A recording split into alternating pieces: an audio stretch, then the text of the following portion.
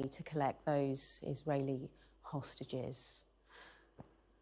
And then, in the last hour, Hamas released a list of 200 Palestinian prisoners they expect to be released by Israel in exchange. Now, this round of prisoners will include more serious offenders than the 90 released last week, including some serving life sentences. So that's the very latest now. Let's go live to our Middle East correspondent, Alistair Bunkle, who joins us now. This is a fast-moving development, Alistair.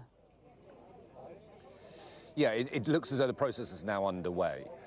There's certain indicators that if it's going to follow a similar pattern to last Sunday, it now very much looks as though the hostage exchange, at least, is underway. The Red Cross vehicles are making their way to a square in Gaza City, which is where we expect the 4 women to be handed over. So Hamas will hand them over to the International Committee for the Red Cross first. And there's some formalities to go through. Last week we saw pictures of the Red Cross literally signing the 3 women who were released last week into their custody. And we saw very chaotic pictures outside of that building in Gaza City as that was going on. Now, from what I've seen this morning, live pictures from inside Gaza City, it looks a little bit more structured this time. There's a very large, or a reasonably large presence of Hamas fighters there wearing combat fatigues, many of them wearing balaclavas, green bandanas on, the green Hamas bandanas on, but they look as though they have managed to create a sort of an area free of the crowds in order that the cars can make this exchange without people clambering on them, banging on them as happened last week. So that is now happening, and if it follows a similar timeline to last week, that could take anywhere up to an hour and a half as that element is done. Once the 4 women are in the care of the Red Cross, they will then be driven from Gaza City to the Gaza border. Now, that's a journey that's 20, 30 minutes, not very long at all.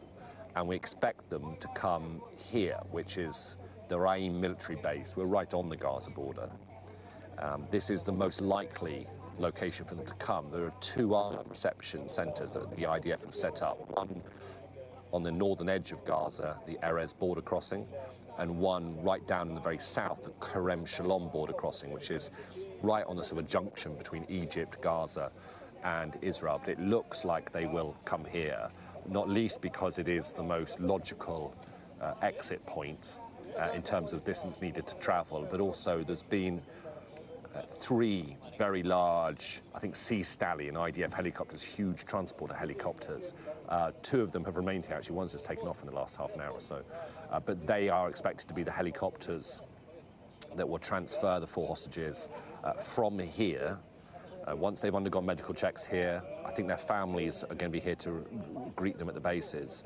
And then they will take them to hospitals outside of Tel Aviv or in the Tel Aviv area. So that should be the way that the process works, if it runs like last week and if it runs smoothly. It is happening at the moment much earlier on in the day. Last week, this didn't really get underway until about 4:30-ish, and then it took some time, and the hostages didn't come out until about 5 or 6, and then the Palestinian prisoners, which is another really important, I mean, it's not lose sight of that, really important sort of other element of this. It's an exchange. They didn't get released until the early hours of the following morning. But this time, this week, this time around, the ceasefire is already in play, so there hasn't been that element of the day to get over first. Whereas last week we had a delay in the ceasefire coming into force, then it came into force, and then the release happened. Well, the ceasefire's now been in force for 7 days, and so it does look as though this process is going to happen much earlier in the daytime. So, look, I mean, my guess would be is if the Red Cross vans are pretty much at that square in Gaza, it could only be a couple of hours now before the 4 Israeli hostages come out, and then we'll have to see. You're looking at the pictures there of a prison in the West Bank, quite close to Ramallah. That side of the exchange will take longer for various reasons. not least because we are expecting 200 Palestinians to be released as part of the deal. So the ceasefire agreement is that for every civilian hostage that Hamas release, 30 Palestinian prisoners will be released in exchange. So last week we saw 3 Israeli hostages released and 90 Palestinian prisoners. This week, the list that Hamas have released is 4 female IDF soldiers.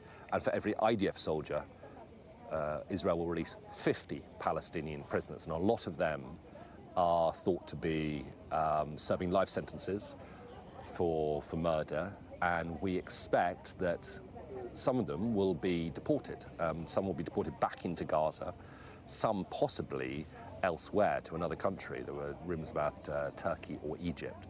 But that's part of the process. We're going to have to wait and see how that plays out. But I think that we might not see the Palestinian prisoners released for some hours yet. But the process of releasing the Israeli hostages definitely seems to be underway. Alistair, we're watching pictures of Gaza City, and what I can see on my screen is that the 4 Israeli hostages are being handed over, and that's 20-year-olds Karina Ariev, Daniela Gilboa, Naama Levy, and 19-year-old Liri Albag. This will be joy for their families after 15 long months to be returned with their families.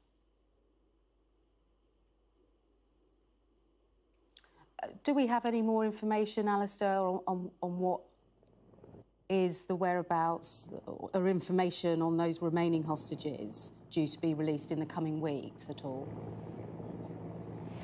Well, firstly, let me just explain. On the left of your screen, you're seeing one of those very large helicopters. Well, you were seeing one of those very large IDF helicopters coming into land here. Now we're looking at those live pictures from Gaza City.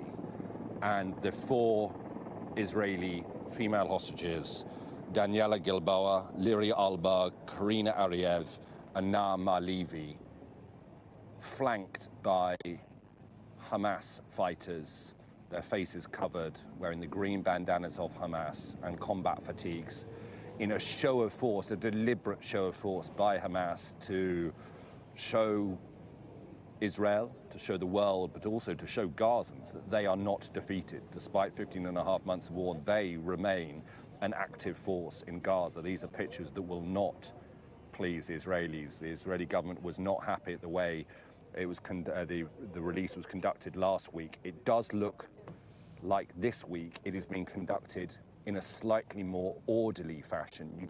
You have crowds there, but you don't have the crowd immediately surrounding and even standing, climbing on top of the vehicles. But they are parading those 4 hostages.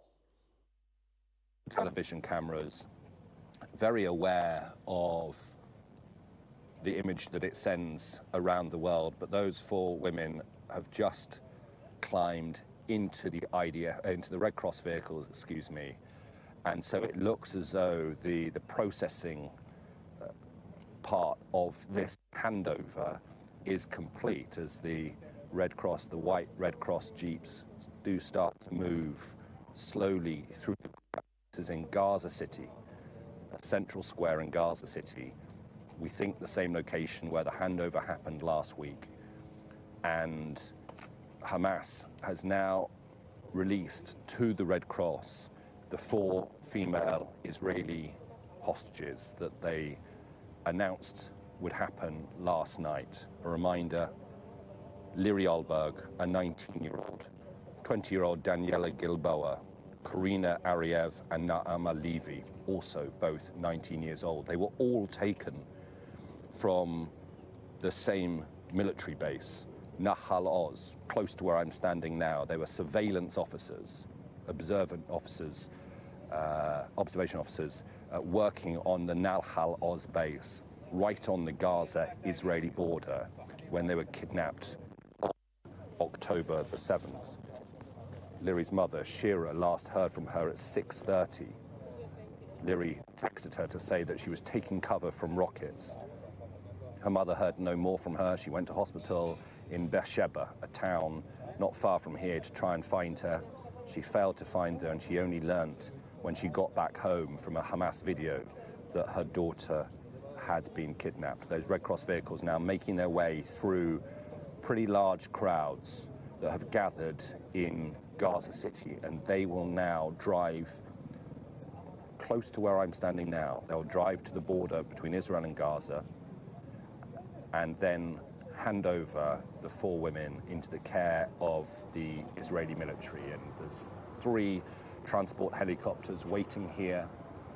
They will take them to hospital near Tel Aviv. But before that happens, the families of the 4 hostages are at this base ready to greet them. They'll also go through medical checks here to make sure that they are physically okay, making sure they don't have any immediate emergency medical needs to be treated before they are taken to hospital.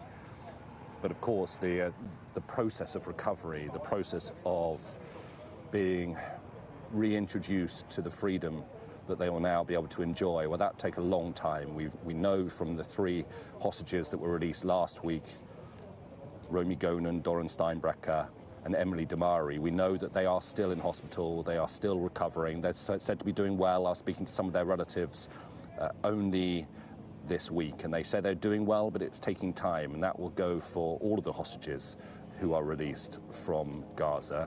And you can see now there on the split screen, Hostage Square in Tel Aviv, hundreds gathering there as they did last week, watching these events on a big screen in the square, everybody not daring to quite hope that the release will happen until they see these pictures. And the relief last week when they saw the 3 hostages alive in the back of a Red Cross car was palpable through that square as I stood in that square. But we're seeing now on the left of your screen those images from Gaza City. I've lost track of where the Red Cross vehicles are, but they were making their way through the crowds quite slowly as they drive out of that square, out of Gaza City. Was Gaza's largest city, now most of it completely destroyed through the bombing of the last 15 and a half months, as is much of Gaza, flattened, demolished. People have been returning home since the ceasefire kicked in last Sunday. People in Gaza have been returning home, or trying to return home, and finding that their homes no longer exist. And another element of what happens today, day 7 of the ceasefire, which is significant, is that the Israeli military, along what's called the Netzarim corridor in Gaza, so this is a corridor that has been, in some respects, created by the Israeli military during this war, certainly widened considerably and expanded in size. And it runs across Gaza, east to west, but it divides, importantly, Gaza from north to south. And in accordance with the ceasefire agreement, from today, the Israeli military should start withdrawing from that Netzarim corridor, which will allow Gazans to start returning home to the north. So people, Palestinians who used to live in the north of Gaza, but have been displaced, many of them multiple times over, living in the Al-Mawasi refugee camp, which is down south along the Mediterranean coast in invariably pretty grim conditions. Well, they will soon be able to return back to the north of Gaza. They'll have to go through checks before they pass through, making sure they're not carrying weapons or they're suspected members of Hamas.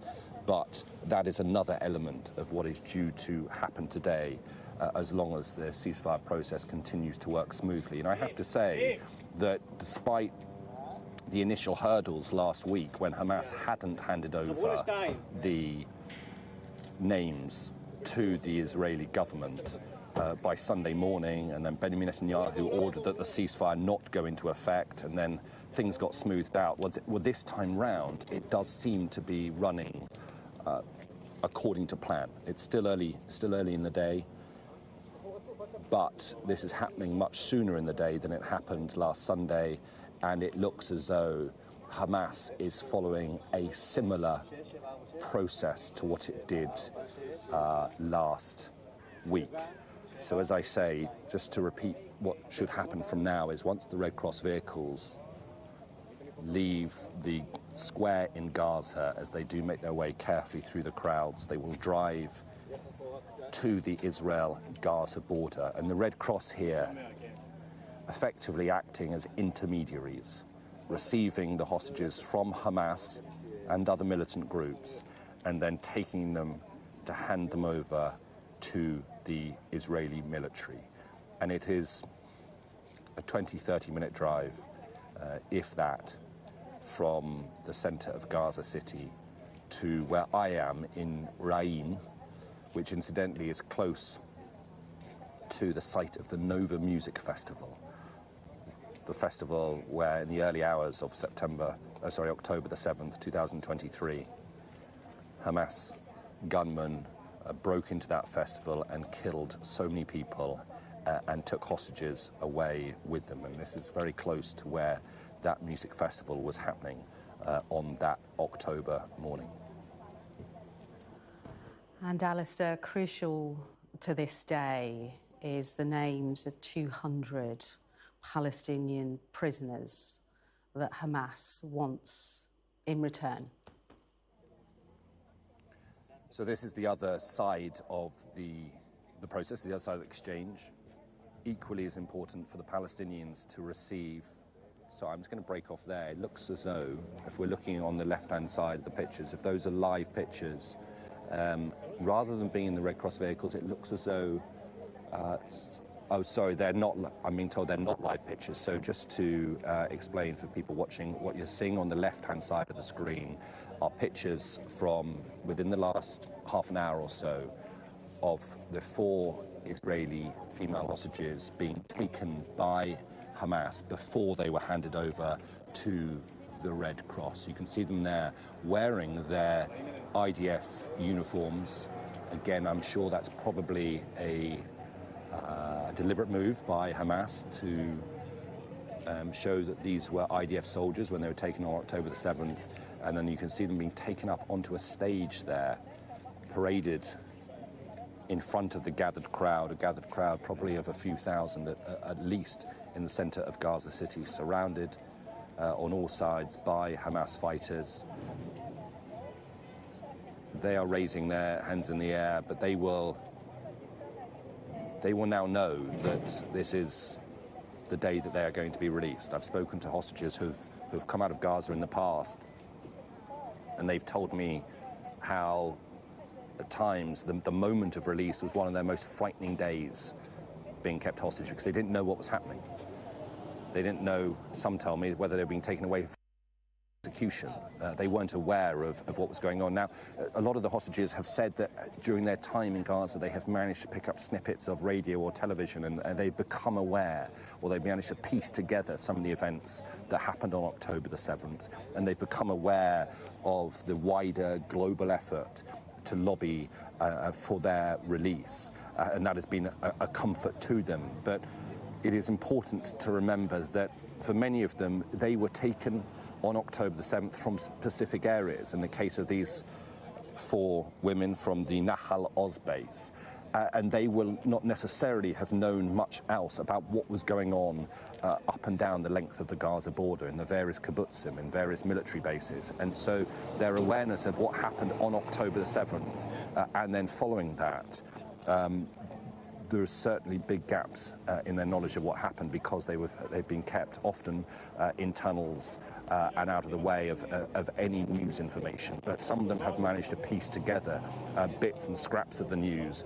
Some have even heard their parents talking on Israeli radio, calling for their release, and as I say, it came of great comfort to them. So the pictures on the left, pictures that were filmed in the last 20 minutes, half an hour, of those 4 Israeli hostages being handed over to the International Committee for the Red Cross before they make their way out here.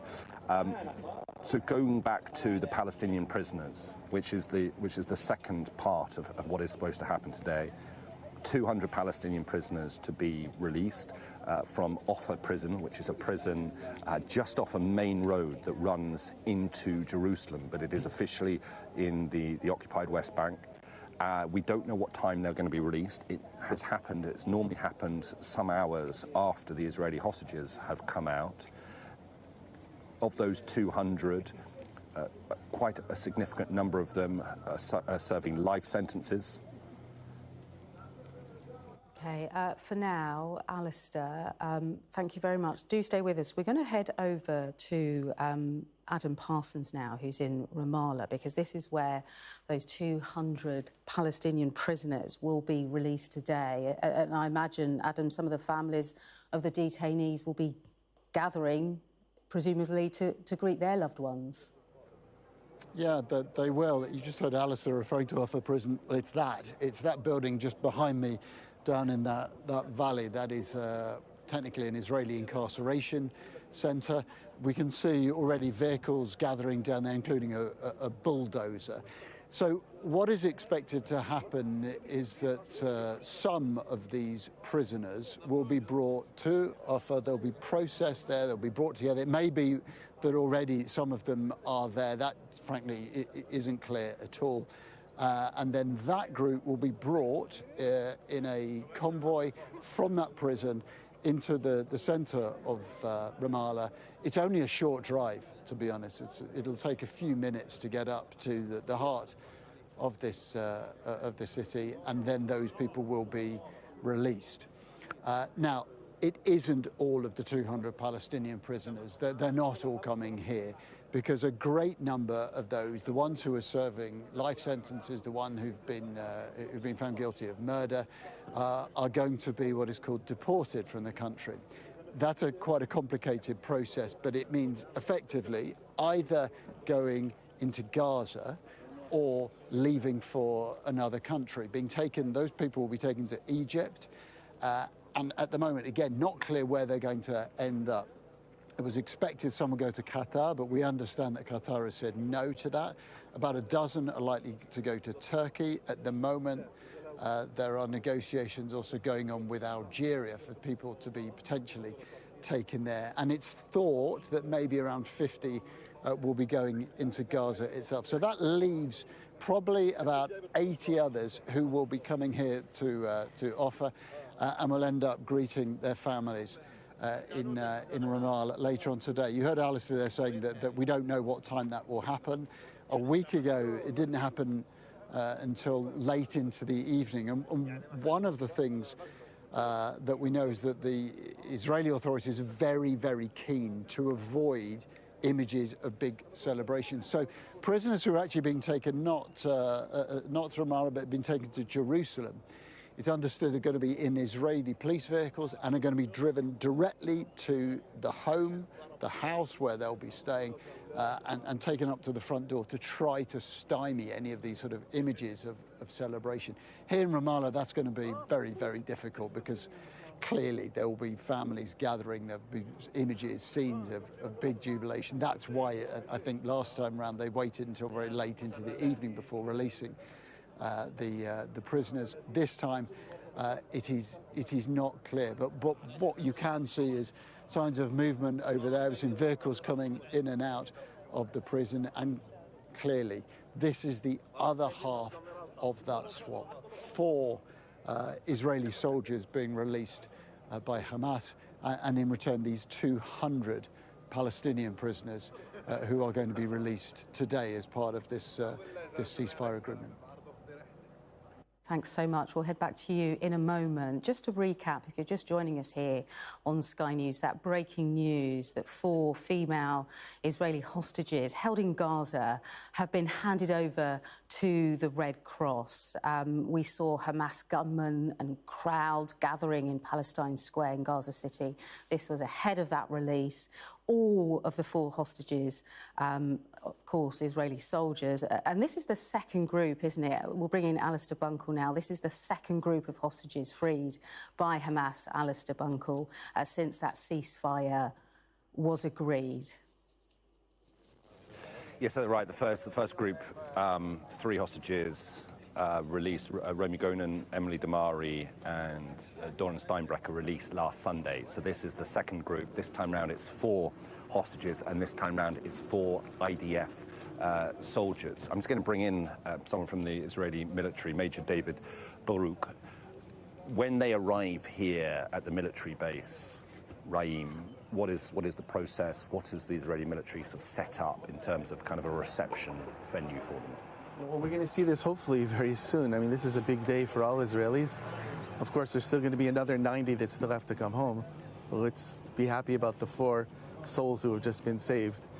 And hopefully very soon they're going to come in and they'll be driving through here, going around us and coming into the base. At the base, they're going to be an initial medical checkup just to make there's no emergency write-off. And then they're going to meet their parents. They look as though, I mean, They look- pictures we've seen, they were they've walking, seen, they looked... Physically, they look fine. I can't imagine the psychological effect this has had on them after almost 16 months. And we're very happy to see, I even saw smiles, so I was happy to see that as well. They're going to come in here, they're going to meet, initial meeting with their parents and whatnot, and then go through some more medical checks. And after that, they'll be going on the helicopters, which is just over here, and they'll be taken off to hospital for further medical checks and for psychological evaluation as well, I assume. What are the considerations given to the Israeli soldiers who will meet them at the border? I think in November 2023, when we had a 7-day ceasefire, I think a lot of the soldiers were told, don't speak to them unless they speak to you, in so much that let's not overwhelm them. There's a point person to meet them, but let's not sort of swamp them when they come out. While I'm wearing a uniform, this part of it is a military because we're taking them from the Red Cross. But this is a civilian, this is humanitarian. Let's deal with these individuals, let them get their health back. So what we're trying to do is bring out of a situation that those that meet them also have been told exactly that. Don't overwhelm them. Where your cameramen are very far away right now for that same reason. We just want to not overwhelm them with all this attention. They're getting enough attention as it is. I mean, we've seen what's happened to them in Gaza with your live feed there. I can't imagine having to be put up on a stage. Well, what do you make of that? I was going to ask you what you make of it, but also, you are a serving soldier. Your military, the Israeli military, has fought this war against Hamas for almost 16 months. And yet, you see up on stage there Hamas soldiers, showing quite deliberately that they have not been defeated, that there is still a presence. What's your reaction to that? Well, first of all, I'm a father also. And if those were my daughters, I don't know what I'd be thinking. I'd be outraged, first of all. And yes, those are Hamas fighters there. They're putting on a show. They still got their masks on, so they're still afraid, obviously. The Hamas that we're seeing today, on one hand, it's the same Hamas that we've seen them in the duplicitous way that they've actually gone through this. And we didn't know until the last minute who's coming out. They said yesterday 4. They gave us the names. Now we're sure those are the same 4, yet it's against the agreement that we have. Just explain that. Because the agreement we have, from what I it's a political agreement. It's not through the military, but yet we understand that it's supposed to be civilians first and then soldiers. I'm very happy that these 4 are being let free. But there are still other civilians that are there. And it's not clear to me as a Israeli citizen why. And last week we had the same thing where they didn't give out the names. So Hamas is stretching this agreement. Hamas militarily is not the same Hamas as it was 15 months ago. That's got to be clear. Now we're hearing all these things about how they're building up and recruiting new people and everything like that. I can understand that. Yet militarily, we've totally disabled their ability to seriously fight us. Just back to the process of today. We're in a place called Reunited, which is pretty much the midpoint of the Gaza border, sort of middle from north to south. You also have other reception centres, is what you've called them, that you've set up. Just explain that they're in Erez and Kerem Shalom. We've prepared 3 different reception areas, one in the south in Kerem Shalom, here in Reim, and also in the north near Zikim. And that's because you don't know until very late on where they might be coming out. Even here, there was a possibility that we'd have to convoy to the south. We have no idea, because it's up to the people holding these people. Let's remember, that's what this is. They're holding people hostage.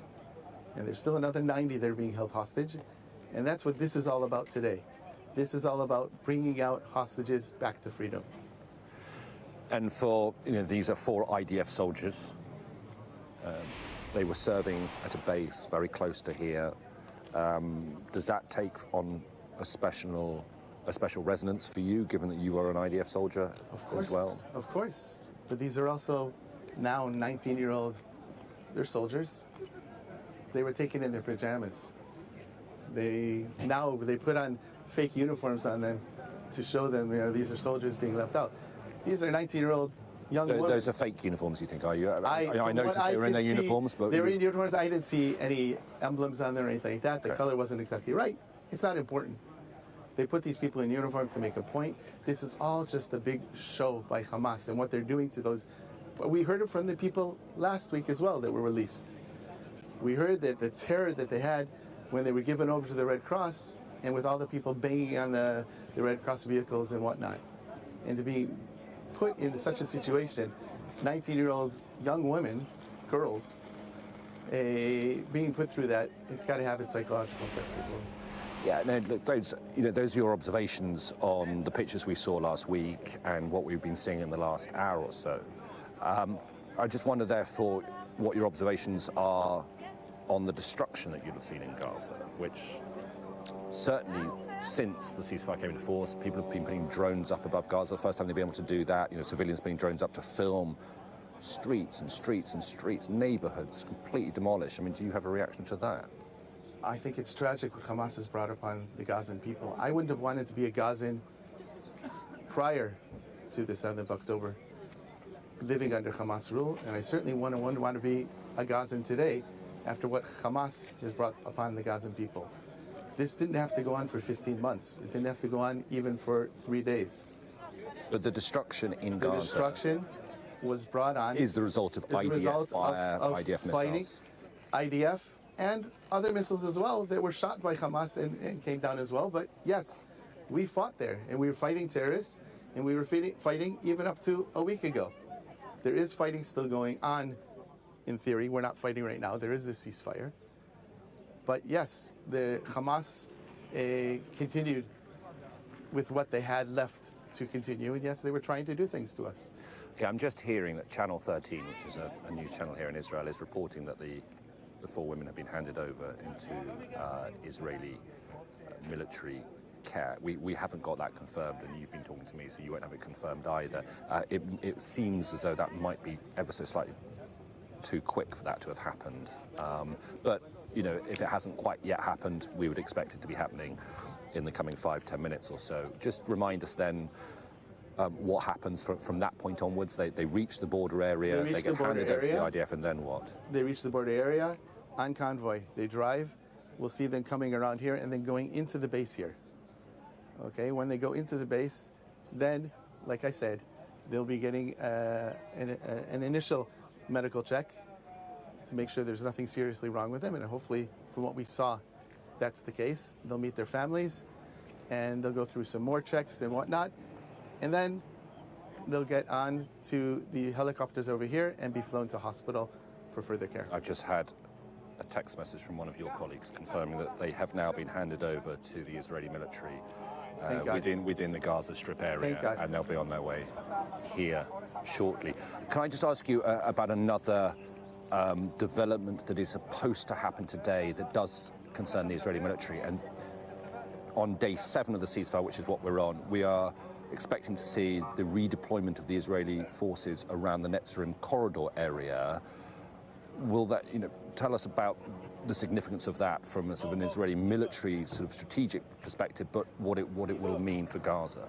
First of all, we're prepared to comply with any of our obligations under this agreement, and then we're going to do that.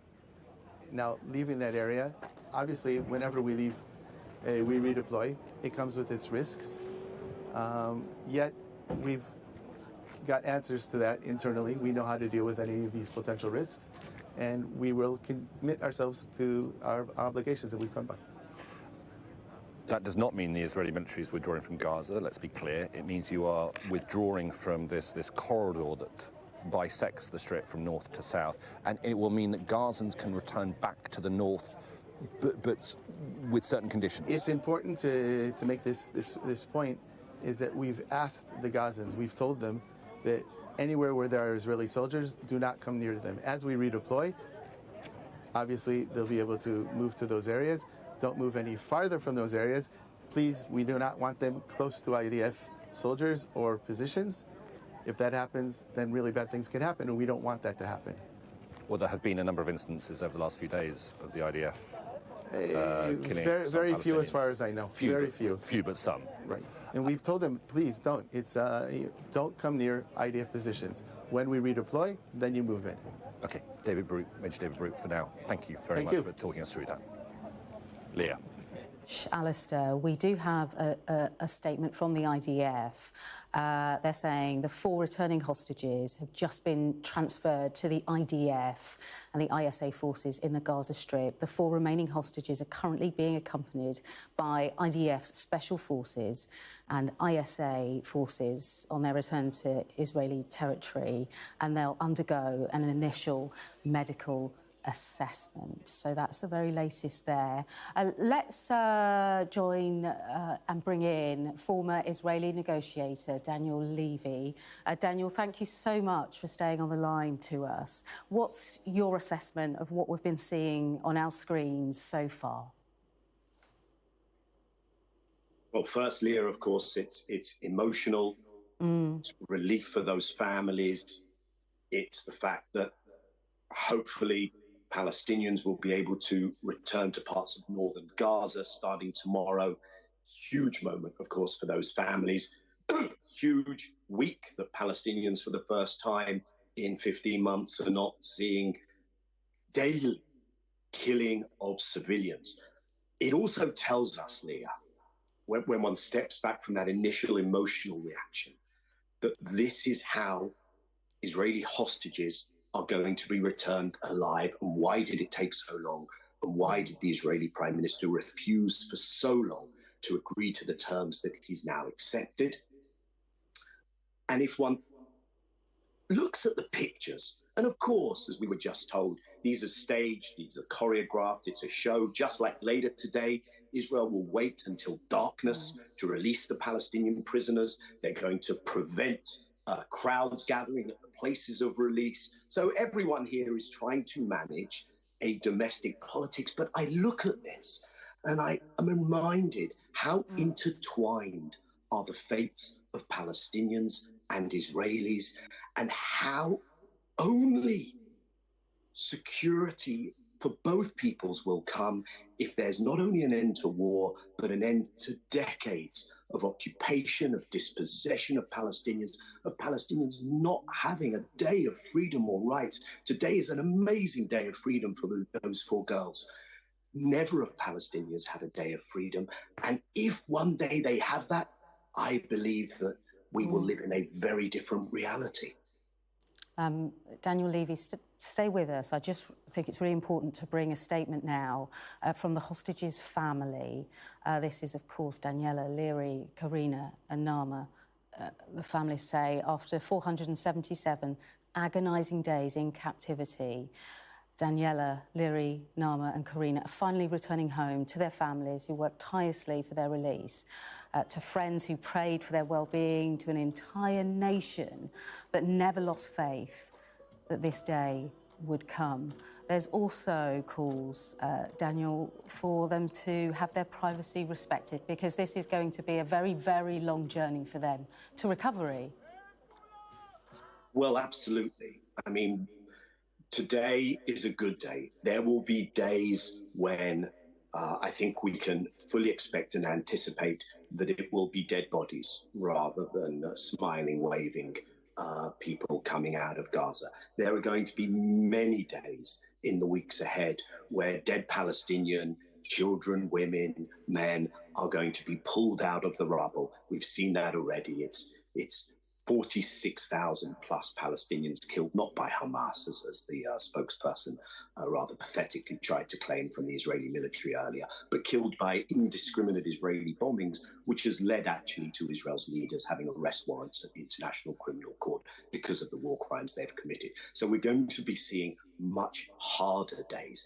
And I think that statement from the families is so important because of for many reasons, but also because of the momentum that sets in Israel, which is Israelis want to see everyone else home, and their leader is promising a return to war, which would guarantee that not everyone else comes home. And so you will have this contestation amidst a moment of unity. You will also have, and we know that because two parties in the coalition in Israel voted against this deal.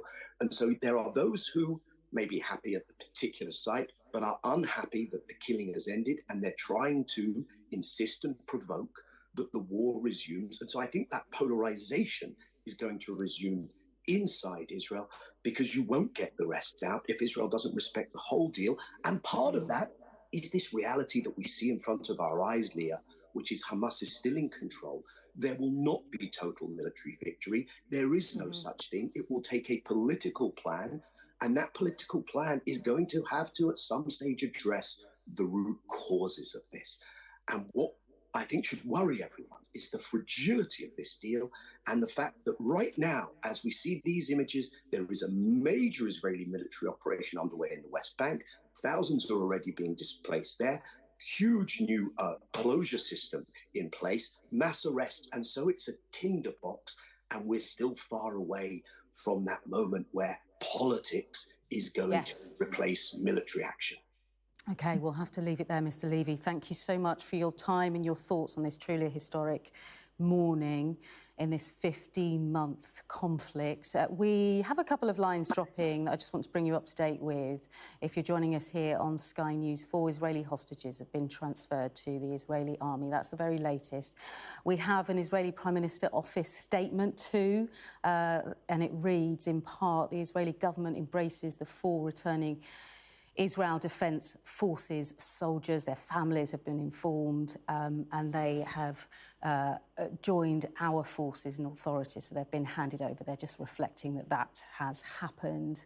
The Israeli government, they say, is committed to the return of all abducted and missing persons. They go on to list the 4 female Israeli hostages who have been released: Liri Elbag, that's Karina Ariev, Daniela Gilboa and Nama Levy. And the government say that together with all security agencies, they will accompany them and their families. And we're also hearing that they will undergo a medical assessment shortly, and also to re-emphasise that these girls do need the privacy to recover.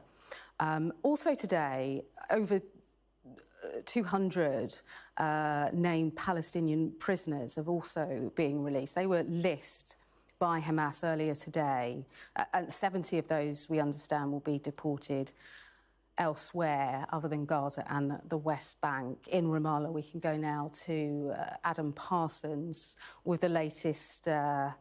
And Adam, it's likely to be a very long day for Palestinian families waiting to greet their loved ones. Yeah, a long day, and at the moment, quite unpredictable. There are certain things we know for sure, certain things that are just still up in the air. For instance, it's not yet clear who exactly is going to be released, who isn't. We have the lists of those, but there are questions about whether there are names missing. A lot of focus, for instance, is on a man called Zakaria Zubeidi, who is, I think, probably one of the best-known prisoners involved in this swap. He's not on this list, but there are indications that perhaps he may yet be released after all. So 200 Palestinian prisoners are going to be released. Now, 120 of those were serving the most serious sentences in relation to murder. They are going to be what is called deported. Effectively, that means they're going to be leaving Israeli territory. Now, around 70 of those may be going to another country. They'll initially all go to Egypt, probably a dozen will go to Turkey. Again, not clear where the rest will be heading to. It would seem that Qatar has said it doesn't want to take anyone. There are conversations now going on with Algeria. It may well be that lots of them remain in Egypt, and then not for 3 years will they be able to ask for the right to come back into Israel.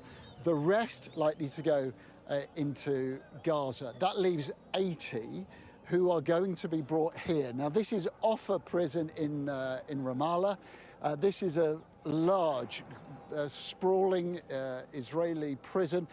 From here, you can just see some of these buildings, but believe me, behind those trees over there in the middle distance, there are many, many more buildings. This is a very big facility.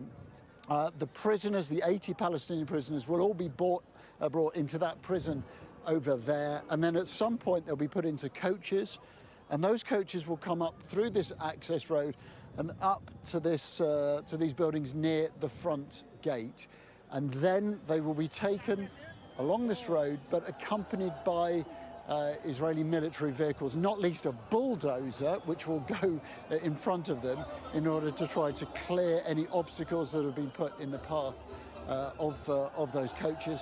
And those coaches will head into the center of Ramallah, where the prisoners will be released. When this will happen, we simply don't know. Last weekend, it was about 7 hours between the release of the hostages and the release of these Palestinian prisoners. But to be blunt, it's very hard to call this one. Last weekend, they were released after dark, and I think that was part of an effort to avoid images of huge celebration. But there will be, without doubt, people gathering. You can already see the people gathering on this hillside hours and hours before this release happens. As for the people who are being deported, that will happen somewhere else, far down in the south of the country.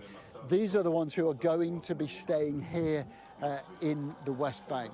Now, the Israeli government is trying to avoid images of huge celebration. I think that's going to be very difficult. Last week, it was a slightly chaotic episode. This will be the same. There are many people here who think that these are political prisoners, that these are people who have given up their lives for the cause of Palestinian sovereignty and independence, and are gleeful, not just because these are members of their families, these are friends who are going to be given their freedom, but these are, in their minds, people who have fought a political crusade. Of course, that is the absolute reverse to what the Israeli authorities, the soldiers in this facility think. So there will be tension here. Last weekend there were lasers shone through watchtowers up there, big loud announcements made, and of course whenever you have the clash between Israeli military vehicles and overexcited, ebullient, or potentially angry crowds here in the West Bank, particularly after clashes that we've seen in Jenin in recent days, there is likely to be tension. The fundamental thing, though, is here there is a sense of anticipation, because once again they are going to see buses coming from here, stopping up the road, and the release of Palestinian prisoners as part of this ceasefire deal. Okay, Adam, for now, thank you. We're going to cross over now to international negotiator Nomi Bar Yaakov. Great to have you with us today on such an important day. What's your thoughts on the pictures that we're seeing today, Nomi? Thank you, Leah, for having me on your show. My thoughts are that, it's a very, as you say, important day. It's been a successful transfer, and I think we can safely assume that Israel will release 200 Palestinian prisoners, many of them serving life sentences, and many of them are going to be deported to Egypt for 48 hours before moving on to other countries. So I think it's the first time that Palestinian prisoners serving a life sentence are going to be released. Last week we saw the release of predominantly women from the Palestinian prisons, so a lot more controversial for Israelis, this particular move. I think that, again, it's positive. We have a tricky ceasefire to implement. We've seen breaches, and we've seen breaches overcome.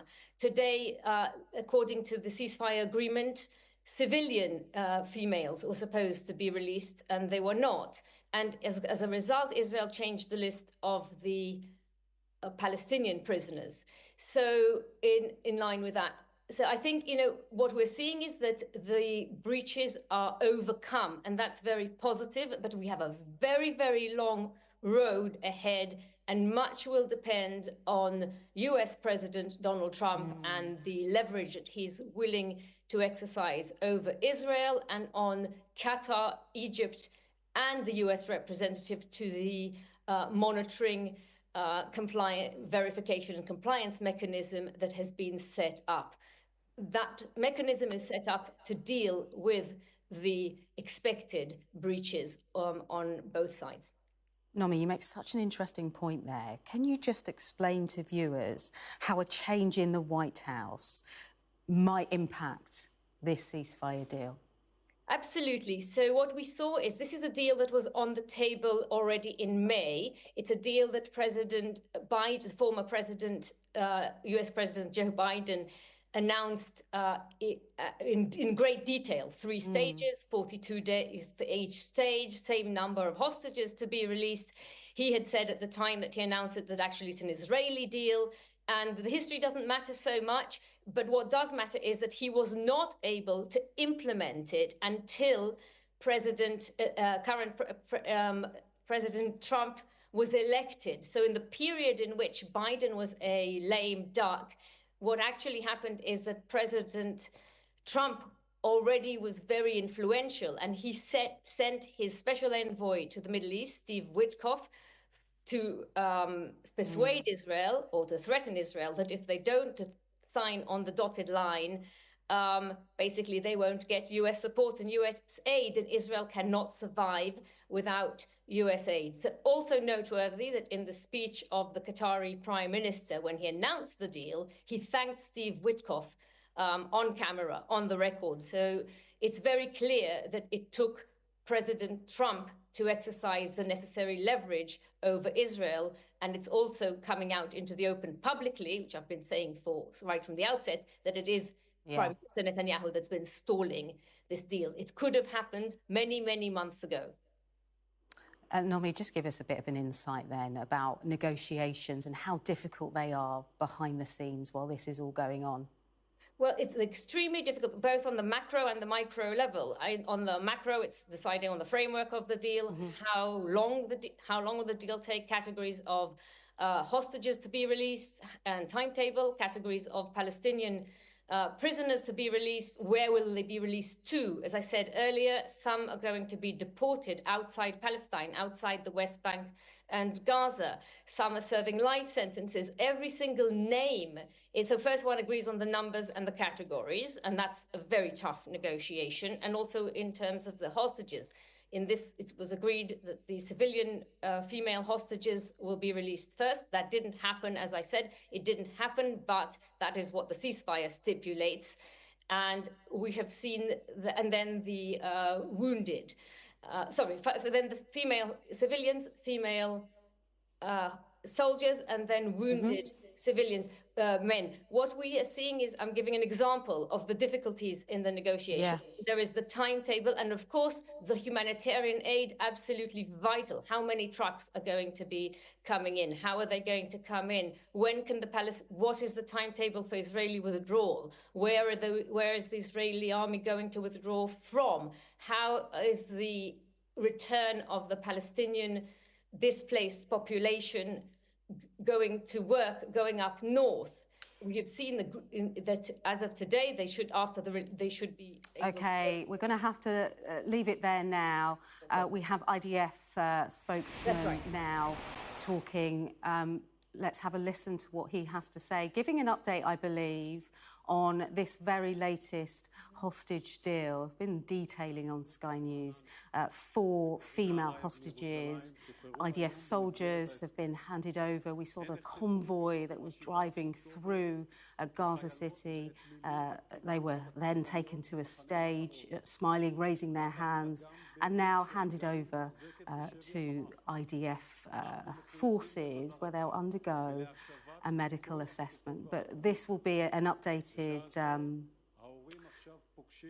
update. It will be in English very shortly. But just if you're joining us on Sky News, this is another historic day in the war in Gaza. After 15 months of fighting, this is the second release of Israeli hostages that have been released. Today, we saw them leaving Palestine Square earlier in the hour in Red Cross vehicles, driving through crowds of people. This is a statement that we'll bring to you very shortly, that will be the very latest on what's been happening. The families of the 4 young women say they've been fighting tirelessly for this release. And now the IDF also updating us on the privacy that these young girls will now need in their recovery. We also saw tears of joy, tears of sadness in Hostage Square in Tel Aviv too, as people reacted to this latest day. And then this hinges on 200 Palestinian prisoners then being released also. We'll have the very latest from our Middle East correspondent, Alistair Bunkle, very shortly to bring us in. He will be detailing the next stages and what happens in this process. But the IDF confirming that the Red Cross has handed over the hostages and they're safe in the hands of family, which has been a long and exhausting period for the families.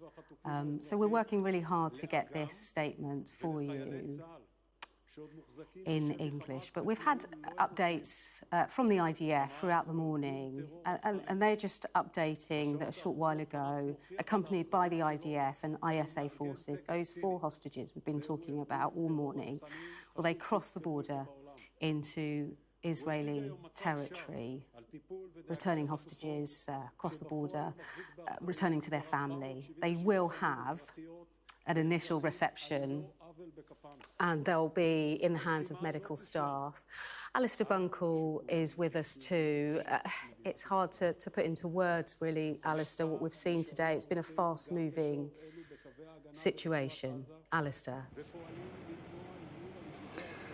Daniel Hagari, Rear Admiral Daniel Hagari, the IDF spokesperson, speaking in Hebrew at the moment, but expected to speak in English shortly, updating on the latest in this exchange of hostages. We will bring you his words in English when he starts, but for now, as the time approaches 10 o'clock in the UK, midday here in Israel, the 4 Israeli hostages, Liri Alberg, Daniela Gilboa, Karina Ariev, and Naam Alevi, have been released by Hamas. They have crossed the border and they are now in Israel. On the left of your screen, you are seeing a live shot close to where I am standing in Reunited, right by the Gaza border, and a military base where the hostages, the freed hostages, will be brought to. Once here, they'll be reunited with close members of their families. They'll undergo initial medical checks to make sure that they don't need any emergency care. And by the looks of the pictures that we saw when they were released by Hamas in Gaza, physically at least, they seem to be doing quite well after 15 and a half months being held hostage in Gaza. Once those medical checks are done, they will then be taken by helicopter, and 3 large Israeli transport helicopters are behind me, waiting to then transport them to a hospital or hospitals in or near the Tel Aviv area. It's been a short journey from Gaza City to the border, but it will be a long road of recovery. Let's listen to Daniel Hagari, who's now speaking in English. Today, we salute and embrace them and their families as they reunite just now after so long. We cannot and will not forget the 90 hostages, including women, children, and elderly men, still remain in brutal conditions in Hamas captivity. Hamas failed to meet its obligations to first release Israeli female civilian hostages as part of the agreement. We are determined to return to the return of Arbel Yahud, an Israeli citizen kidnapped from Nir Oz, and also Shiri Bivas and her 2 children, Kfir and Ariel, whose welfare we are extremely concerned about. We appreciate and thank the efforts of all international mediators, United States, Qatar, and Egypt. And we expect them to make sure Hamas stands in accordance with the agreement. IDF troops will continue to be deployed and operate and to do everything to protect the citizens of Israel. Our mission is not over until every single hostage comes home. אני אענה עכשיו על שאלות בעברית. שאלת חדשות 12. מה ישראל מתכוונת לעשות על ההפרה של חמאס עם ארבל יהוד? אנחנו מחויבים לחזרתה של ארבל יהוד, אזרחית שנחטפה מניר עוז. אנחנו מחויבים לחזרתה. זה ההסכם, צריך לעמוד בו. אנחנו נעשה הכל על מנת שהיא תשוב במהרה. שאלת ישראל היום. האם ידועה הסיבה מדוע אגם ברגר היא זו שנותרה עוד שבוע בשבי חמאס? אגם היא חיילת אמיצה. אנחנו מחויבים להשבתה, אנחנו עומדים לצד משפחתה, ואנחנו צריכים לעשות הכל שאגם תשוב, ואנחנו נעשה זאת. שאלת I-24. האם חמאס העביר את הרשימה של החטופים החיים והמתים שנותרו בשבי, ומה אתם מצפים שיהיה ברשימה הזו? That is Daniel Hagari there, the IDF spokesperson, speaking in Tel Aviv, where the Israeli army are now confirming that those 4 hostages have crossed the border into Israel. But Israel saying it is still extremely concerned about 2 child hostages. Okay, it is 4 minutes past 10. You're watching Sky News, and breaking news this morning, and that is that 4 Israeli hostages have been released by Hamas and are now with Israel Defense Forces.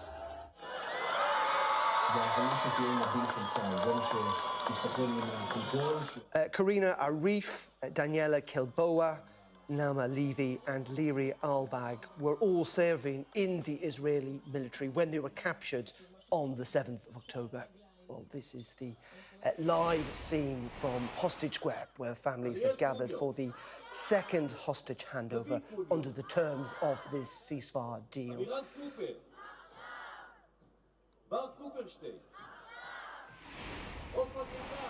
Meanwhile, 200 Palestinian prisoners released from Israeli jails, 50 for each soldier released by Hamas, as per the ceasefire agreement, and we're waiting for that to happen at some point during the day. Well, let's bring in our Middle East correspondent, Alistair Bunkle, who joins us now. Very good afternoon to you, Alistair. And the Israeli military confirming now that those hostages have crossed the border into Israel. They have, and they will now be brought to the base where I am at Reunited. You're seeing live pictures of one of the 3 Sea Stallion transport helicopters that have been here for the last couple of hours awaiting the arrival of the 4 hostages. They will be brought to this military base from the border, which is close by. They'll be reunited with their families. They'll undergo initial medical checks just to see whether or not they need any emergency care. If they don't, then they will be shortly taken by air to hospitals in the Tel Aviv area. We've heard in the last couple of minutes from Rear Admiral Daniel Hagari, the IDF spokesman, saying today we salute and embrace them. But he had a message for Hamas as well. He accused them of failing to meet their obligations. Now this is particularly in reference to a hostage called Arbel Yahud, a female civilian hostage that Israel had demanded be one of the 4 released today. She is a civilian, not an IDF soldier, and because she's female, she should be in one of the first category of prisoners to be released. But she has not been released today. Hamas has not given a reason for that. There is some conjecture that she could be held by another militant group in Gaza, such as Palestinian Islamic Jihad, but Hamas has not released her and not given a reason why. And Benjamin Netanyahu last night huddled with senior security chiefs to try and work out how to play it. But ultimately, with the release of 4 living hostages, Israel agreed to that, and that is what has happened this morning. Daniel Hagari also mentioning the fate of Shari Bibas and her 2 children, Kafir and Ariel. Kafir Bibas, the youngest hostage still being held in Gaza. He turned 2 last weekend.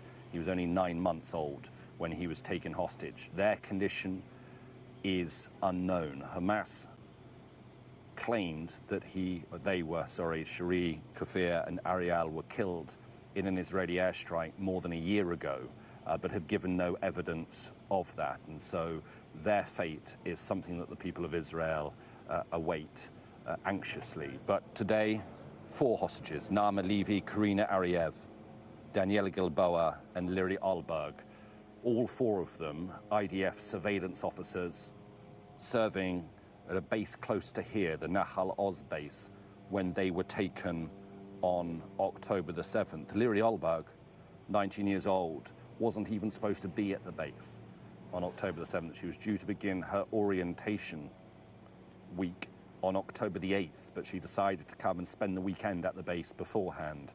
And she was taken along with a number of others on October the 7th. She messaged her mother at around 6:30 a.m. in the morning, telling her that she was taking cover from rockets, and that is the last her family heard from her. She had a tattoo that read Faith, that she got after her boyfriend was involved in a traffic accident, and her family, since she has been held in Gaza, have all had the same tattoo on them as well. Danielle Gaboa was only identified by her ponytail from pictures released by Hamas when she was taken and went into Gaza.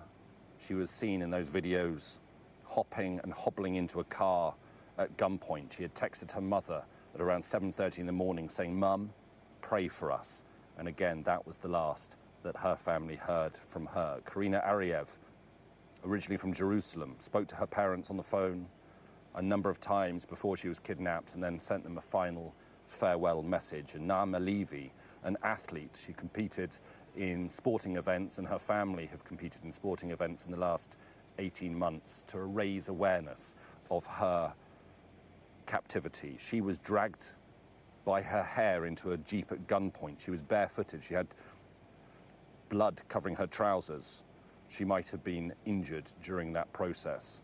Her mother said that she's only 19, but she'll always be my baby girl, a girl who truly believes in the good of all people. Well, those 4 hostages today have been released after more than 15 and a half months being kept in Gaza. As you can see on the right-hand side of your screen, pictures from Hostage Square in the center of Tel Aviv. Again, like last Sunday, thousands gathering to watch the events unfold live on a big screen in the center of that square, cheering when they saw that the 4 women were alive and what looked to be in reasonable physical condition. And now they watch to wait for their arrival here at the base where I am. They'll be driven into the base. We will have, we think, a live shot of that when it happens.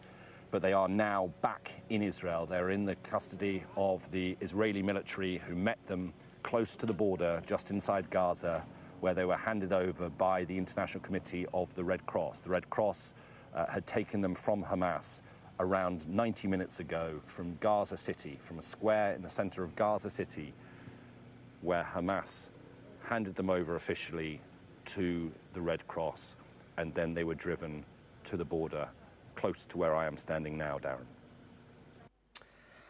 And Alistair, you talk about the emotion there in Hostage Square in Tel Aviv, and that emotion very naturally shared by the families of these released hostages who've issued a statement this morning saying that after 477 agonizing days in captivity, Daniela, Liri, Naama and Katrina are finally returning home, to the families who have worked tirelessly for the release, to friends who prayed for the well-being, and to an entire nation that never lost faith this day would come. The return today represents a moment of light in the darkness, a moment of hope and triumph of spirit, while serving as a painful reminder of the urgency to bring back the 90 hostages still in Gaza. We will not stop fighting until all phases of this deal are completed and every last hostage returns home to their loved ones. We extend our deepest gratitude to President Trump, whose instrumental efforts made this deal possible. And Alistair, this is part of a deal, isn't it? We are expecting the release of Palestinian prisoners later today, but also the movements of Israeli troops too. Yeah, that's absolutely right. And both of those events are of equal significance in what is happening today and in the wider context of the ceasefire. So the Palestinian prisoners, 200 of those will be released later today. We don't know exactly when, but it will probably be some hours after events here. Now, under the ceasefire agreement, Israel has agreed to release 30 prisoners, Palestinian prisoners, for every Israeli civilian hostage, and 50 Palestinian prisoners for every IDF soldier released from Gaza. 4 hostages released today, all of them serving IDF soldiers. And so under that agreement, 200 Palestinian prisoners will be released from Israeli prisons.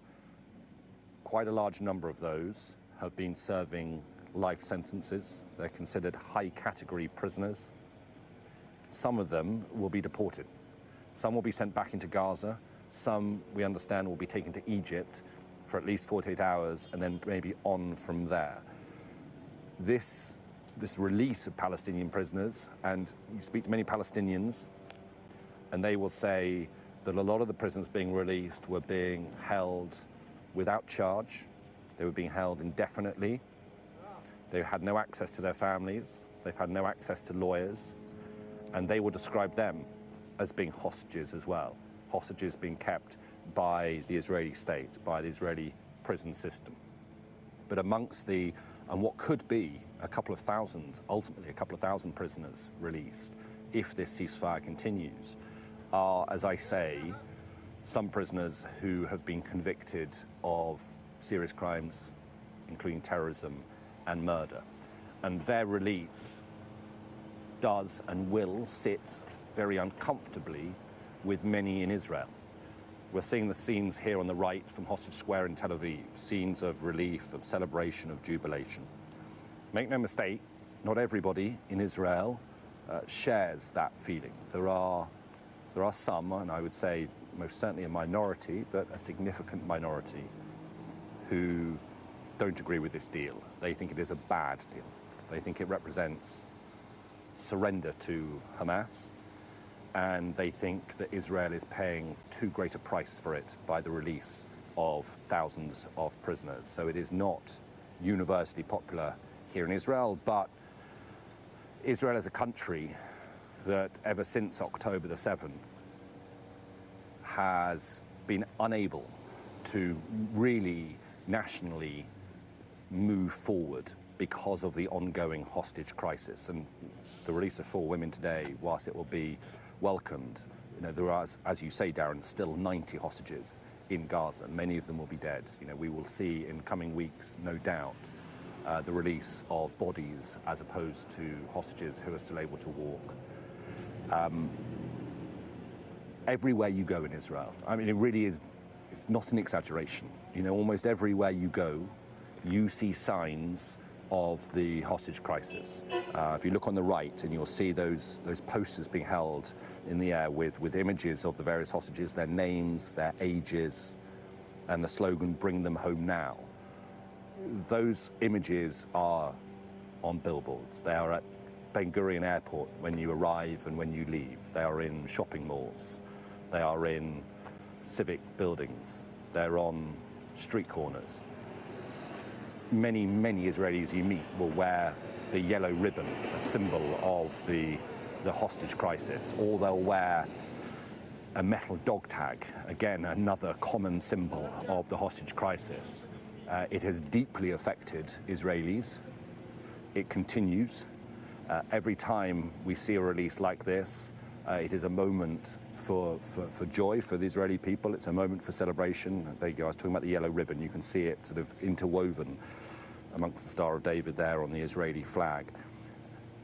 But it is a crisis that has affected Israeli people very, very deeply and continues to do so. And you really feel that until all of the remaining hostages are freed, whether dead or alive, Israel will not be able to move on from the events of October the 7th. So this is a step in that process, but merely a step.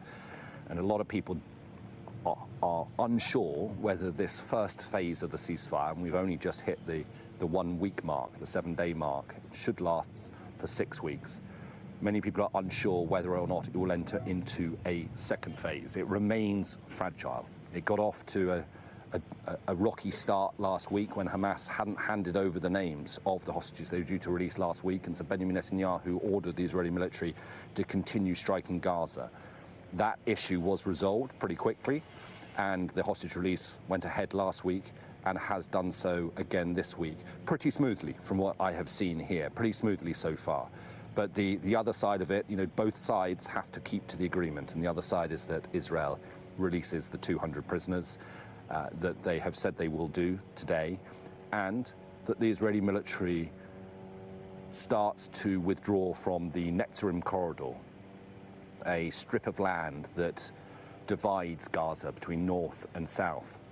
A strip of land the Israeli military have dramatically expanded by bulldozing buildings and bulldozing through farmland and orchards over recent months to create this highway that runs from east to west, one of a couple of highways that they have now in Gaza that they've been using for military purposes. Well, they are supposed to be withdrawing from that in the coming hours. It will probably take some time, but it will allow Gazans who have been displaced many times over. They're now living in pretty awful conditions. You know, if they're lucky, they are living in tents, but there aren't enough to go around. But they will now be able to return home. Those of them who came from the north will be able to return home to the north. What they'll find when they get there, though, well, you know, a lot of Gaza, much of Gaza, is now totally destroyed. I have been in myself a couple of times over the last year and a half and seen it for myself.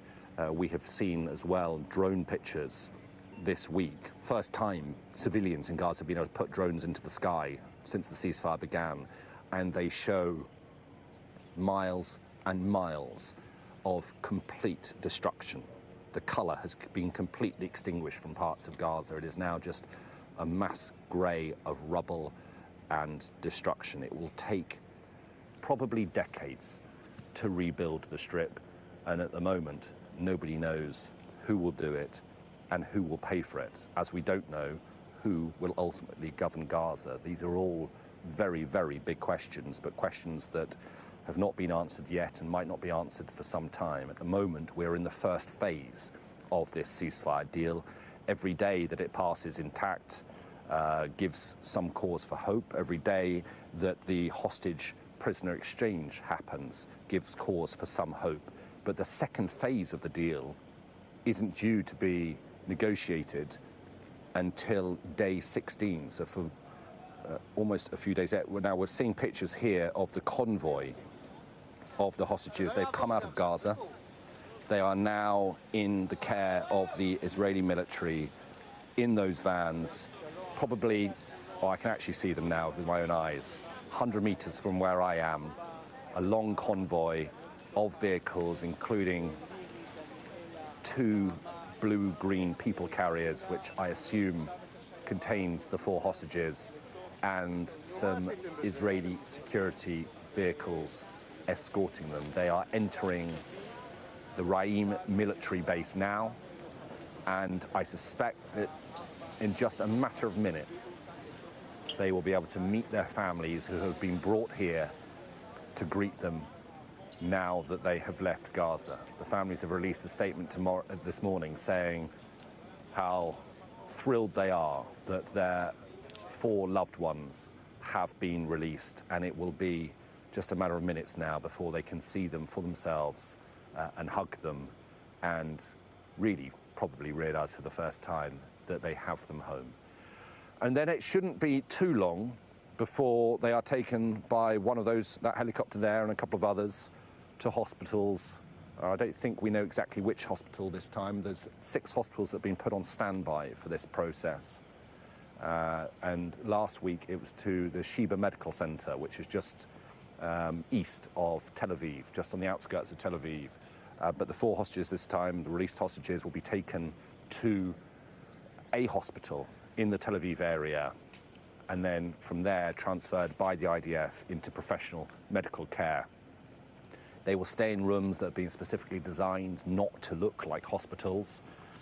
They will have everything they need and want, but it will be a very difficult, strange process for them. I was speaking to a hostage some time ago who'd been released from Gaza, and they said even the freedom to go to the loo by yourself without having to ask permission, without being escorted by an armed militant, even that basic everyday function is something they have not had the privilege and freedom to do for almost a year and a half. So it will be a difficult adjustment to normal life. Every single one of these hostages are now well known in Israel. People know their faces, people know their names, they know their stories, when they were kidnapped, where they were kidnapped from, what they did, what their interests and hobbies were, who their families are. They have become a deep part of Israel's culture. But the emphasis on the professionals is to make sure they are given as much privacy as they need as they start to find their way back into normal life, find their way back into freedom. And there will be, I'm sure, amongst them a real sense of euphoria right now, finally free. Their ordeal is finally over, but that sense of euphoria will come crashing down probably in the coming days when they start to understand what it is they've been through. OK, Alistair, for the time being, thank you very much indeed. And as you can see there on your right-hand side of the screen is a picture, live pictures from Ramallah in the West Bank, where we've seen a convoy of military vehicles arrive in the last couple of minutes. We're not entirely sure why they're there in this immediate sense, but we know clearly as part of this deal, we're expecting the release of 200 Palestinian prisoners. We suspect this could be part of that process. As I say, as part of that deal, we know that Israel had agreed, given the release of those 4 Israeli hostages, that 200 Palestinian prisoners would be handed over, not necessarily all going to Gaza. Some would end up in the West Bank, others would end up in Egypt. But this does seem to be possibly the second part of that process underway. Let's bring in Adam Parsons, who's in the West Bank for us this morning. Adam, just give us a sense of what's happening where you are, if you like, on the other side of this process. Well, the pictures you're looking at, Darren, are from Offa prison, which is where I am in Ramallah. We're looking over this prison, and the vehicles you can see now have just in these past few minutes lined up outside the gate of this prison. Now, this is at the very least a show of force by the Israeli military. And I think if you cast your mind back a week, in this area, there were huge celebrations when Palestinian prisoners were released from this prison. That what has happened then, what is likely to happen today, is that coaches will eventually bring the prisoners up into the centre where they are released. And although the Israelis really did not want images of jubilation, that's what they got. The prisoners were brought off the coaches, and there was a huge atmosphere of delight, celebration, jubilation in the heart of Ramallah. Before those coaches went, a bulldozer cleared the way, actually shoved a series of cars out of the way so the coaches could get through safely. But that happened late at night. And we are not expecting prisoners to be released for hours yet, but everything here is being kept, the information is being kept very, very secret. So to be blunt, we don't know whether all the prisoners have already been brought here, whether they are in transit. These Palestinian prisoners have been held across the country. So it may be that this force it will be released at some point to clear the road ahead. It may be preparatory. It may be that this is simply a show to the people of Ramallah that the Israel Defense Force is in charge here. Because you can see at the front there is a bulldozer. Ahead of that, a couple of what is called the Davids, the snatch vehicles. But then as you go back along the trail, you've got a number of vehicles that are clearly capable of carrying troops. So there will be dozens and dozens of soldiers in that convoy. And then at the end is a second bulldozer.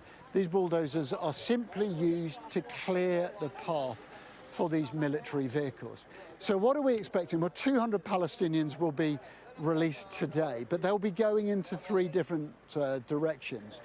And they'll be comprised of 2 different groups. So stick with me. 120 of those 200 are prisoners who have been held in connection with murder, with terrorism, offences of what the Israeli government have considered the most grave and serious crimes. The other 80 are not connected with murder. Now, those 80 are the ones who will be brought here to offer and to release into West Bank, or they'll be taken to Jerusalem. The vast majority will be brought here to the West Bank. It's thought about 15 or so will be taken to Jerusalem, so about 65 here to the West Bank. The other 120 will be deported effectively from Israeli territory, of whom around 70 will be taken to Egypt, and the other 50 will be brought or released into Gaza. Now, of those 70 who are going to Egypt, they will go into Egyptian care. Around a dozen will then be taken to Turkey, which has agreed to accept those. Qatar was asked to accept prisoners and has, so we understand, declined. And Algeria is in negotiations about taking some of those prisoners. But the remainder, the 65 who will be brought here to offer, will be brought in a convoy rather like the one that you're looking at now, but in a couple of coaches, and will be taken from here along the road just outside the gates of this military facility and into the heart of Ramallah, where they will be released, and undoubtedly they will be greeted with absolute jubilation by the people of this city. As Ali was reflecting a little earlier, there is a simple binary difference between the way that these prisoners will be seen. Here on the West Bank, they will be considered to have been political prisoners, held under great duress, often, so it is claimed, with people who have not faced any charges. One of these prisoners we now understand is a man called Mohammed Al-Tous, who has been in prison for 40 years after he was convicted in 1985 of being involved in an armed conflict here on the West Bank with Fatah. It's not clear where he is going to be released to. The expectation is that he will be brought here to Ramallah later on. Now, the other question you might ask is, when will this happen? And simply at the moment, we don't know. Last weekend, it took 7 hours. The gap was 7 hours between the release of the Israeli hostages and the subsequent release of Palestinian prisoners. So it is expected to happen much later in the day. But we haven't seen a convoy like this before. This convoy of well over a dozen military vehicles that is sitting outside this prison, and the direction they're facing, to be clear, that access road beyond that yellow gate goes into Ramallah itself. And there is a sense of anticipation here, but I have to say there is also a certain sense of tension, not least heightened by the fact that the people who've gathered here on this hillside are looking down and seeing this show of this force. No one is clear what the Israeli military is doing with this. And over the past few days, we've seen really significant clashes involving the Israeli military and Palestinians, notably in the town of Jenin, where people People have been killed, described as terrorists by the Israeli military, by much tightening security presence in this area, by a number of checkpoints restricting movement around the West Bank. So we can see in the distance no sign of the trucks or the vehicles that will be carrying prisoners arriving here at Offa. This is a sprawling facility. This is where the prisoners will be brought. At the moment, we don't have sight of them. What we do have is this convoy of vehicles and questions, many questions, about what the coming minutes and hours will hold. OK, Adam Parsons there in the West Bank. Thank you very much indeed. It is just after 10:30 here on Sky News. You're looking at two images on your screen. One on your left is from the Israeli border, where we know now that 4 Israeli hostages, 4 young women who had been held by Hamas, have been released. We're expecting them to be transferred to a hospital in Israel very, very soon indeed. On your right is the picture from Ramallah, where up to, or actually 200 Palestinian prisoners are going to be freed. We believe later on today, that military convoy having just turned up there at the Offa prison. So those are the two scenes as you join us here on Sky News today. It should also be noted that an Israeli military spokesperson has said on X that Hamas has not abided with the ceasefire agreement to release Israeli citizens and civilians, first. That has been tweeted out, if you like, on X by an Israeli military spokesperson. Let's bring in the IDF Reserve Lieutenant Colonel Avital Leibovich, who joins us. Very good morning to you. First of all, your reaction to the release of those hostages today. I can say that my heart is filled with joy, just like millions of Israelis who are really glued to their TV screens from this morning, waiting anxiously to see those pictures of 4 Israeli hostages, former soldiers, walking on their legs, on their feet, smiling even at times. There were moments of suspicion. There were moments we were not sure what kind of show or facade, what kind of terror theater would Hamas pull off this time.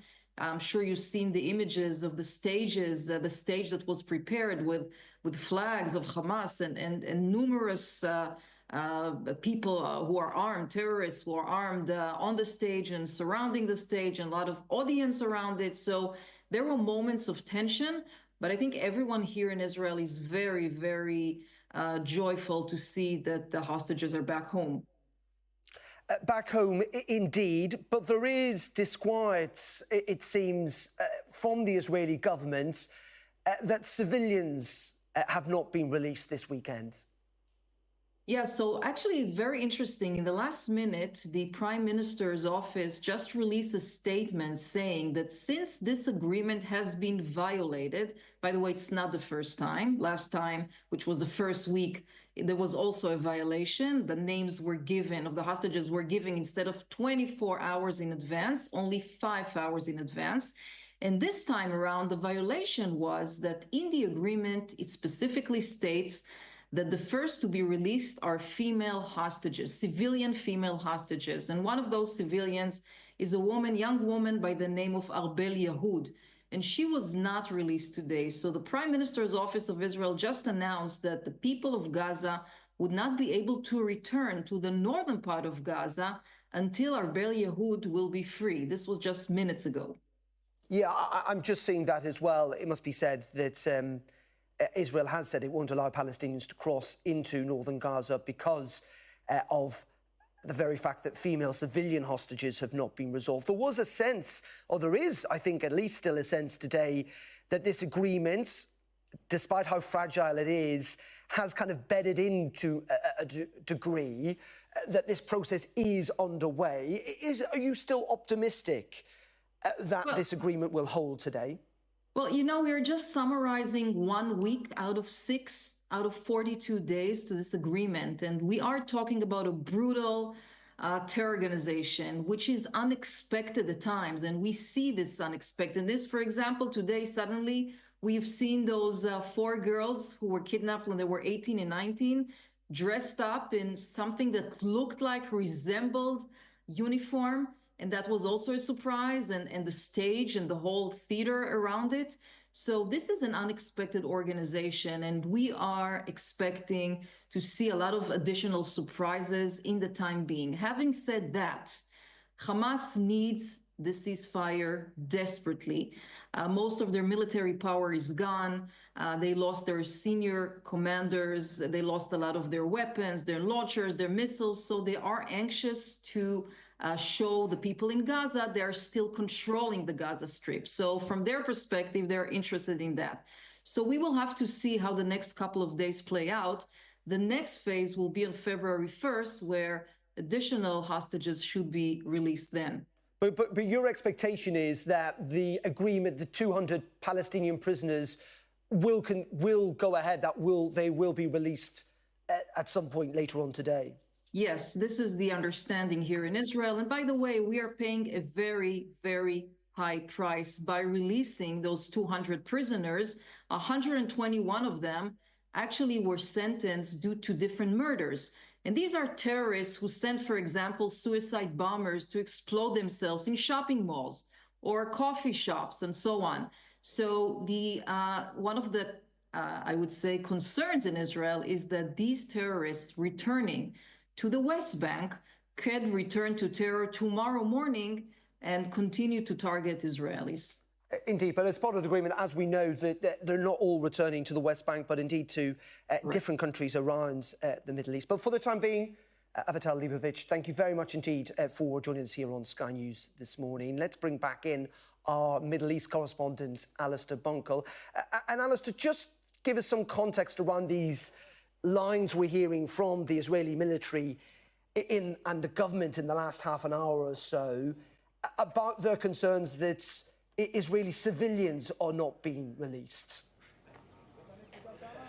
Sure. So the hostages in Gaza have been split effectively into certain categories. And under the agreement, we understand that civilians are supposed to be released before IDF soldiers, women are supposed to be released before men, and the living before the dead. And so in that context, the Israeli government had said earlier this week that Hamas should release Arbel Yahud, who is a female civilian being held in Gaza, and that she should be one of the 4 to be released this weekend.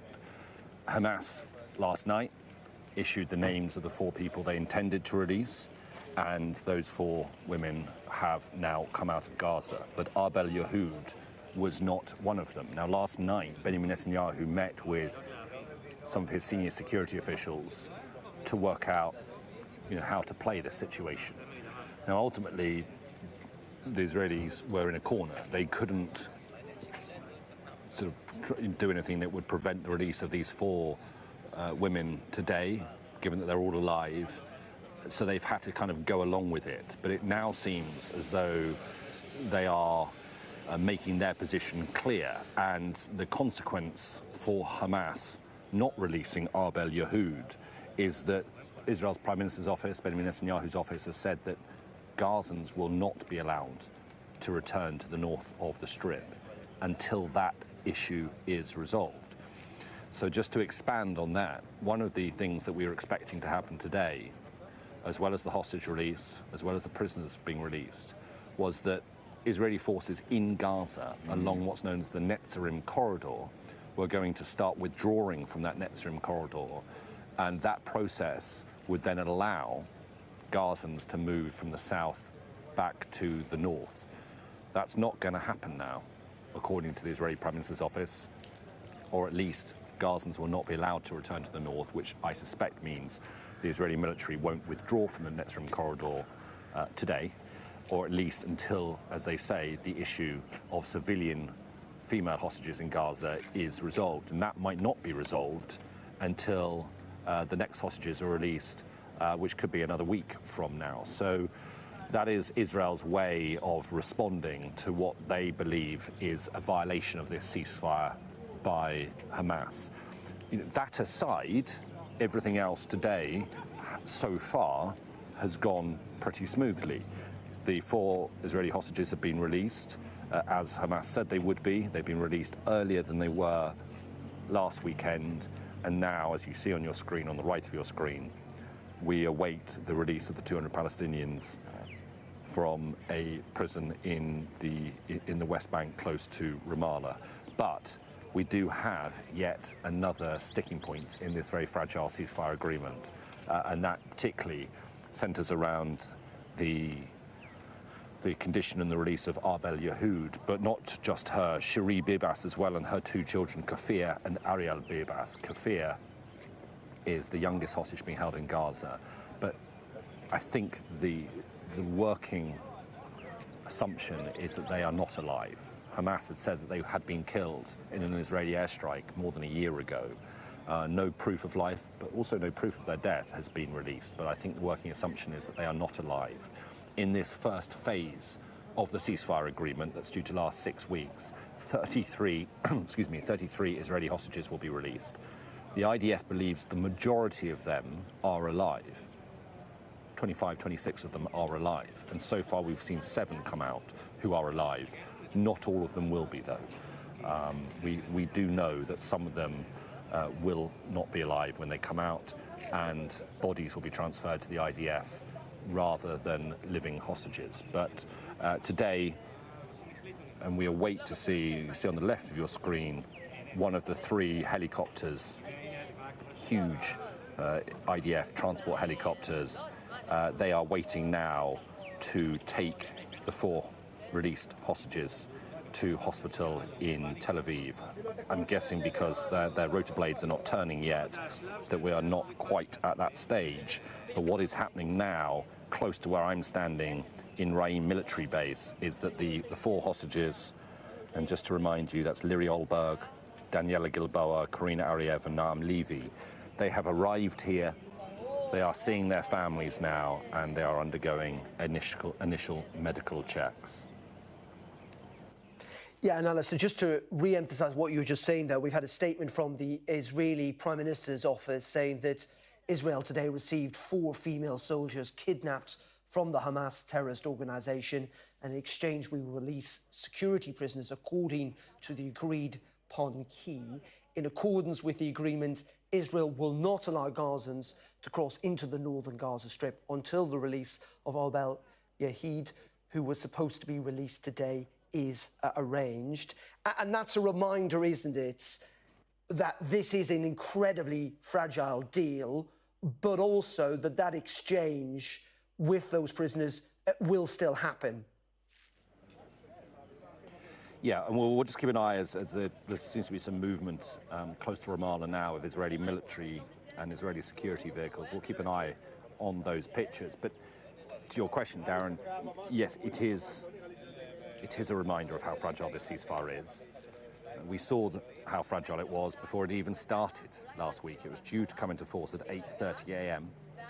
Last Sunday morning, but by 8:30 a.m. Hamas had still not given the names of the 3 hostages that were released last week to the Israeli authorities. And so Benjamin Netanyahu ordered the IDF to continue striking Gaza. That issue was resolved pretty quickly, within about 2 hours, 45 minutes. And the hostage prisoner exchange did happen last week. We will see whether or not this issue can be resolved quickly. It might take a number of days, but it is yet another hurdle in this ceasefire that needs to be overcome. What I would say, if you're looking for some reasons for optimism, is that every time you get an issue like this, if it can be resolved pretty quickly, then that does help build some confidence in the ceasefire. It's never going to build trust between Hamas and Israel. You will never have trust between Hamas and Israel. But if issues along the way can be resolved, it will build some confidence amongst the mediators and amongst the two sides that this can still continue to run relatively smoothly and the ceasefire can remain in place. And that will be crucial because on day 16, so just over a week from now, 9 days from now, that is when the official negotiations are set to begin for the second phase of the ceasefire deal. You know, we know the broad terms, the broad outline of what that second phase will look like, but the detail still needs to be worked through, and a lot of people are sceptical about whether or not we will ever get to a second phase. The Israeli government has always maintained, for months and months, the Israeli government has always maintained it wants to reserve the right to continue fighting in Gaza, and there are ministers in the Israeli government, particularly those on the far right, who don't think this deal should have gone ahead in the first place, but now that it is in play, think that it should only be a temporary thing and the IDF should return to fighting in Gaza. So there's a lot of concern that the second phase won't happen, and as part of the second phase, male IDF soldiers, for example, should be released. So some of the families of the hostages, they will see what is going on now, and that will be encouraging to them. They will welcome it, but they have real fears for their own loved ones who are not one of the 33 to be released as part of this first phase. And just on that sort of note of how the release of hostages is both welcomed, but also is a reminder of the ongoing crisis. A statement from the family of Naam Levy, one of the 4 released today, from the family of hers, saying, "We are overjoyed and moved to see Naama standing strong and returning to us. Our hearts are with the Berger and Yehud families who are still waiting for their loved ones. We will not rest until the last hostage returns." And they're referring to Agam Berger, who was also an IDF soldier, taken from the same base, from Nahal Oz base, along with these 4 women. She has not been released today. Neither, as I was saying, has Abal Yehud. And so there is always, in Israel, and particularly amongst the families of the hostages and the hostages themselves, there is always a sort of mixed feeling when hostages come out. A feeling of celebration, joy and relief, but a recognition that there are still many hostages remaining in Gaza, and until all of them are released, they won't, and the country, Israel as a nation, won't be able to properly breathe. We're now seeing images now of the 4 hostages who were released today, released from Hamas's captivity in a square in central Gaza, handed over to the International Committee for the Red Cross, and then driven to the Israel-Gaza border, and then into the care of the Israeli military, where they are now at a military base on the Gaza border, meeting for the first time in almost a year and a half with their families who have been campaigning here in Israel and around the world to make sure that their loved one's fate is still in the global consciousness, to make sure they're not forgotten about, to put pressure on Benjamin Netanyahu and his government, the way Benjamin Netanyahu has conducted Israel's campaign and the negotiations for the release of the hostages has been met by anger in many parts of Israeli society. Plenty here believe strongly that the deal that was done a couple of weeks ago and the releases that we're witnessing now could have happened months and months ago if Benjamin Netanyahu had really wanted it. And that is their belief.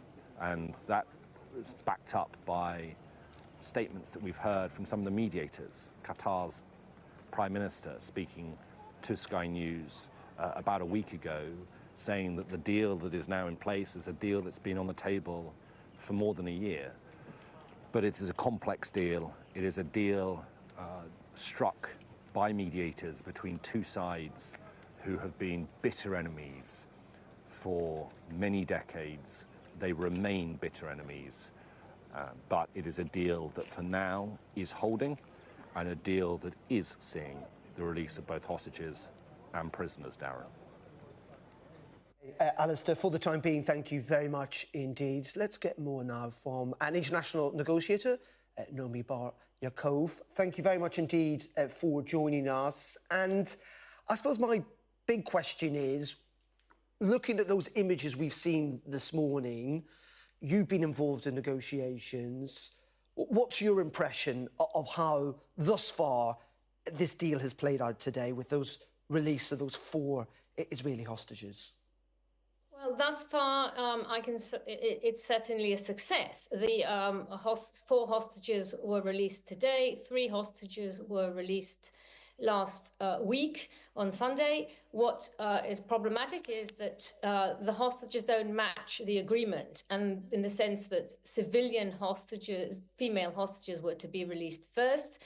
And as Alistair correctly stated, there is much concern about Arbel Yahoud, who's from Nir Oz, one of the kibbutzim in the area just outside Gaza, one of the worst hit places in the attack. Around a quarter of the population is either in captivity or dead, and and they were bracing and waiting for Arbel Yahoud, who was supposed to be released today. So I think we've seen the Prime Minister of Israel respond by stating that he will not allow, or Israel will, the IDF, the Israeli army, will not allow the Palestinian displaced population to return north, because they were supposed to return north after the civilian hostages were released. So we are, at a very, very, very critical juncture, and there will be many, many, many issues like this. And it's vital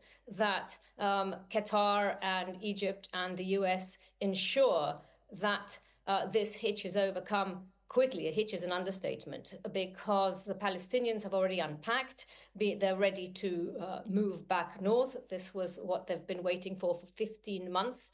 And unless there is a quick solution to this issue, it risks, the ceasefire is at risk. I am cautiously optimistic. I think that President Trump would like to see, US President Trump would like to see the deal pass through, and he is going to put a lot of weight behind ensuring that this is resolved, and likewise the Qataris and the Egyptians. I think everybody wants to see this issue resolved, and I hope very much that it will be resolved very soon. The good news is that Israel is going ahead with the release of the 200 Palestinians held in Israeli prisons, and unlike the release of the women and those with very light sentences last week, and minors, children, this week there are some heavyweights. There are 121 Palestinian prisoners serving a life sentence for being directly involved in the killing of Israelis. So there's a lot more at stake there, and humanitarian aid is continuing to flow, but one has to ensure that the mediators, the Qatar, Egypt, and the US help resolve this issue, so that Arbel Yahoud will be released and the Palestinian displaced population will be able to return north. Well, speaking about that displaced population, we're going to see some pictures, I think, of Gazans waiting to try and return to northern Gaza. Now, that was in part meant to happen today, but the Israeli government, as you've rightly pointed out, have said in the last hour or so that they are not going to allow that to happen because they are not happy about the fact that Israeli civilian hostages have not been released, not least of all Arbel Yahoud, who they argue the Israeli government was supposed to be released today. So as we can see, there are Palestinians gathering there in the hope that they could travel north. That does not look like it's going to happen today. Tens of thousands have been displaced over the last year or so. But it does not look like today they are going to be able to move north. And you talked there, didn't you, Naomi, about the fact that this is a fragile deal, but it is a deal that lots of sides do want to succeed internationally, if you like, from Qatar to Egypt, but particularly the United States, with Donald Trump back in the White House. But also in Israel, I think there's a tremendous pressure in Israel on the government that has stalled the deal time and time again for 15 months to ensure that it is not stalled this time. And I'm sure that the Israeli population is not happy about the statement that was made that the Palestinians will not be able to return north, because they do not want any excuses on the other side for the deal to stall. So there is much at stake, and the pressure is definitely growing mounting with Israel. There are some protesters that were arrested yesterday outside the Prime Minister's residence just for protesting, and some have been beaten up. It's not an easy.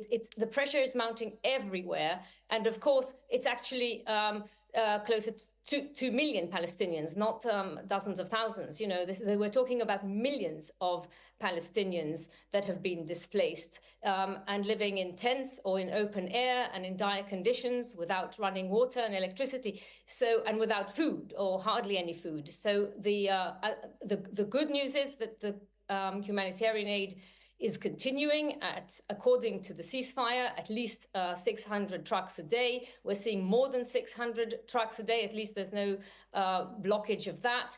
Again, very important that the Palestinian prisoners, with some very heavyweight prisoners, are going to be released. Many of them, 121, will be deported to Egypt only for 48 hours. They will not stay in Egypt. They're going to move to other countries. And but this particular issue, yes, there will be tremendous pressure, both internally and externally, to ensure that Arbel Yahoud, who is being held by Islamic Jihad, not by Hamas, is going to be released so that the Palestinian population can go back north. Well, Naomi, just on that, we've got a line here from Reuters in the last minute or so saying that Arbel Yahoud, who is alive, will be released next Saturday. That is what a Hamas official is telling Reuters. That in the end, that female civilian hostage will be released next Saturday. Well, that is welcome news. It's obviously very good news. There has been confirmation that she is alive before earlier on in the week, and it's not clear why she wasn't released today. But now I assume that what the Israeli government will do is they'll say, in that case, the Palestinian population can go back north next week after she's released. But I'm not, that would be my assumption. But because what they said is that they won't let them back up north until she's released. And then we just have to hope and brace for the fact that the ceasefire will hold this week. OK. Naomi Bar Yaakov, thank you very much indeed for joining us. It's coming up to 11 o'clock here on Sky News. And if you're just joining us, confirmation this morning that 4 female Israeli hostages have been released and now back in Israel. We're waiting, actually, as you can see, where that helicopter is, for them to be taken to a hospital near Tel Aviv, where they will be treated by Israeli officials and medical staff. We are also expecting 200 Palestinian prisoners to be released at some point today. But the Israeli government have also said that they are not going to open up northern Gaza to Gazan civilians.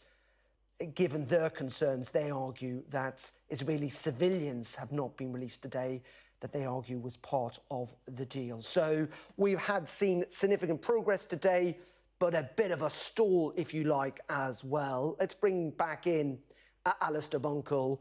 As I say, as it turns 11 o'clock here in the UK. We have now heard, haven't we, Alistair, in the last couple of minutes, that Arbel Yahoud will be released apparently next Saturday, Hamas are saying. Confirmation from Hamas that she is still alive will come great relief to her family, who were hoping and expecting that she would be one of the 4 released today. When her name was not on the list released by Hamas last night, they, I'm sure, would have feared the worst. But Hamas, giving no reason, no explanation why she was not released today, but have now released a statement via the news agency Reuters saying that she is alive and she'll be released next Saturday. Israel, angered by the fact that she's not been released today, has said that they will now not allow Gazans to return to the north of the Strip, as was supposed to happen according to this deal, this ceasefire deal, on the 7th day of the deal, which is today. We will wait and see how long Israel sticks to that position. I agree with your previous guest, Darren. I wouldn't be surprised if that remains the position for the coming week until Arbel Yahoud is released next Saturday, as Hamas now say they will do. So, yeah, it's a hurdle in the ceasefire agreement.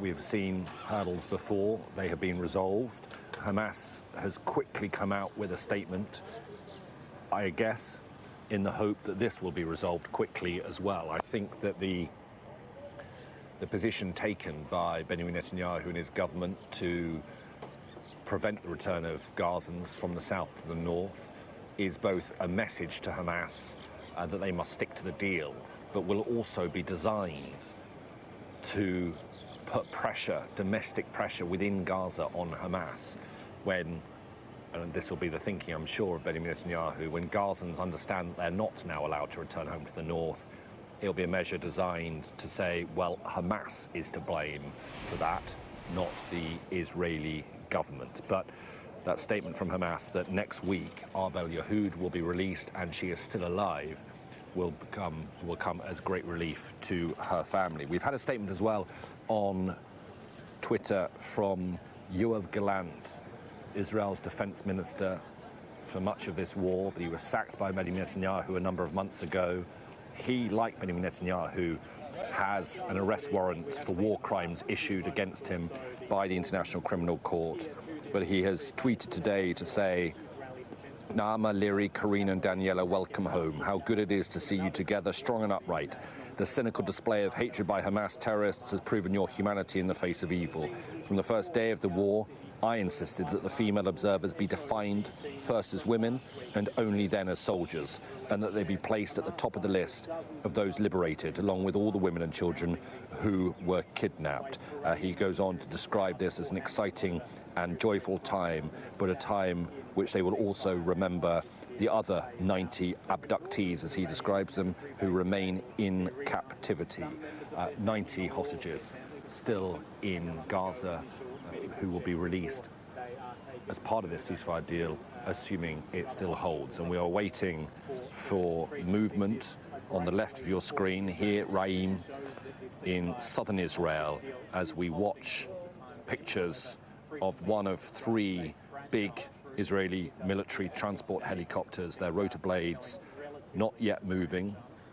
A fair degree of movement from IDF soldiers and personnel around it, though. No sense of urgency or imminent departure, but it is their task when it happens to take the hostages and their families who have come here to hospitals in the Tel Aviv region. So we'll keep a close eye on what is happening here, but also in the West Bank at Offa prison, close to Ramallah, where 200 Palestinian prisoners are due to be released. Not all of them will return to their homes here.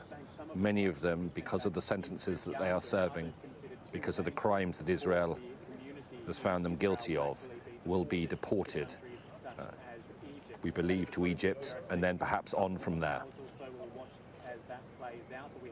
So what I find fascinating is that Hamas felt the need to issue that statement quite so quickly.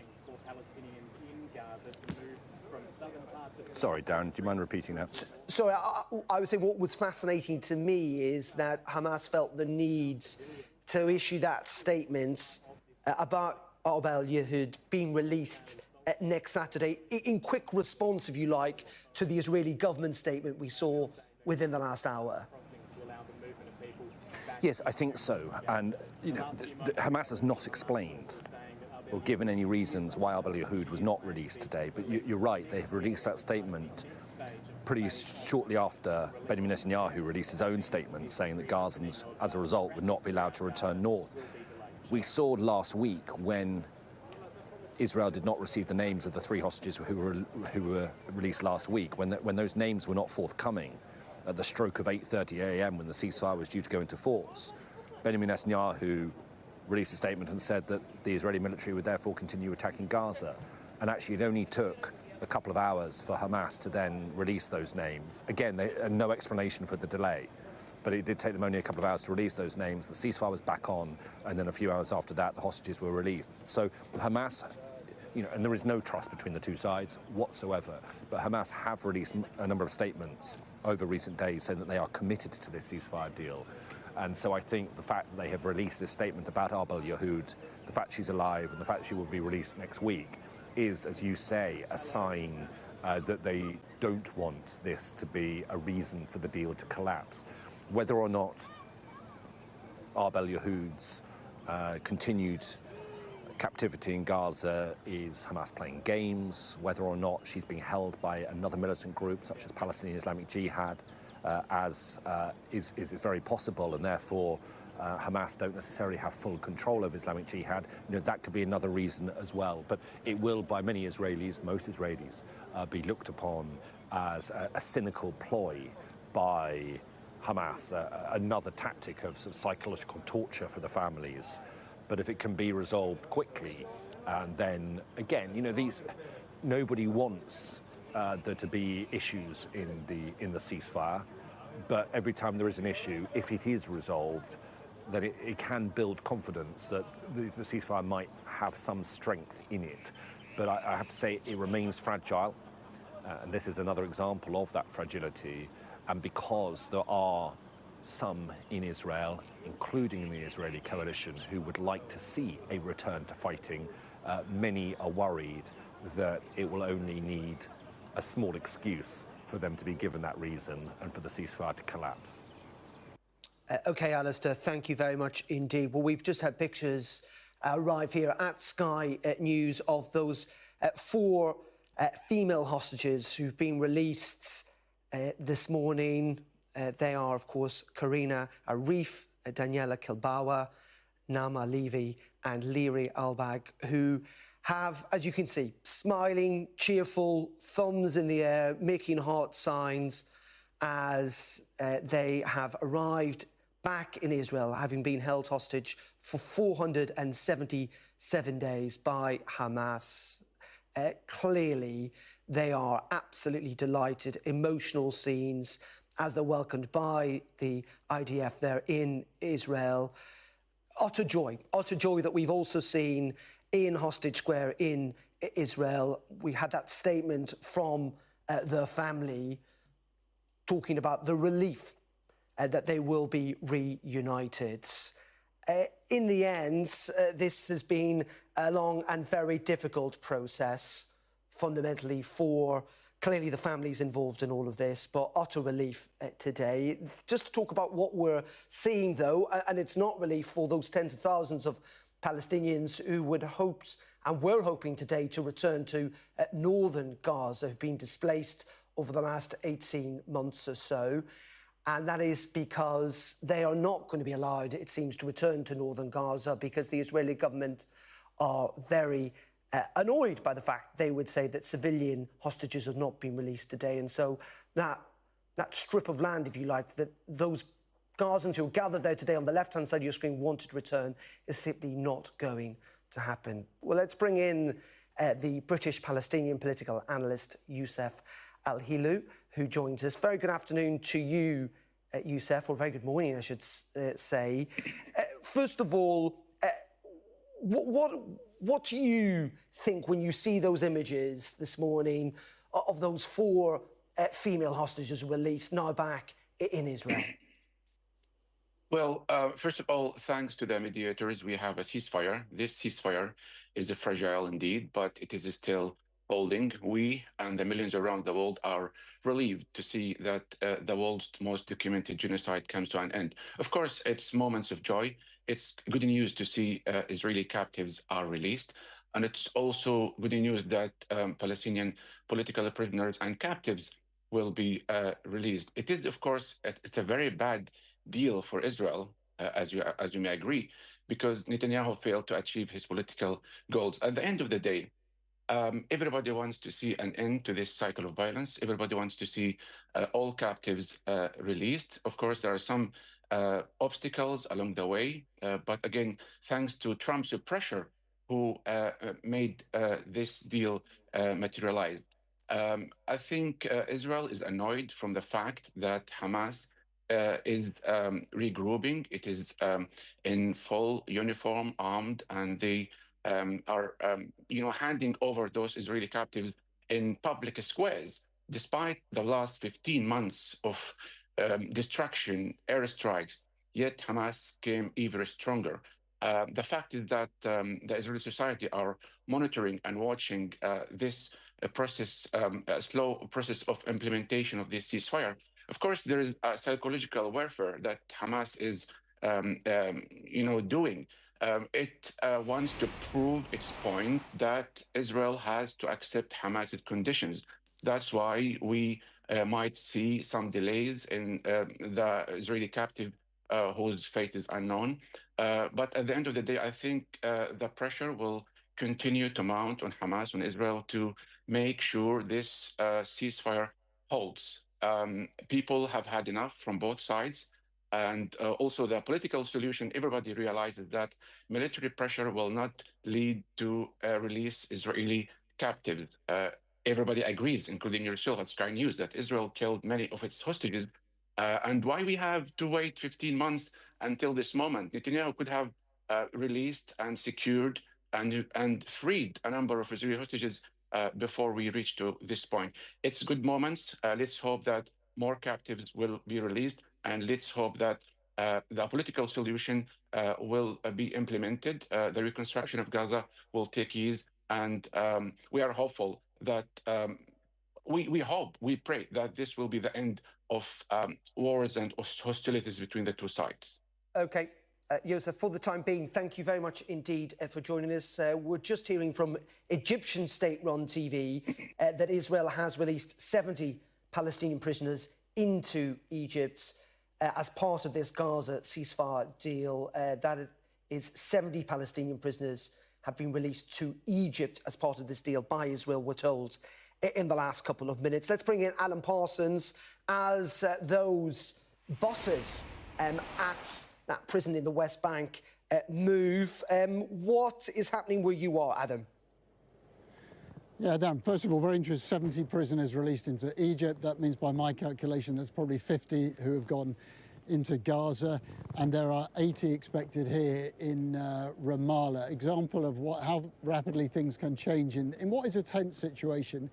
The last time I spoke to you, we were on a hill overlooking the Offa prison in what was actually a very relaxed atmosphere. As you can see, things have changed now. The Israeli military convoy that we were telling you about actually came up onto that hill, told us that we had to move. They've deployed tear gas down there to move people out of the way. And then when we were standing in the street just there a couple of minutes ago, there's a vehicle around the corner who started pointing a weapon at us to get us to move.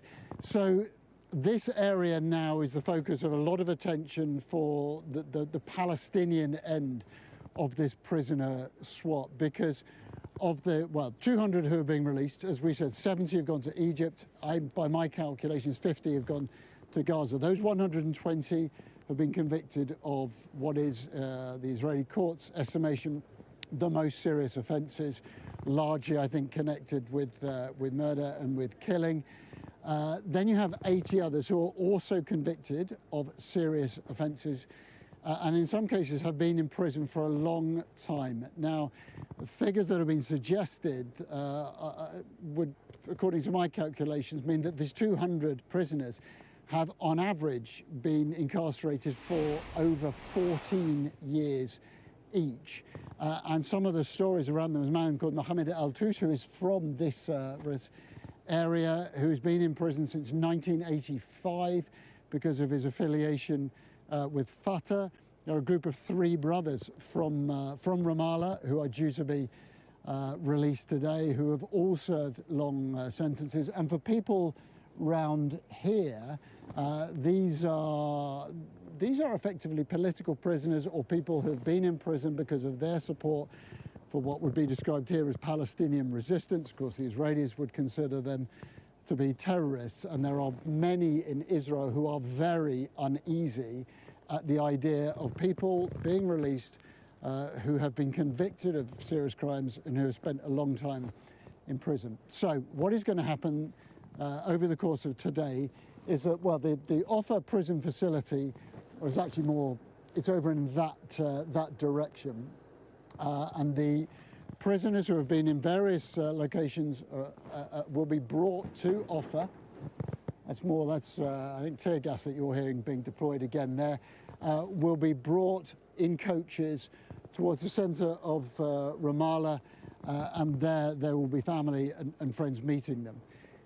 But it's the choreography around that which I think will be interesting to see. Already, clearly what we're seeing here is a demonstration, show of power by the Israeli military. That convoy that came out included 2 bulldozers, armoured personnel carriers, snatched vehicles, in order to show the people of this city that this time they mean business. Why? Well, last time these prisoners were released, there was enormous celebration in the centre of Ramallah, and that went down badly with the Israelis, who want there to be very few signs of public celebration. So prisoners, about 15 of them, who are actually being taken to Jerusalem, are, we understand, being taken in police vehicles and are going to be taken to the front door of the home, the house where they're going to live, and that they will then be effectively escorted in so that there is no public celebration. That is going to be very hard for them to achieve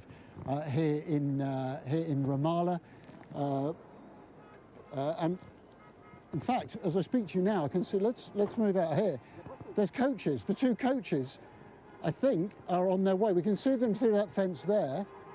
Those are the coaches carrying the prisoners on their way into the city of Ramallah. They've come out a lot earlier than anybody had anticipated.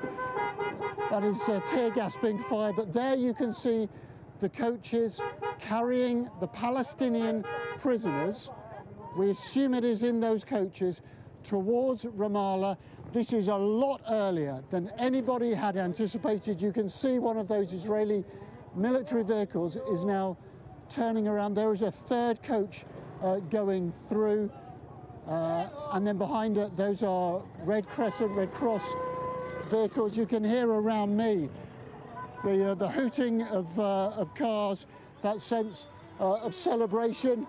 And this is a sign we're going to see, I think, across Ramallah, is a sense of celebration that these prisoners have been returned to this city, here to the West Bank. You're hearing, of course, those bangs you're hearing, those are tear gas. Now, why would that be happening? Go back to that point that the Israeli military really do not want this to be seen as a party. They don't want this to be seen as a scene of celebration. Tear gas is their #1 tool for dispersing crowds and to take people away from these scenes. So those coaches will now be going, it's not a long drive, into the heart of Ramallah, where those prisoners will be released. We, of course, will be headed along whatever the safe path is into the centre of Ramallah, and it will be a battle of wits between the Israelis, who really will not want big crowds to greet these prisoners, and of course the people of this area, who I think will be surprised, very surprised, to see how quickly this has happened, and will be hugely eager to greet these prisoners freed as they arrive here in Ramallah, in the West Bank. 120 prisoners serving the most serious sentences. They won't be here. These are the 80, next level down, but convicted in Israeli courts' minds of very serious offences. People who have spent, in some cases, decades in prison and who are now tasting freedom as part of this ceasefire deal. But also, as I said, there is this persistent sense of tension here in Ramallah and across the West Bank. And there are those in Israel who bemoan the release of these prisoners just as they welcome the release of those 4 hostages today. Yeah, and Adam, just talk us through what the thought process is about where these prisoners end up, because if you've rightly pointed out, some will be in the West Bank, some in Egypt, some in Gaza. What is the thought process, the rationale for different prisoners being released in different places? Okay, so the arithmetic of it is like this. Today, 200 Palestinian prisoners have been released, and they're in two groups. There are 80 who are going to be coming here who have been convicted of serious offences, but not the highest category. Then there's a group of 120 people who have been serving time convicted of the most serious offences, almost all in connection with some form of what the Israeli courts have deemed to be murder and terrorism. The Israeli authorities said that these people cannot be allowed to remain in Israeli territory, and so they've described them as being deported. Those people have been taken down to the south of the country and have either been sent to Gaza or have effectively been deported from Israel and put in the hands of the Egyptians. Now, the Egyptians have said that they will take them, but there are other countries, and the Egyptians don't want to take all of these people. So about a dozen are already going, we know, to Turkey. We know that negotiations with Qatar were going on, but our understanding is that the Qataris have said they don't want to take any of those prisoners. We know that Algeria and Morocco have been involved in negotiations about whether they will take some of those prisoners. Those people then have to effectively be outside of Israel territory for 3 years and can then apply to return subject to certain rules, notably that they haven't been involved in any terrorist activity, but also that the Israeli intelligence authorises them to return. So those are the two groups. Clearly, the logic behind that, Darren, is that the Israeli government understands that for many in Israel, it is simply unpalatable to have the most serious criminals allowed to live on Israeli territory and, in the minds of some, to continue to be a danger to the Israeli state. But there will be those who will say, A, you have released these people, and in the modern world, if they're guilty of terrorism, that is something they can orchestrate from abroad. There will be others who will say, well, these 80 are still guilty of serious offences, but these are people who, as I say, in some cases have been in prison for decades. In the case of Mohammed al-Tous, he has served very nearly 40 years in prison. The reason I'm looking behind me, we're just seeing that one of these Israeli snatch vehicles has just come back into this road, very similar to the one that earlier on was warning us away from these positions. So that is the logic, Darren, between those who have been effectively expelled from this area and those who are right now returning here to the West Bank. And Adam, we're just going to show the viewers at home some pictures from Wadi Gaza where Palestinians, Gazans, effectively trying to get north. As part of the deal today, we had expected that they would be able to do so. Thousands have gathered there. Israel, at the moment, have said they're not prepared to do that because female civilian hostages have not been released today. They thought that was part of the deal. So while there are celebrations where you are, frustrations elsewhere. Yeah, and look, this deal, this ceasefire deal, has infuriated some, delighted others, and I think it exposes so much of the fissures that run between this bitter conflict between the Israelis and the Palestinians that, of course, predates what has happened in Gaza.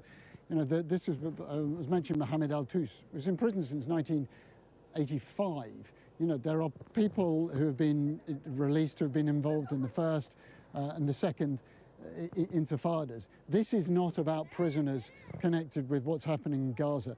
This is about reopening the wounds that have divided Israel and Palestinians and indeed so much of the Middle East over the course of many painful decades.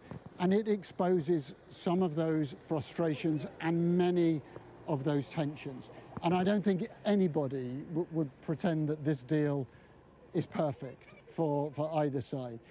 From an Israel perspective, well, they believe that the seizure of these hostages was a grievous and barbaric act, and that to have to pay to get those hostages back by releasing prisoners in vast numbers is a very painful deal. From a Palestinian perspective, you know, the people who live in this area, and we're going to just pause for a moment as this vehicle just comes up the street. We're going to keep an eye on that.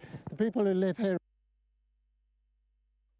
And we seem to have lost Adam Parsons there, who is in the West Bank.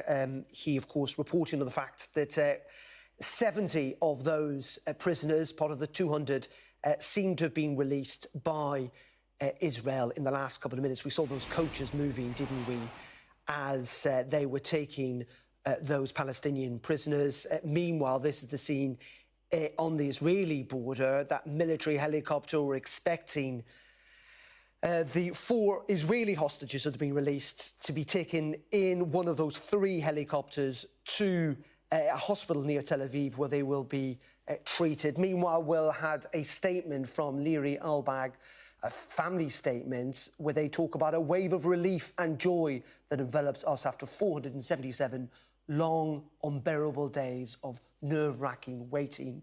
Finally, we've been able to see Leary, embrace her, and know she is safe, surrounded by the love of her family. Leary demonstrated superhuman strength and survived hell, and we are so proud of her steadfast endurance under impossible conditions. We want to wholeheartedly thank everyone who stood by us, supported us, prayed and sent love during these difficult days. Your support was our beacon of light. Well, let's go to Tel Aviv now. We can speak to the retired Israeli Defense Forces Colonel Mary Eisen. Very good afternoon to you. Just first of all, a reflection on the release of these hostages, utter joy and jubilation on their faces as they were met by IDF soldiers. Spain, call whatever you want. Any of us right now are feeling joy and jubilation after 15 months, or as you said, 477 days. As a mother, oh my God, it's over. But remember, there are still an additional 89 hostages still held, and they've been held for 477 days. So what a conundrum. Am I supposed to be happy these 4 got out, or is my heart broken because others have not got out? Because a woman, a mother with 2 little children, Shiri Bibas, nobody talks about it all, and she's been held for 477 days. The photos that you're showing right now horrify me. Because how can it be when you showed before the Hamas photos of doing such a staging? I can't be joyful in that staging. Those 4 young women that they put on the stage in uniform were taken brutally on October 7th in their PJs, in their pajamas. That's how they were taken on October 7th. So it's such a mixture of emotion as it's going on. Yes, I need them to be back, and my heart is breaking for everything that's happened in the last 15 months. But there is no, I mean, in that sense, ease. It still is not yet over. Indeed, and we know there are dozens of hostages still being held by Hamas, but this is part of a deal, isn't it? And it is a deal that does largely seem to be working. It does seem to be working, but let's not, please, for all of us, put this on the same equivalency. This is the state of Israel that everybody likes to vilify, but we are a state, a democracy, who has made a deal with the devil, that has made a deal not with the Palestinians. This is a deal with Hamas, the terror organization. A terror organization designated such not just by Israel, those terrorists that are being released. It's a terror organization designated as such by the United Kingdom, by the United States, by the EU. And I say that because it's being presented now almost as hostages or captives as opposed to prisoners, and Adam before said political prisoners, I really want to highlight that Hamas is a terror organization and is held as such. So yes, we've arrived at a deal. I need it to work. I need to have all of these people come home, the ones who were brutally taken October 7th. And to me, it does. There's a difference between the soldiers and the civilians. Yeah, but what would you say to those people, including from within Israel, who say, you know what, 477 days is too long. It could have been shorter if Benjamin Netanyahu had signed up to this deal earlier, and that thousands of Palestinians who have died in that time would not have died. So my expertise is on terror organizations, not necessarily on the Israeli government. And I don't think that my government is perfect. By the way, I don't think that any democratic government is perfect. And I'm not saying to belittle this.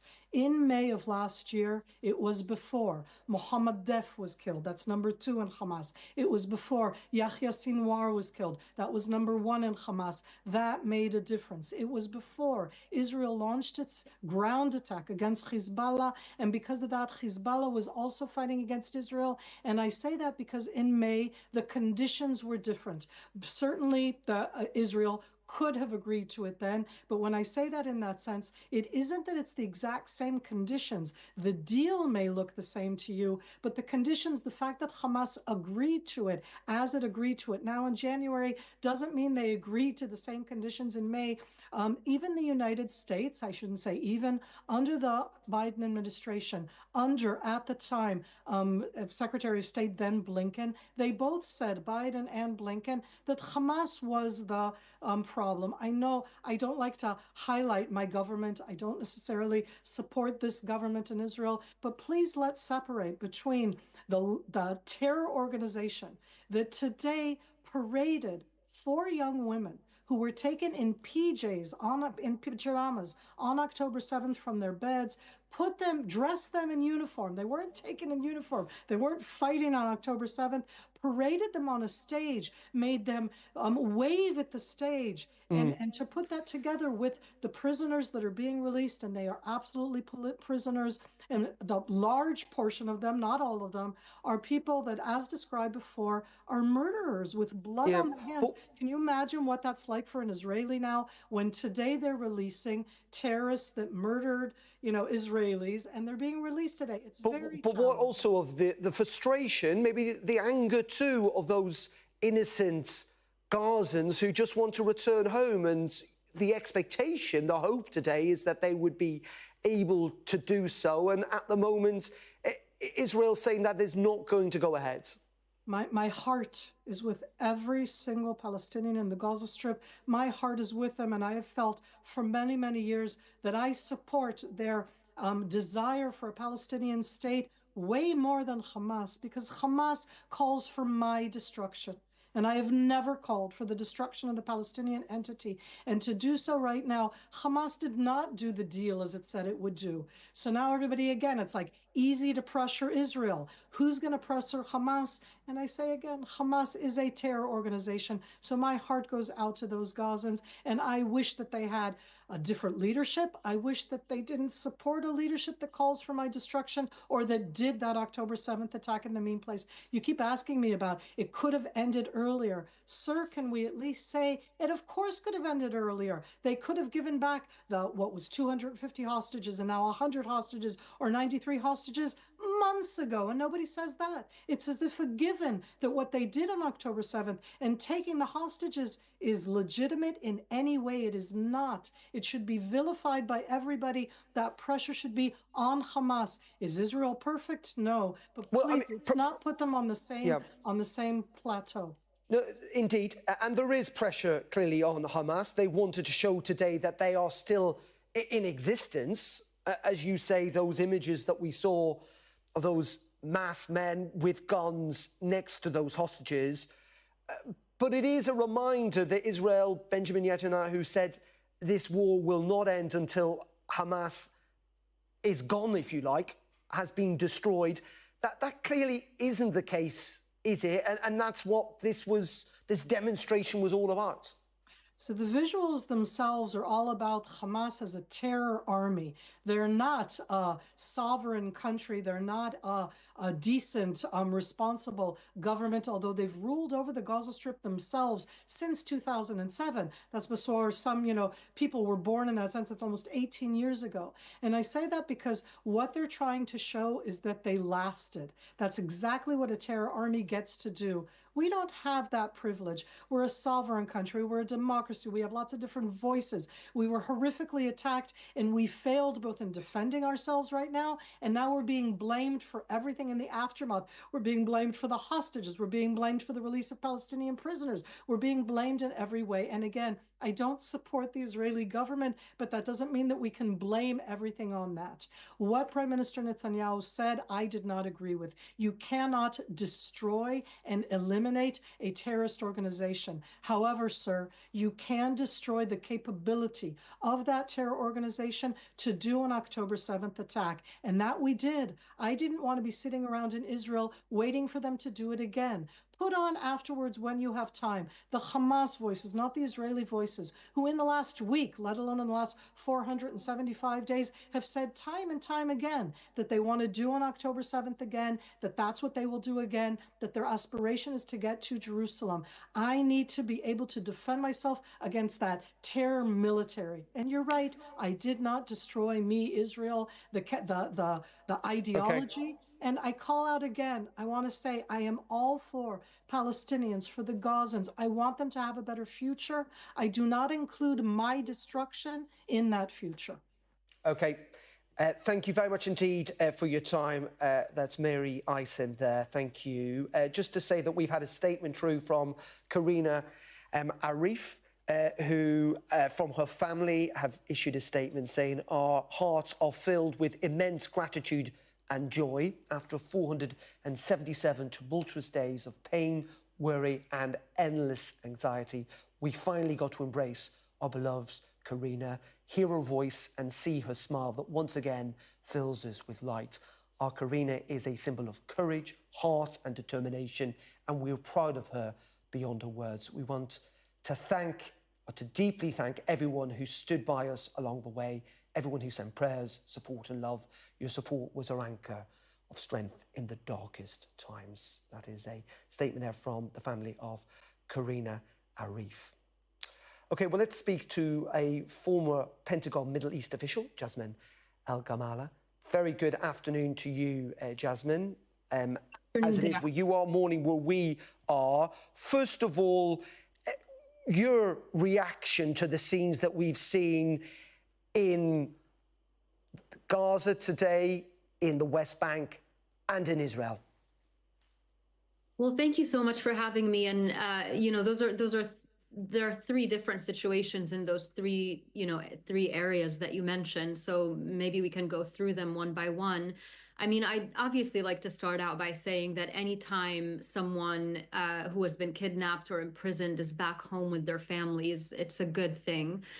So it's important to focus on that bit of positive news amidst the horrors that we've been watching coming out of Gaza and the West Bank and certainly amongst Israeli hostage families for the last 13 months now. In terms of what's happening in each of these places that you mentioned, I would say that to start with Israel, there's obviously a lot of mixed emotions. On one hand, people are overjoyed at hostages coming home, more and more of them coming home. And so far, the first phase of the deal holding up. There's a lot of trepidation about what might come next and how long the ceasefire might last and whether the second and third phases will go through, because obviously those are the more complicated phases, and the second phase has not even yet been begun to be negotiated by the parties. So it's a mixed sense of emotions. You also have the right-wing portion of Israeli society and the Israeli government who have been against this deal since the beginning, agitating for Israel to go back to war after the first phase and not to continue with the ceasefire deal, which they don't see as a victory for Israel, but a concession to Hamas. So that's, to summarize, I suppose, what's happening in Israel.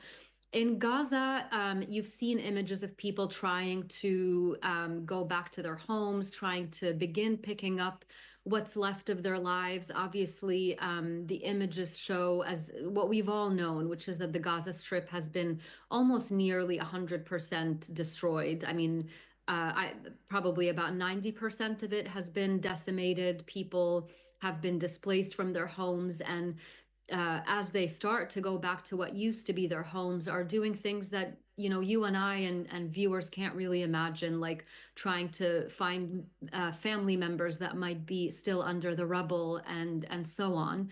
So the road to recovery for people in Gaza is quite long. And of course, it hasn't really even begun yet, because as I said, we don't know if the ceasefire is going to last fully. And we don't know what comes after the ceasefire, if it does complete in all of its 3 phases. In terms of the West Bank, I'll just quickly say that the situation has been extremely dire in the West Bank. We've been watching settler violence, overturning cars, burning homes. In the West Bank, we've been seeing military operations in Jenin. The Israeli military is saying that that's because of militant activity in Jenin. We don't know the full picture. We just know that there's a lot of unrest in the West Bank, that the PA seems unable to exert any kind of control over that settler violence. Neither does the IDF seem inclined to stop it. So if that picture, you know, what I'm trying to paint in that picture really is just an incredibly fragile, incredibly tenuous situation at the moment, as we try to push this ceasefire forward and try to find a new beginning and a new future for people in Gaza, the West Bank, and also for the hostage families who have suffered so much over the last 13 months. And Jasmine, what's fascinating here, isn't it? As you say, it is incredibly complex with lots of moving parts, incredibly fragile, but it is also something that is at the moment working, but we are only into week 2. That's right. And I've been saying from the beginning, look, no one wants to be right when they predict that this ceasefire won't hold. But we have to look at precedent. We have to look at the severity of the nature of the complications before us. I mean, just now, the Lebanon ceasefire, which was much smaller in scale and much less complicated than the one we're talking about in Gaza, is supposed to be ending right now, and the Israeli military is saying that they will not be withdrawing from Lebanon as per the terms of the ceasefire agreement. So you know, these are really complicated matters, and each side in Gaza, Hamas, and in Israel, each side is going to be trying to project power and dominance and control, both to their own domestic publics and to the media. What you saw this morning when Hamas was surrounding the 4 Israeli hostages that were being released, it was such a show of power and a show of control, but that means 2 things. On the one hand, if they actually were that much in control, they wouldn't have to put forward such a grotesque show of force and power, right? On the other hand, because they were able to put on that show of force, it demonstrates that they haven't been destroyed, that they are still very much there. To what extent, we don't really know. And it just brings us back to this point that I always mention, which is that a defeat of Hamas militarily was never going to be a viable strategy or a viable end goal for Israel, because fighters will always fight, no matter how many they are. And the standard of victory for Hamas is so low, they just need to be able to fire 1 rocket a day into Israel, and they will call that a victory. So a real victory for Israel doesn't lie in military victory. It lies in a diplomatic and a political solution moving forward that provides an alternative to Hamas, that supports the Palestinian Authority in going into Gaza and trying to form a new governance structure there that doesn't include Hamas, because that's really what's going to make Israel safer in the long run, not to mention end the nightmare that Gazans and Palestinians both in Gaza and the West Bank have been living for so long. Yeah, and what's fascinating to me, Jasmine, is the very fact that there isn't trust on either side. Clearly there isn't, but there is a choreography, if you like. The Israeli government issue a statement, Hamas feel the need to respond, and so on, that as this process has slightly embedded itself in, there has been a choreography, if you like, that seems also to have embedded itself in. Absolutely. And that's such a great point that you mentioned about the trust. I mean, there is such a lack of trust between these two parties. Neither party trusts the other to keep its end of the deal.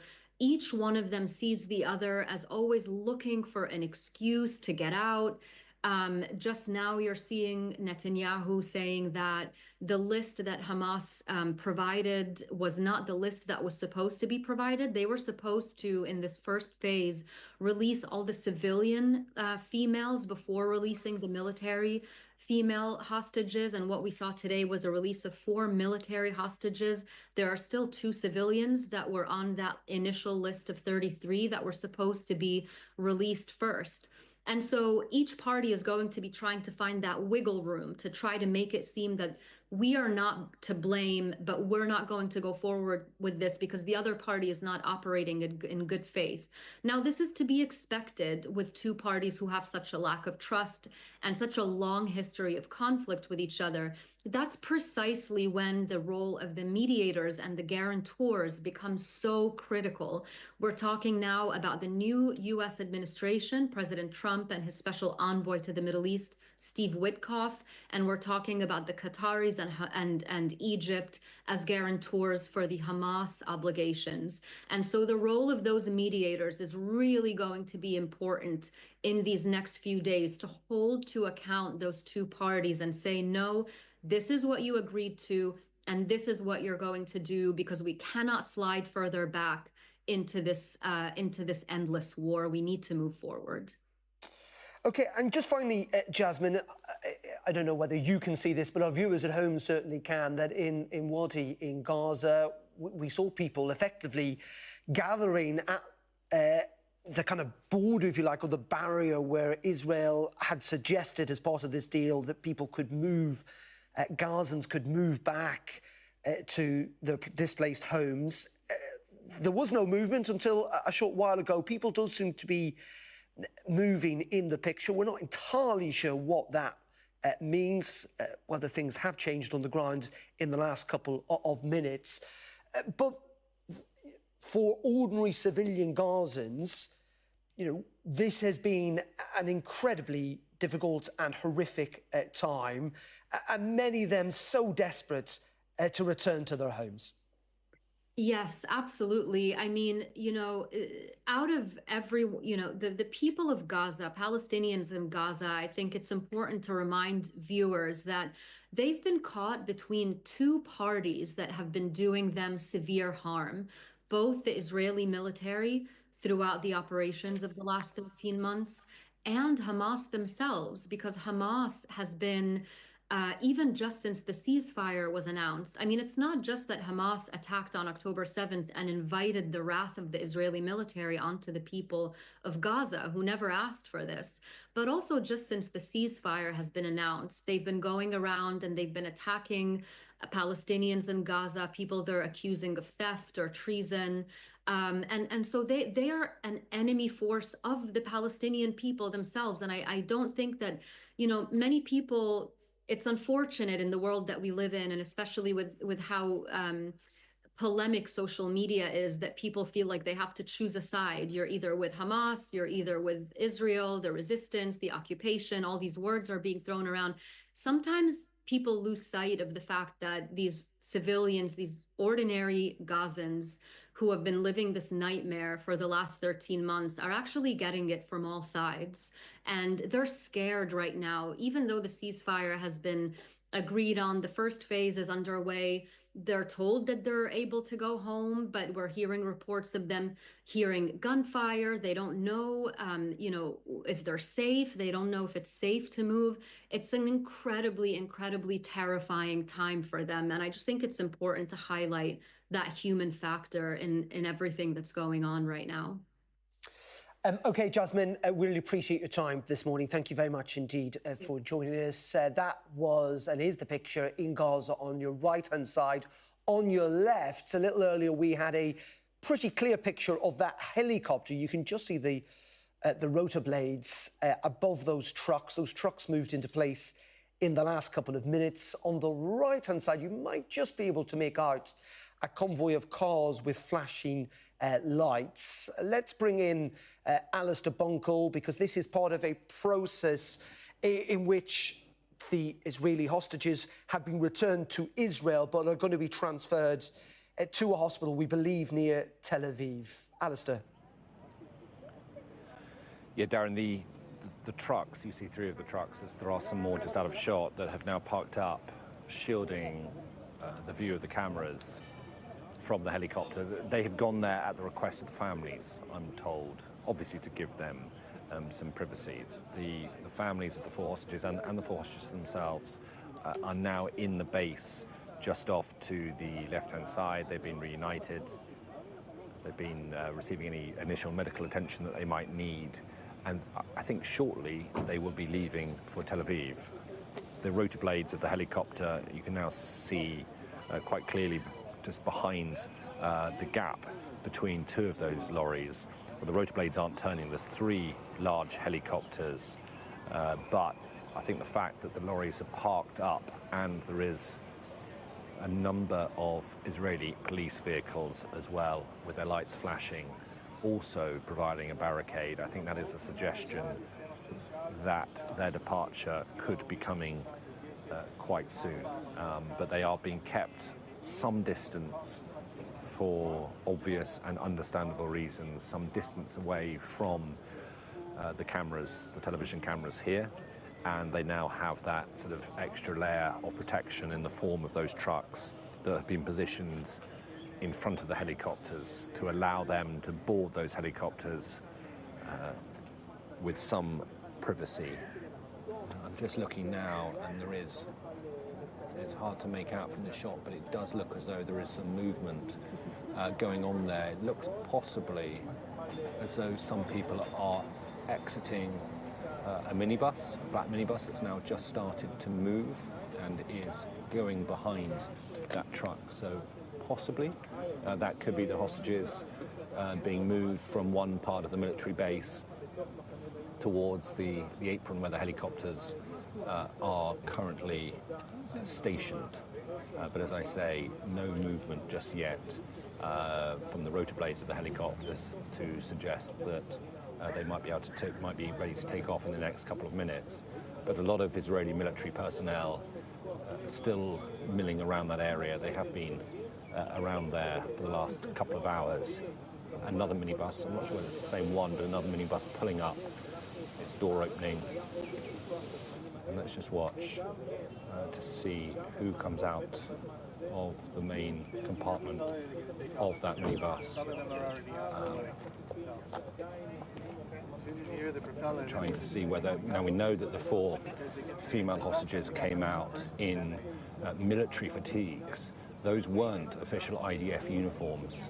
We suspect they were given to them by Hamas to make the point, from a Hamas point of view, that they're prisoners of war on civilian hostages.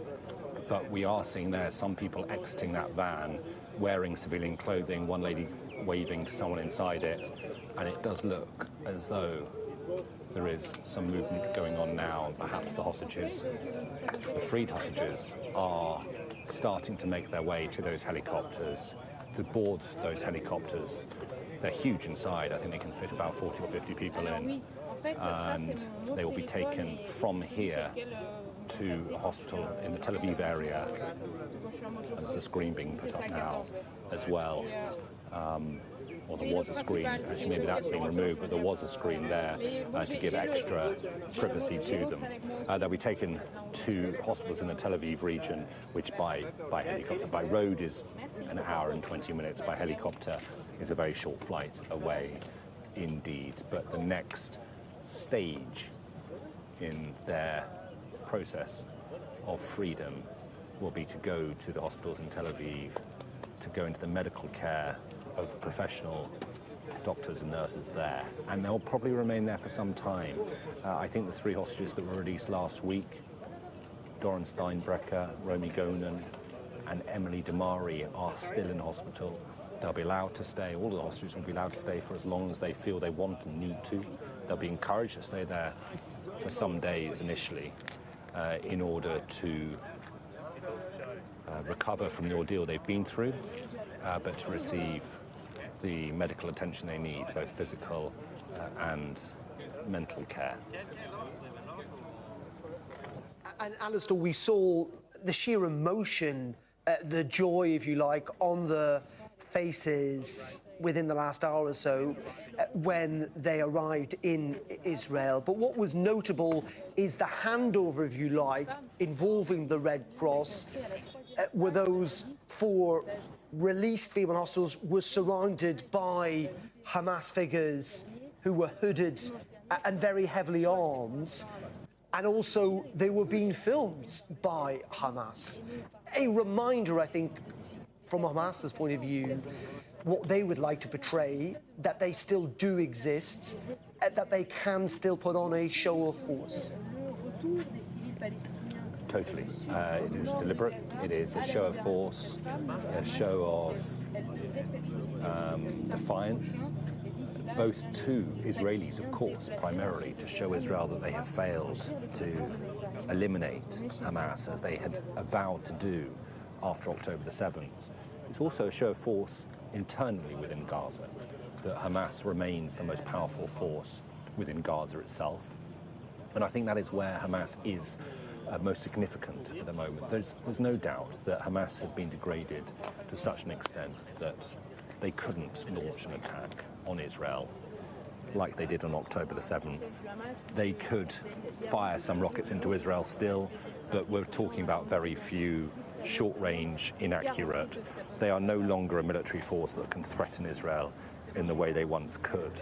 But they are still in existence, not just as an ideology. They are still in existence as a military force in Gaza, as a security force in the form of their police officers, but also they are the closest that Gaza still has to any form of governance. And those are all issues facing Israel and the international world as they try and come to some agreement as to what should happen next. Israel has said that it will not allow Hamas to continue to function and exist in Gaza. Well, you speak privately to people, some people will tell you it publicly, but privately almost everybody will admit that you can't wipe out an ideology, but they will have to find a way, and they'll have to find an alternative to Hamas in Gaza if Israel is to achieve its stated war goal of removing Hamas from power in Gaza. And at the moment, there really is very little suggestion who that might be. The Palestinian Authority is the obvious alternative. The Palestinian Authority, the main party in the PA, Fatah, govern the West Bank. They have said that they are ready to take control of Gaza. I think a lot of people doubt whether they are actually ready to take control.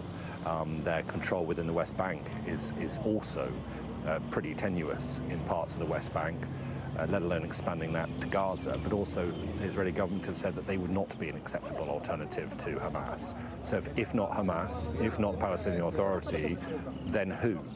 But yeah, certainly the pictures we've been seeing today from Gaza and the release in Gaza, like the pictures that we saw a week ago, is a display by Hamas that they are still in control, that they still have the ability to wield power in Gaza, and Israel has failed in its attempts to defeat them. And that will be a red rag to many in Israel. It'll be a red rag to many in the Israeli coalition who do not want this ceasefire to go ahead and would like to see Israel return to fighting in Gaza. OK, Alistair, stay there for the time being, because it is just turned midday here in the UK.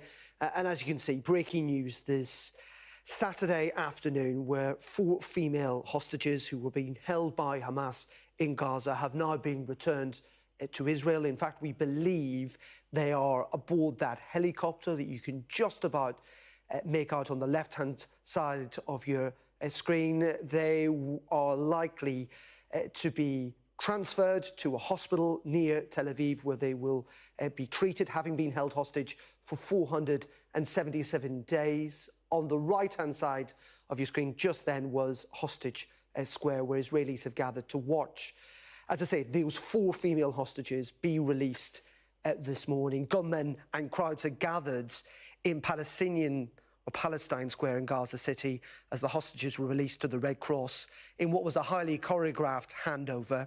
The 4 women who were the second group of hostages released since a ceasefire deal was agreed are Israeli soldiers that were taken hostage on October 7th. And also, in the last hour or so, we've seen what we believe is 70 Palestinian prisoners released in the West Bank. Israel is set to release 200 Palestinian prisoners today. OK, let's bring back in Alistair Bunkle. And as I say, this is a choreographed deal. There have been hiccups this morning, but it is a deal that does seem to be working largely, and it feels it's starting to be embedded, if you like. Well, this is the second hostage prisoner exchange, and I would say that broadly it has run more smoothly than it did last week. For example, the moment in Gaza City, in a square in Gaza City, where the 4 hostages this week were handed over from Hamas to the International Committee of the Red Cross, seemed to be somewhat calmer than 7 days ago, when we saw hundreds of Palestinians gathered around the vehicles, some of them standing on the vehicles as the hostages were handed over. This time Hamas had created a sort of a wide cordon around the vehicles to give them some space. And it has happened as well earlier on in the day than we expected. Last time the exchange of hostages took place late afternoon, and the release of Palestinian prisoners happened in the early hours of Monday morning. Well, already, and it's just gone lunchtime here, already the hostages have been released, and it looks like they're getting ready to be taken to Tel Aviv. And many of the Palestinian prisoners have also been released, some of those across the border and into Egypt. So, yeah, it does look as though it is a process that each week it happens, each week the ceasefire remains in force. It's a process that is being refined, and it has gone reasonably smoothly so far today. The one area where it hasn't is in the release, or rather the fact that Arbel Yuhed was not released. The Israeli government insisted that she was amongst the 4 released today, but Hamas released 4 names last night. She wasn't on that list, and she wasn't one of the 4 that came out today. And so the Israeli government has said that until that issue is resolved, Gazans will not be able to return to the north of Gaza as they were expecting to be allowed to do from today. Very swiftly, though, Hamas came out with its own statement and said that Arbel Yuhed is alive and she will be released next Saturday. They've given no reason why she wasn't released this Saturday, but they have said that she is alive and she will be released. So again, I think, the optimists will be looking at that and thinking, well, if this is an issue that can also be resolved, then every time that there is an obstacle, but it is resolved, then that is a moment where the ceasefire is arguably strengthened, because it shows that via the mediators, the 2 sides can work out any differences that occur. And we are now just starting to see the rotor blades of at least one of the helicopters start to move, and confirmation with that the freed hostages and their families and their accompanying IDF soldiers are on board those helicopters and now getting ready to be moved from the military base of Reunited here, close to the Gaza border, to a hospital in the Tel Aviv area. And Alistair, as you had noted, and you've spoken to some of the families, the hostages who were released last week remain in hospital being treated. I mean, this 470 days, 70-odd days, being treated not just medically, but having gone through an incredible trauma, an unbelievable trauma. Yeah, so in the case of the 3 hostages who were released last week, we saw particularly with Emily Damari, she was missing 2 fingers, 2 of her middle fingers on her left hand.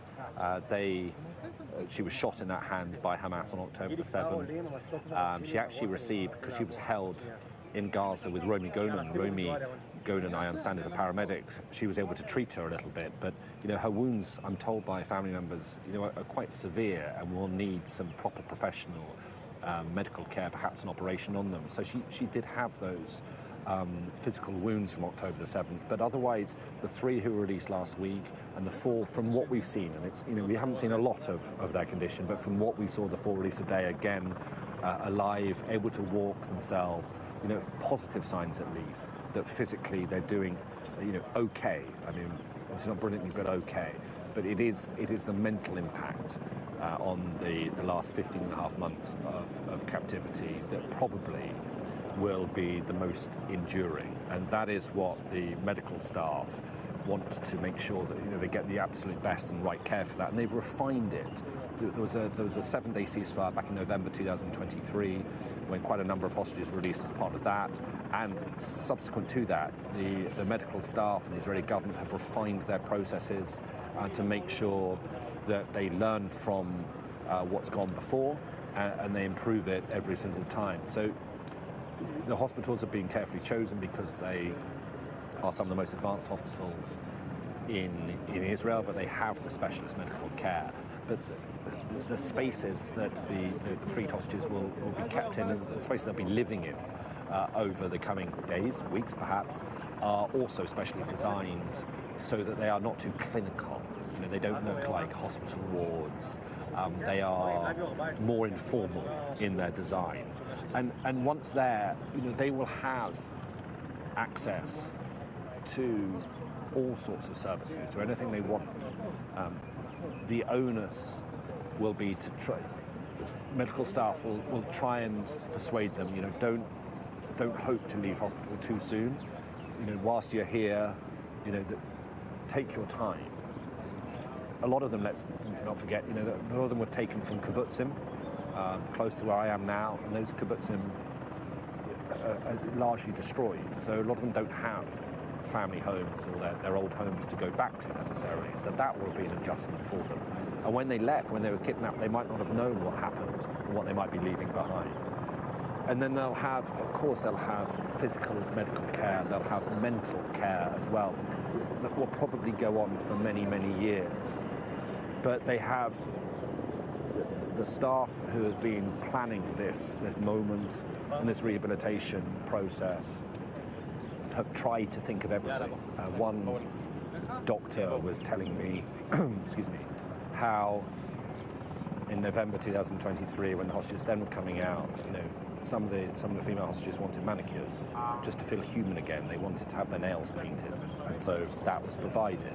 So it's also sort of the little details like that that the hostages might have missed when they were missed every aspect of their lives over the last 15 and a half months. But it's about reintroducing them to the lives they used to know, but reintroducing them at the right pace, and making sure that any kind of immediate temptation or desire to sort of try and live a normal life again is just taken stage by stage, because there will be moments when, and again this is from conversations I've had with psychologists here, there'll be moments of just overwhelming euphoria, and I imagine that is a moment that's happening right now. They'll be sitting in the back of those helicopters, it's noisy, it's loud, but they'll be surrounded on either side by their family, and they know that they are now in Israel, their home country, and they're now going to be taken to Tel Aviv. They'll be feeling a moment of overwhelming safety and euphoria. But in 2, 3, 4 days' time, that could be replaced by a sort of crashing realization of what they've gone through. And so that is why the medical staff want to take this very slowly, and there's been articles in Israeli media as well from either people close to this process or people who have got a lot of experience of it. I was reading one by an official who helps, and we're seeing, I'm just seeing off to the left, I'll pause there because I'm seeing one of the helicopters taking off and actually heading straight over us. That's the first of what I think is 3 helicopters.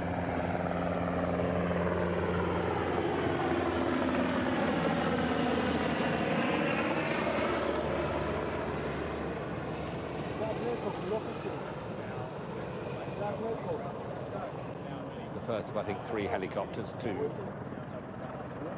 First of 3 helicopters to take off. We expect 2 more large Israeli military transport helicopters to take off. I'll just go back to what I was saying. I was reading a very interesting interview with an official who helps train Mossad agents and IDF, Israeli Air Force pilots, how to act if ever they were captured.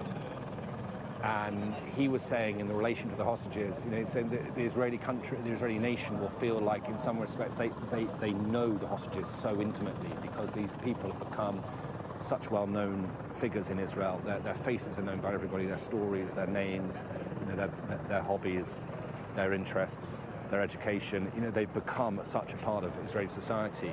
And he was warning, you know, effectively the article was warning Israeli society, you know, you might almost feel like an ownership of them because they have been such a part of Israel over the last 15, 16 months. But, you know, don't forget, each released hostage will deal with freedom in their own way. Each freed hostage will have different views and different recollections about their time spent in Gaza. Some will speak to the media, some won't speak to the media. Some might become public figures in time, others might not. We've already seen how that happens with hostages who have been released over the last 15 months. And so it is going to be a very long process and a very difficult process.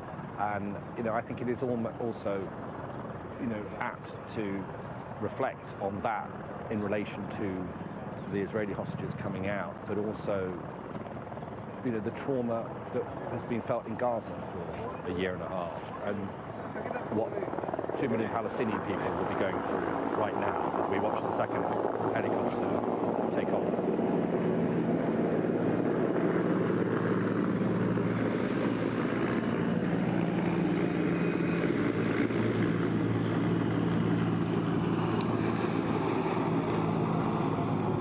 And I think, Alistair, this is, we believe, the helicopter that those 4 female freed hostages are in, as you say, making their way to a hospital near Tel Aviv. We've also today been looking at the images from Hosted Square in Tel Aviv, ordinary Israelis watching on.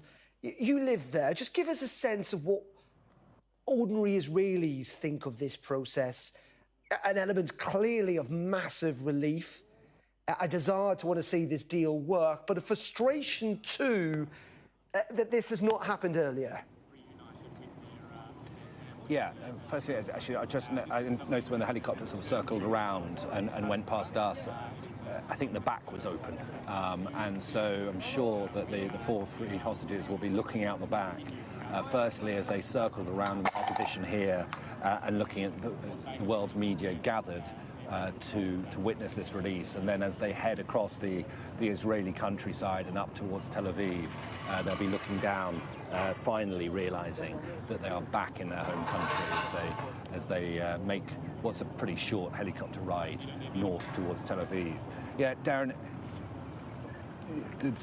for every hostage that comes out alive, you know, and there is a real feeling of relief. I mean, in the days leading up to last Sunday and the days leading up to today, huge anticipation and anxiety within Israeli society.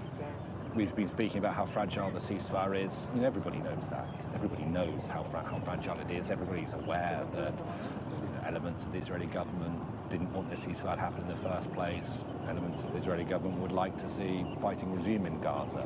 And so there is nervousness as we approach every hostage release. And then, you know, what are they going to be like when we first see them? will they be alive? Will they be severely injured? And that moment when they suddenly, in Gaza City, they're seen for the first time in public when they're being transferred from Hamas to the Red Cross. That's another moment of sort of celebration and relief. But it won't always be like that. We know that some of the hostages won't come out alive. And there's calls for the third and I think final helicopter to depart.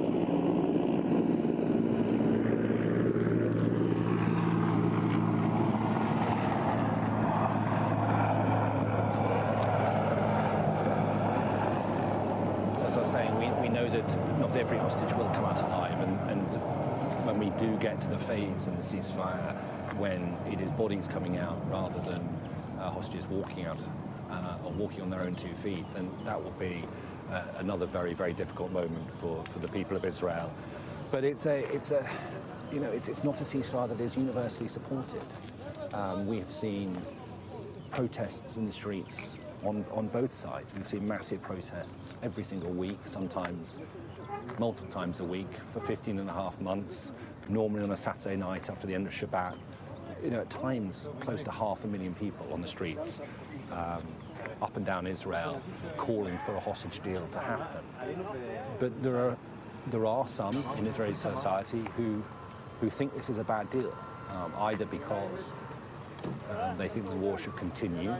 And I have to say, images of Hamas this week and last week parading the hostages, those images will only confirm in their minds that Hamas is a group that still exists, and it's a group that has not been defeated, and so therefore the war should continue.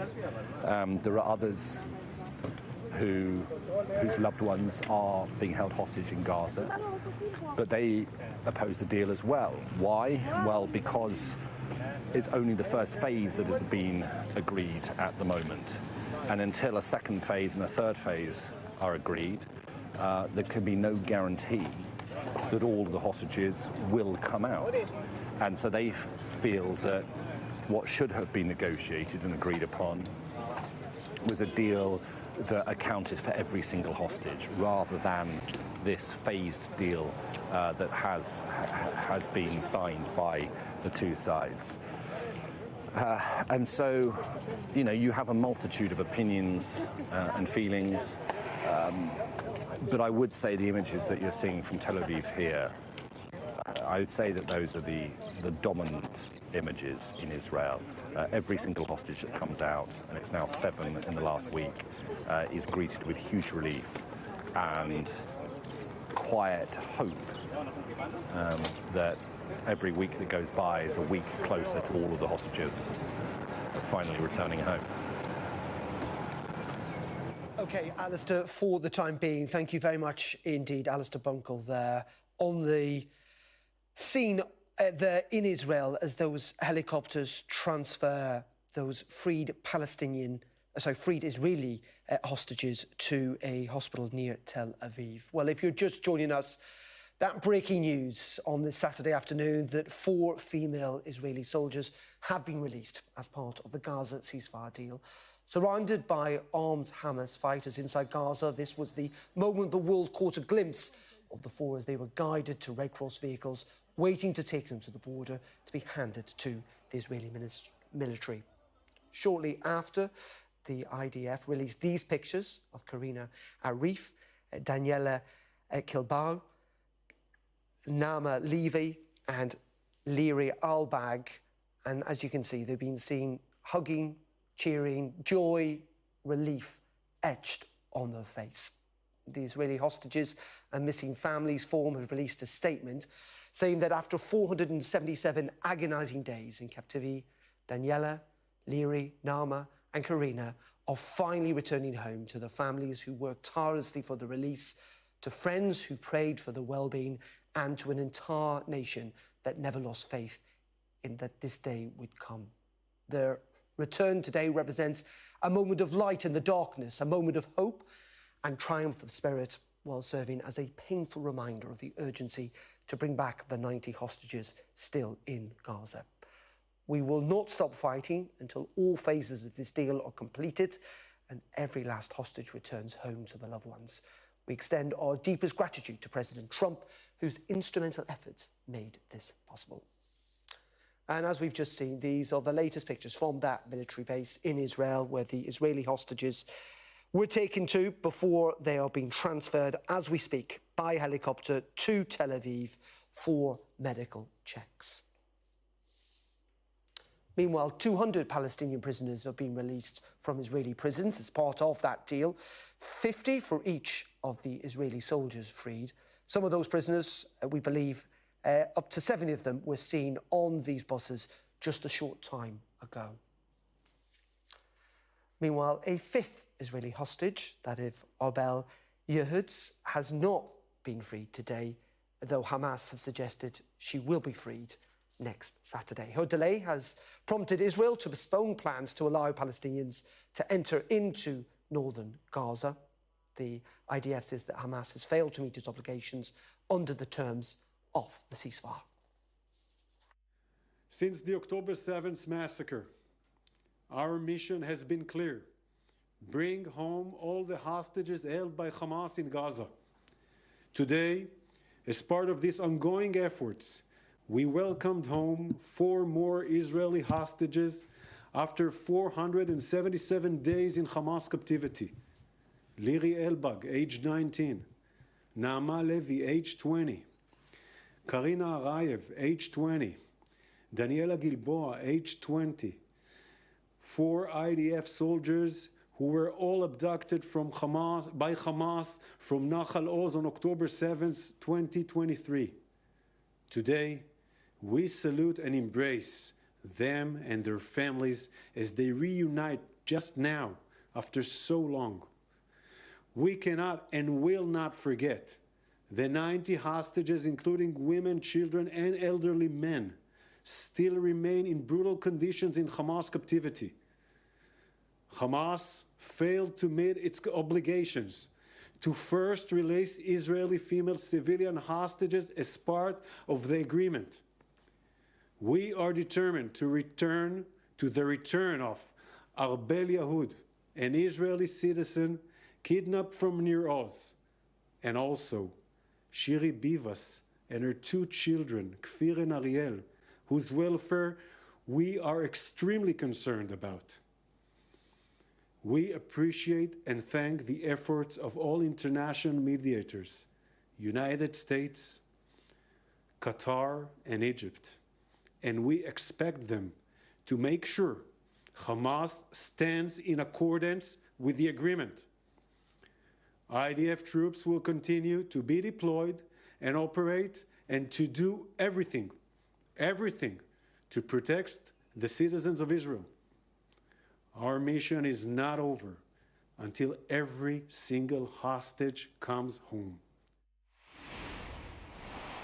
Well, we can now speak to the UK's former ambassador to the United Nations and now chairman of the geopolitical advisory group Gatehouse, that is Sir Jeremy Greenstock. Sir Jeremy, thank you very much indeed for joining us this afternoon.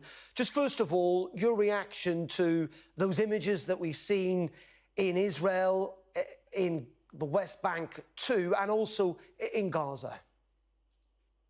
It's very good news that the second stage out of 6 releases under this agreement has taken place. It's still going. Nothing has got in the way of it, although there's been rhetorical sniping on either side. We have to remember that Hamas is probably not a monolithic organization, a single unit of decision-making. The hostages are being kept by different groups in different places to keep them away from Israeli searches. So that's why the names change, and the Israelis are disappointed that names aren't met on each particular week. But we've all very much hoped that this rolling release will continue to take place over the 42 days of this agreement. So it's a day of good news so far. It is indeed, and we're looking pictures from Tel Aviv, from Hostage Square, where ordinary Israelis have gathered to watch these proceedings today, Sir Jeremy. Clearly a lot of relief, but also concern, isn't there? Because, as you've rightly pointed out, There have been some hiccups today, and this remains an incredibly fragile process. It's also a partial agreement for the release of hostages. There may be between 80 and 100 still alive in Gaza, and only 33 will be released under this 6-week agreement.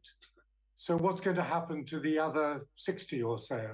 There needs to be a new agreement. There needs to be solid moves towards a more permanent peace in this conflict. And that is what is uncertain at this moment. At the 16th day of this agreement, that is, by my calculations, the 4th of February, negotiations are due to begin for a more permanent settlement of the conflict. And we'll have to see whether that opportunity is taken up by both sides, because to my view, there are still considerable obstacles in the way of a more permanent settlement. And while we talk, Sir Jeremy, we can also see, I think, a picture from the hospital that we're now expecting those 4 released Israeli hostages to arrive at any moment now. These pictures from Tel Aviv. We saw those 4 hostages get into those military helicopters just a matter of moments ago to travel to this hospital where they'll be treated for any physical injuries, but also for clearly the psychological trauma they have been through over the last 477 days. And it's interesting, I don't know if you were listening, Sir Jeremy, to Alistair Bunkle earlier. You know, I'm sure Israel will be united in relief today, but politically, this is a divided country, and there are many in Israel who welcome this deal, but there are many who do not. Yes, because nobody knows what the next stages are going to be. And as you've seen, Hamas is not destroyed, not defeated. It's still there in some form or another. And from my news feeds, I know that Hamas has been doing a lot of recruiting over the last 15 months. It probably has around the same number of fighters as it had when all this began. So it's right for Israelis to ask, what is the point of continuing this conflict if Hamas cannot be destroyed? Hamas doesn't only exist in Gaza, it's present in Lebanon, in the West Bank, in Qatar, in other parts of the Middle East. So there's a lot still to be done before this whole thing is settled. As I see it, the Israelis have agreed to this hostage release partial deal because of the pressure from President Trump, but they haven't yet made a decision to move into a negotiation for a final end to this conflict because of the politics of Israel. So we still have a lot to wait for before all of this is over. Well, as we talk, Sir Jeremy, just to say that the Israeli prison service, as you can see probably at the bottom of your screen, have now announced that all 200 Palestinian prisoners have been released from Israeli jails as part of this swap, if you like. So that is Israel now confirming that all 200 Palestinian prisoners have been released. We knew it was going to happen at some stage today. There's been some surprise that it's happened as soon as it has. Going back to our discussion, if you like, though, Sir Jeremy, what is fascinating in this is the role that Donald Trump seems to have played with the outgoing Biden administration over the last couple of weeks. But there is no guarantee, if you like, that this process is going to lead to what everyone wants to see, which is a long-term peace deal, a long-term settlement, if you like. That's quite right. And I don't think that the new White House knows how to get there. But as I think we've understood in the news in recent weeks, Prime Minister Netanyahu seems to be relieved to have moved on from President Biden and to have President Trump as his interlocutor.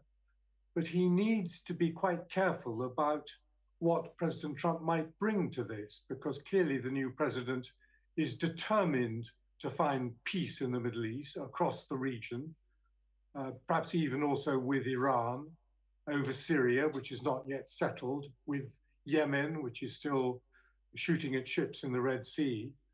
And things may become quite uncomfortable for Prime Minister Netanyahu if he's under pressure from the new Washington to move towards a permanent settlement much more quickly than he is comfortable with.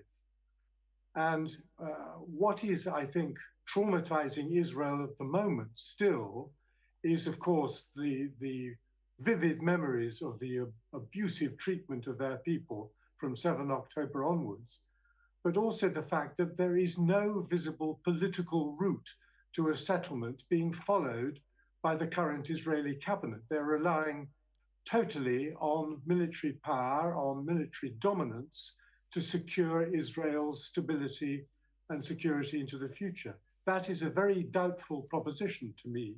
There has to be a political route, and we're waiting for that to be created out of this partial deal. And so, Jeremy, you're a former UK ambassador to the United Nations. What's your sense of their role in all of this?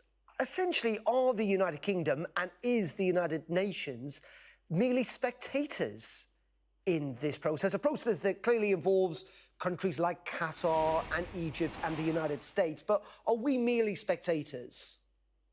The UN as an agency has never been able to create peace out of disagreement unless the stakeholder powers in that issue have an agreement to work out. The UN is there to follow up agreements, to make sure that they happen, to keep the peace, to monitor, and to encourage. They cannot create peace out of a political unwillingness in the region. So don't blame the UN for that. It's never been able to do that. As I see it, the decision-making role rests primarily with Israel because it has the military dominance. Israel needs to take a decision to find a political route into a permanent settlement.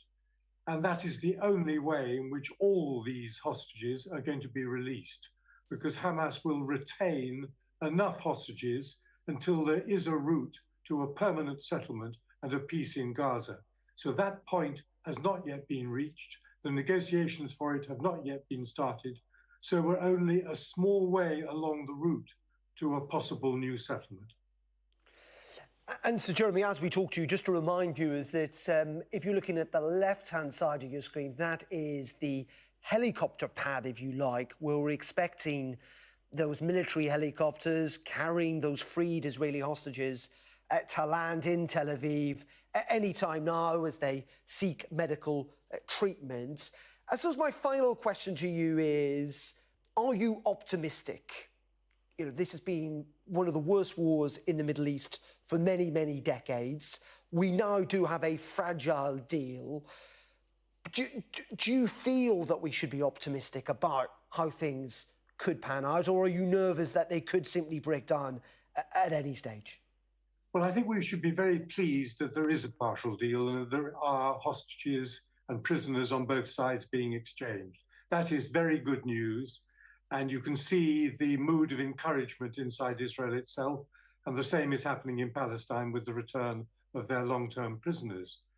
But no, I don't see the pieces in place for a total deal on a permanent settlement. Those pieces have not yet been put on the table, have not yet been negotiated. There are political reasons why the process for that will be immensely difficult. So, as I said before, we've got a long way to go for the final piece to be found. OK, Sir Jeremy Greenstock, thank you very much indeed for your time. And as you were speaking, we're seeing those helicopters now arriving in Tel Aviv, where we know that the 4 released Israeli hostages are on board, those 4 young women who were kidnapped on October 7th. We're expecting them to land there anytime soon. You can hear the cheers.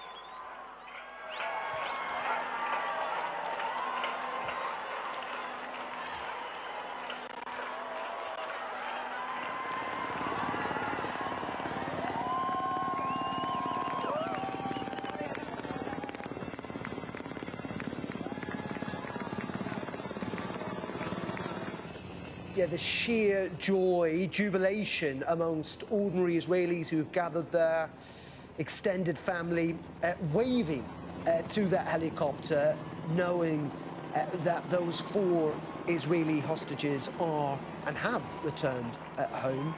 As I say, they are going to go immediately to a medical facility, we believe, where they will be checked for any physical harm that has come to them. Also, clearly, if they want and need, they will be treated for any psychological harm, given the incredible trauma they've been under for the last 477 days. But for the moment, sheer joy, delight, jubilation from the ordinary Israelis there who've gathered at that hospital and also in Hostage Square in Tel Aviv. We're expecting those hostages to be released. Karina, Arif, Daniela, Kilboa, Naam, Levy and Leary Albag, who were, as I say, held hostage for 477 days. The Israeli military, the IDF, clearly have a big presence there, waiting for their arrival at that hospital. It seems that there are some medical staff gathered there as well.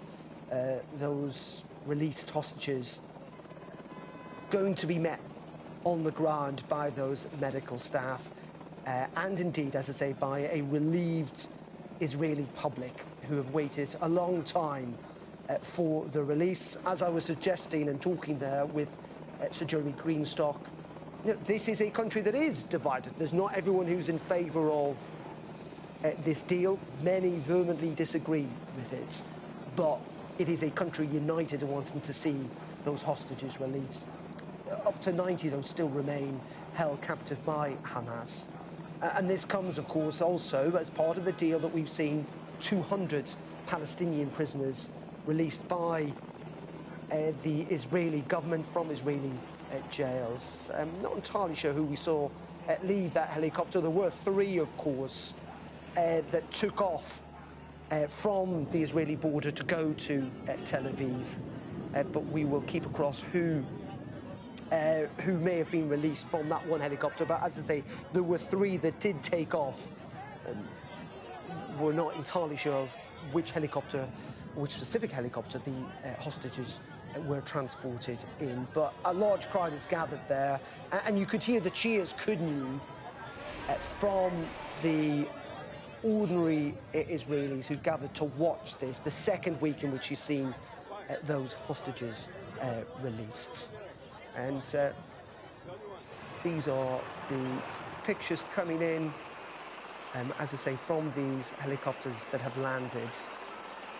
But sheer joy in Israel at the release of these 4 female hostages held by Hamas, returned to Israel today. They released actually earlier on this morning in a handover to the Red Cross, a highly choreographed move, surrounded, it must be said though, by masked men and crowds of people that had gathered. But they are now back in Israel, and this is the second group of hostages released since the ceasefire deal was agreed, after they were kidnapped on that attack on October 7th, 2023. But as we can see on the other side of your screen in Ramallah, in the West Bank, this is some of the other Palestinian prisoners who've been released. 200 have been released from Palestinian prisons today. 70 are going to be deported, but some of them to places like Egypt, others are returning to the West Bank. And jubilant crowds there in Ramallah too. And again, you can hear the cheers from people welcoming back those prisoners that had been held for many years in some circumstances by Israel, having committed crimes. But this is the deal that has been done, that for every Israeli hostage that had served in the military, 50 Palestinian prisoners would be released. And that is why we're seeing these pictures on those buses will be some of those prisoners being welcomed by those Palestinians in the West Bank. Well, let's bring in Dira al-Balaha, who is a director of a Palestinian NGO network and joins us. Very good afternoon to you. We're seeing two very different scenes here, aren't we, from Tel Aviv and from Ramallah. You are in Gaza, though, and just talk to us about where you are in the situation, what it's like where you are, because as part of the deal, there had been an expectation that many Gazans could have returned home today, though that seems to have been paused for the time being. Yes, we are expecting that people to start to leave the middle area and the south back to their destroyed neighborhoods in the Gaza and the north on such catastrophe that we passed through for 15 months. While we are talking about medical issues, we have 25,000 patients and injured people who are in bad need for medical evacuation outside Gaza Strip to get medical treatment, and we are waiting for Rafah crossing to be opened as promised on the ceasefire deal for the next week, hopefully. And still, our hearts, our minds are full of sadness, this mixed of feelings. This, we are very happy for the implementation of the second phase of this ceasefire, but we lost a lot of our beloved one. 65,000 people were killed, missed till now under the rubbles of the homes and the buildings that destroyed by the Israeli occupation forces during the 15 months. And still now we have no capacity to get them out from under the rubbles. Still people have no shelters to stay since, yes, humanitarian aid, food, water, and other materials entered, but still we have very limited quantities of tents and other materials in order to establish new sites in the Gaza and the north for the people who move from the south to the Gaza and to the north. Still the hospitals, which is 80% of them out of service, in need for quick rehabilitations that we called for doctors from outside, physicians to come to help these medical teams who worked hard in the last 15 months, and we lost hundreds of them, and others were arrested by the Israelis. So a lot of challenges that we're facing in the now and in the future. We know how much it's an unprecedented complications of such catastrophe. Gaza became an unlivable place because of this destruction. And we hope that in the coming days that there will be more implementation of the different stages for this ceasefire deal. Yeah, and as I say, we are seeing, viewers at home, this contrasting picture. United, it must be said, though, in a sense of joy on both sides, but one from Tel Aviv of ordinary Israelis awaiting the return to Tel Aviv of 4 female hostages released this morning who are going to seek medical treatment, and then a contrasting picture from Ramallah of prisoners who've been released, being returned to the West Bank, and a large group of Palestinians who've come out in numbers to welcome them. Meanwhile, in Gaza, you talk about the hope that this deal will continue to be implemented. Hope has been in short supply in Gaza over the last 18 months or so. Yes, we witnessed such catastrophe, famine, thirst, diseases. We lost so many of our patients because of they have no medications, no surgeries in the Gaza. And these children who were traumatized, and they will carry this memory in their memory for ages. It's but we have to work to sustain this ceasefire for the sake of the lives of our people here. We carried a lot of memories in our minds. And let's imagine the situation of the issue of Gaza construction, which in need for more and more efforts from all actors, and in the same time to get justice for the victims who were killed during this war. And we're looking forward to get all accountable towards what we lost of our beloved ones, and to continue the efforts in order to deal with the roots of this Palestinian cries, to have peace settlement for our Palestinian issue, to end occupation. And this is something that we have all the international community to have to work hard to apply. The releasement of the Palestinian prisoners today give the signal for the releasement of the others who were for tens of years stayed in such critical conditions in the Israeli prisons. Yeah, well, Amjad, as you speak, we are seeing those Palestinian prisoners get off those buses in the West Bank, all dressed in grey tracksuits, but being welcomed, held aloft, some of them, on the shoulders of the Palestinians who have gathered there to welcome them back. There are many who will look at these images in despair in Israel, who will suggest that this is not what should be happening, that these are people who've committed serious crimes, who've been held in Israeli jails for many years.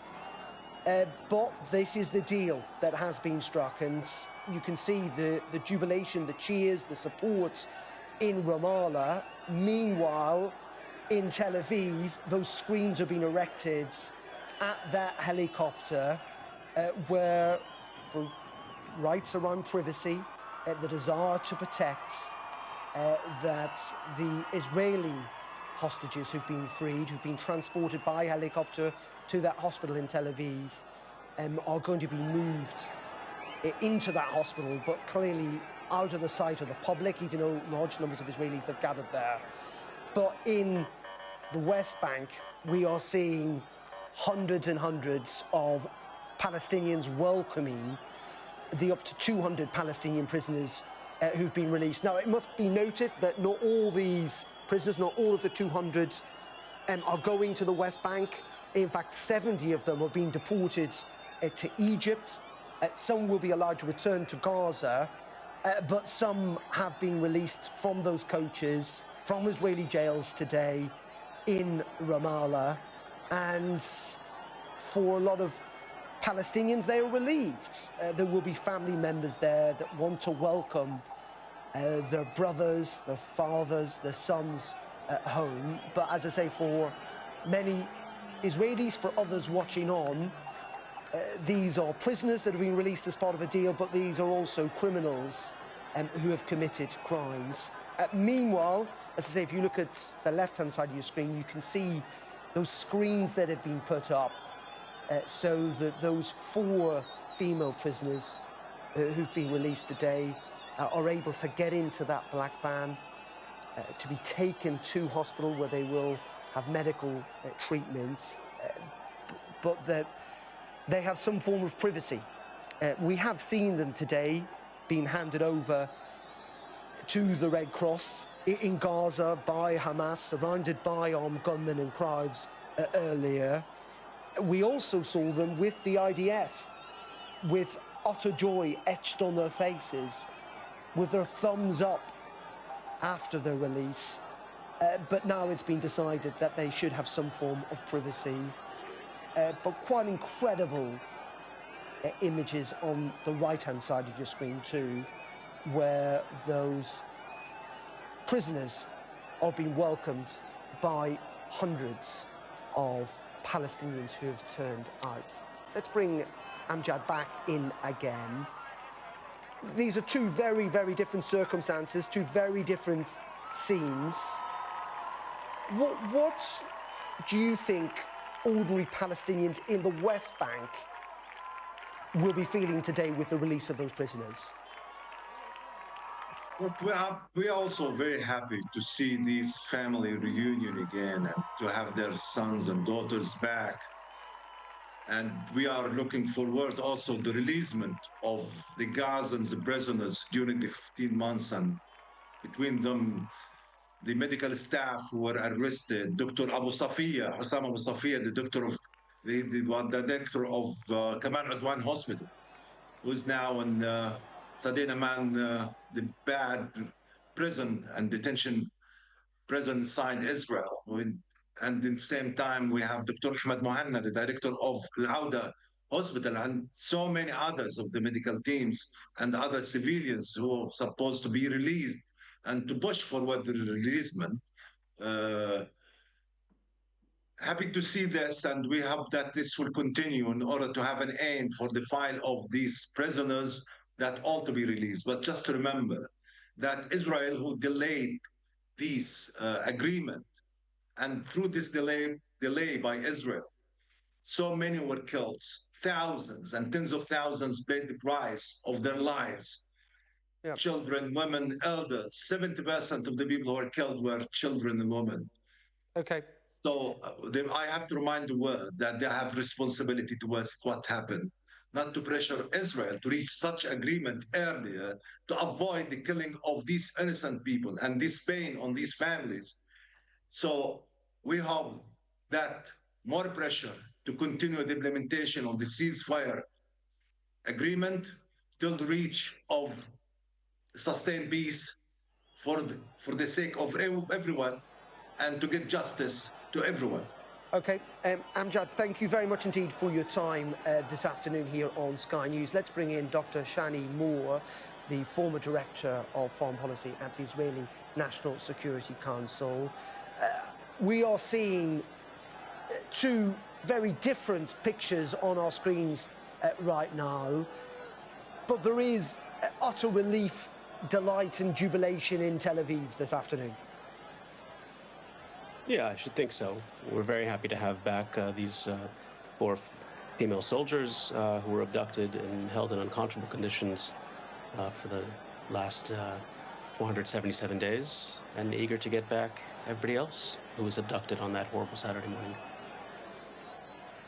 And just talk to us about how you think lots of Israelis will feel about watching this incredible contrast in some ways, but this deal that is now in place, where we are seeing live pictures of Tel Aviv of Israeli hostages who've been released seeking medical treatments at a hospital there, and at the same time seeing dozens of Palestinian former prisoners now being welcomed by jubilant crowds in Ramallah.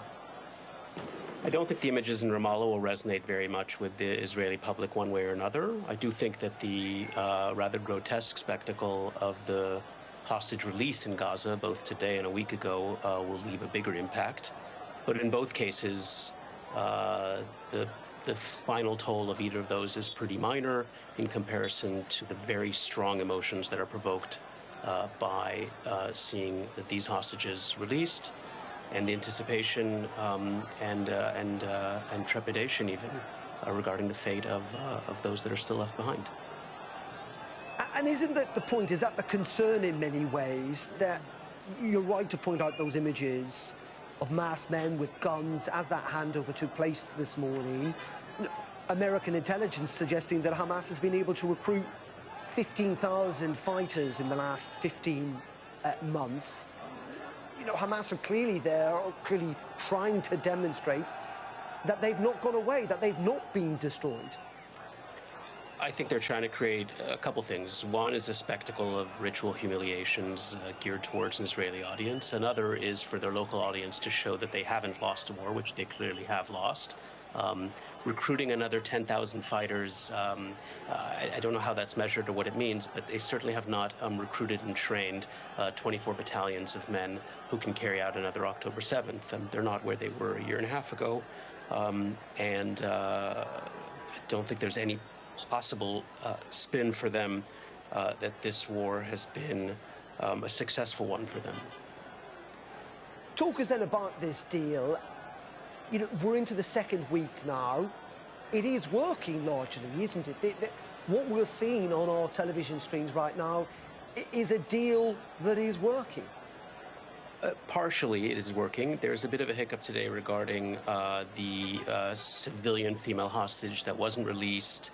And Israel has announced that it's not going to reopen the Netzarim corridor, which it was due to do 7 days into the agreement, once the female civilian hostages were released. As that hasn't happened, it's not reopening that corridor. But you're right, largely the bigger first phase of this agreement is being carried out, which was largely what was anticipated. The challenges come in the second and third phase of this agreement. That's going to be a bit more difficult for both sides to carry out.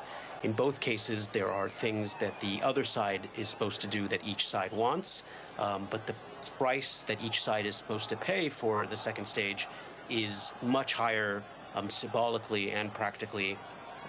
That's going to be a lot more challenging.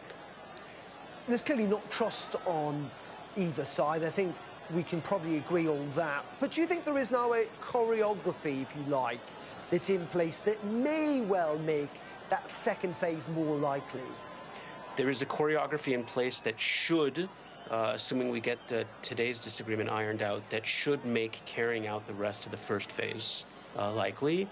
I don't know that that on its own is enough to sustain us to the second phase. The second phase requires agreement on some pretty significant issues that have not yet been ironed out, and requires an incentive structure for both sides to act that I'm not sure is in place quite yet. And Shani, just give us a sense to the people watching at home of what the views are in Israel about this deal, because we know not everyone is in favour of it. Some were frustrated it didn't happen earlier. Just give us a sense of the kind of the political divisions there are. Sure. I mean, the deal in the abstract is a source of deep controversy and deep disagreement, as the issue of the kind of price that should be paid for hostages has consistently been an issue of deep disagreement over the decades. A lot of that fades into the background on a day like today because everybody, regardless of their position on the specifics of the deal, is excited to get back the hostages whose faces we've come to know, whose names and stories we've come to know over the last year and a half. What nobody wants is a situation that incentivizes further hostage taking. That is to say, we all want to recover today's hostages, but we don't want to be creating a situation that endangers tomorrow's hostages. And that's the dilemma here. There's also a strong dilemma for families of victims of terrorist attacks whose convicted murderers are being released in exchange for these hostages. That has a particular emotional resonance for them. There's another aspect here, too, which is not much commented on, which is that the, shall we say, ideological and sociological aspects of the disagreement on this map out so neatly in a way that's not normally the case. It's not just that the more conservative or more religious or more hawkish segments of the Israeli political landscape tend to oppose these kind of deals on ideological grounds. It also happens to be the case that most of the hostages themselves, either coming from the various kibbutz communities on the border, or being conscript soldiers, or being the kind of people who would go to a rave on a Saturday morning, aren't in the public of the right-wing and religious politicians who are ascendant in the current government. So it's not just that there's an ideological cleavage on this, there's also sort of a sociological one. Most of the hostages come from communities that stereotypically were probably in the opposition to the current coalition that's been in power for the last year and a half. And that has, I think, its own, even if subconscious effect on how people view it, how domestic public opinion views what is perceived by the government's opponents as foot-dragging on this deal, etc. Okay, Dr. Shani Moore from, or the former Director of Foreign Policy at the Israeli National Security Council, thank you very much indeed for joining us here on Sky News this afternoon.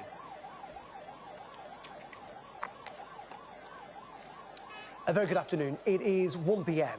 here on Sky News. If you're just joining us, we're going to begin with that breaking news that we've seen play out this morning and into this afternoon, and that is that 4 female Israeli soldiers and 200 Palestinian prisoners have been released as part of the Gaza ceasefire deal. Surrounded by armed Hamas fighters inside Gaza, this was the moment the world caught a glimpse of the 4 Israelis as they were guided to Red Cross vehicles waiting to take them over the border to be handed to the Israeli military. Well, shortly after, the IDF released these pictures of Karina Arif, Daniela Kilbauer, Naama Levy and Lyra Albag. And as you can see, they were seen hugging, raising their thumbs, speaking with fellow soldiers, utter joy etched on their face. Well, the hostages have been transported in the last half an hour from a military base on the border to Tel Aviv for medical checks. And they were also greeted by scenes of jubilation as the 4 freed IDF soldiers arrived at that hospital. Cheering crowds gathered on the ground to watch the moment. Meanwhile, 200 Palestinian prisoners have been released from Israel as part of their deal, 50 for each of the Israeli soldiers freed. Some of them were carried on people's shoulders as they arrived in Ramallah, welcomed by hundreds of Palestinians as they got off those buses that you can see on your screen. Meanwhile, though, a 5th Israeli hostage, Obel Yehudz, has not been freed today, although Hamas have suggested that she will be released next Saturday. Her delay has prompted Israel to postpone plans to allow Palestinians to enter northern Gaza. Well, our Middle East correspondent, Alistair Bunkle, has been speaking to an IDF spokesperson about those images of the hostages that we saw being released earlier on today. When they arrive here at the military base, Raim, what is the process? What is the Israeli military sort of set up in terms of kind of a reception venue for them? Well, we're going to see this hopefully very soon. I mean, this is a big day for all Israelis. Of course, there's still going to be another 90 that still have to come home. So let's be happy about the 4 souls who have just been saved.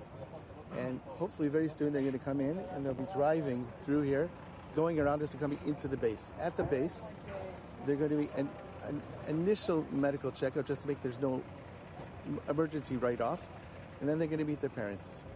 They look as though, I mean, from the pictures we've seen, they were walking. They looked as though they were in physically they look fine. I can't imagine the psychological effect this has had on them after almost 16 months. And we're very happy to see. I even saw smiles, so I was happy to see that as well. They're going to come in here. They're going to meet, initial meeting with their parents and whatnot, and then go through some more medical checks. And after that, they'll be going on the helicopters, which is just over here, and they'll be taken off to hospital for further medical checks and for psychological evaluation as well, I assume. What are the considerations given to the Israeli soldiers who will meet them at the border? I think in November 2023, when we had a 7-day ceasefire, I think a lot of the soldiers were told, don't speak to them unless they speak to you, in so much that let's not overwhelm them. There's a point person to meet them, but let's not sort of swamp them when they come out. Well, I'm wearing a uniform. This part of it is a military because we're taking them from the Red Cross. But this is a civilian, this is humanitarian. Let's deal with these individuals, let them get their health back. So what we're trying to do is bring out of a situation that those that meet them also have been told exactly that. Don't overwhelm them. Where your cameramen are very far away right now for that same reason. We just want to not overwhelm them with all this attention. They're getting enough attention as it is. I mean, we've seen what's happened to them in Gaza with your live feed there. I can't imagine having to be put up on a stage. But what do you make of that? I was going to ask you what you make of it, but also, you are a serving soldier. Your military, the Israeli military, has fought this war against Hamas for almost 16 months. And yet, you see up on stage there Hamas soldiers, showing quite deliberately that they have not been defeated. There is still a presence. What's your reaction to that? Well, first of all, I'm a father also. And if those were my daughters, I don't know what I'd be thinking. I'd be outraged, first of all. And yes, those are Hamas fighters there. They're putting on a show. They've still got their masks on, so they're still afraid, obviously. The Hamas that we're seeing today, on one hand, it's the same Hamas that we've seen them in their duplicitous way that they've actually gone through this. And we didn't know until the last minute who's coming out. They said yesterday 4. They gave us the names. Now we're sure those are the same 4, yet it's against the agreement that we have. Just explain that. Because the agreement we have, from what it's a political agreement. It's not through the military, but yet we understand that it's supposed to be civilians first and then soldiers. I'm very happy that these 4 are being let free. But there are still other civilians that are there. And it's not clear to me as a Israeli citizen why. And last week we had the same thing where they didn't give out the names. So Hamas is stretching this agreement. Hamas militarily is not the same Hamas as it was 15 months ago. That's got to be clear. Now we're hearing all these things about how they're building up and recruiting new people and everything like that. I can understand that. Yet militarily, we've totally disabled their ability to seriously fight us.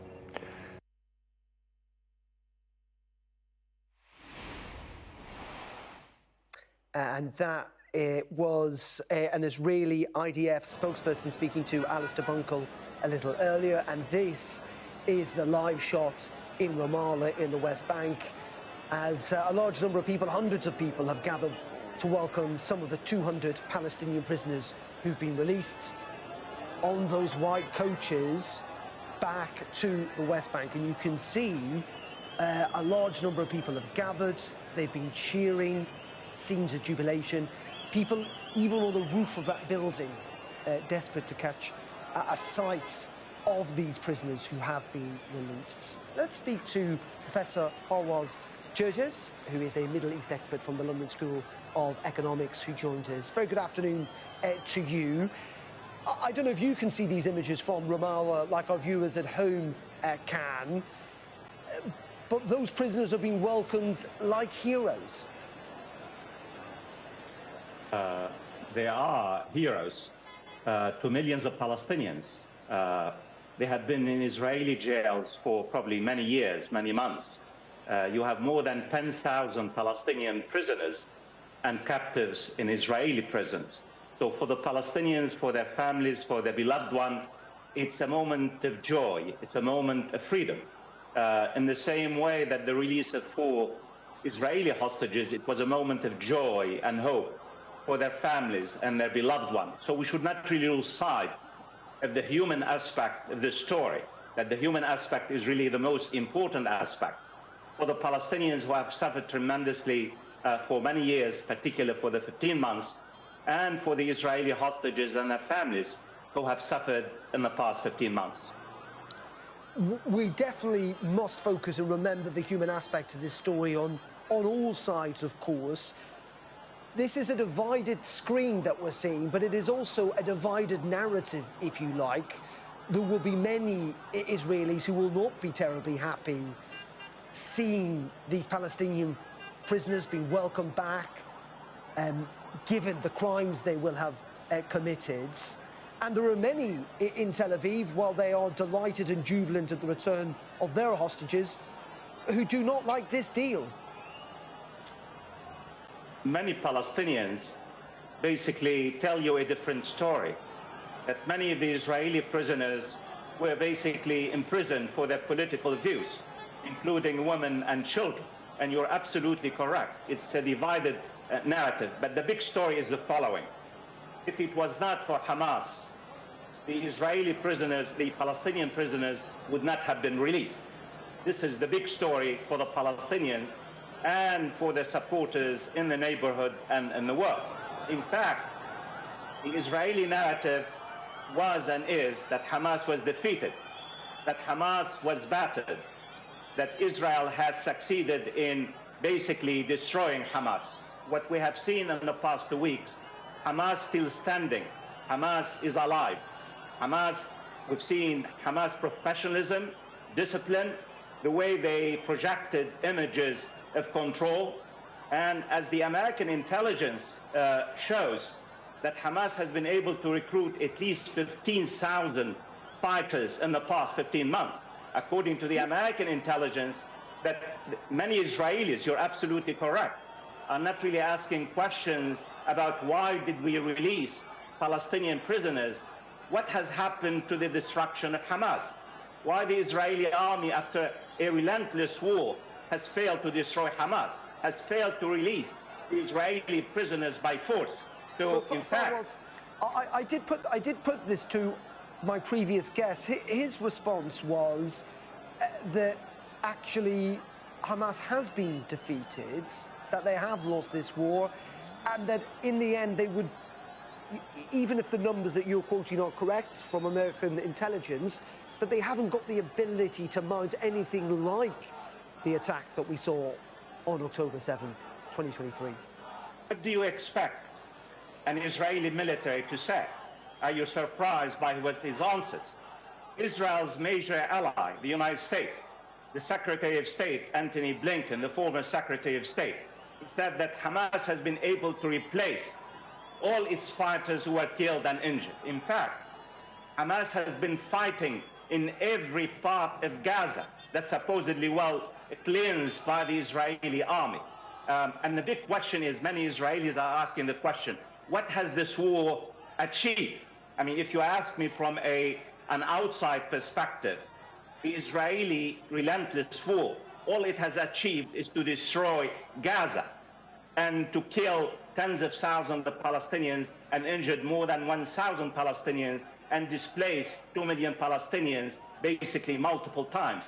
What you have, you and I, what we are seeing, the same proposal was basically on the table for the Israeli Prime Minister and his coalition for 8 months. Yet they have already...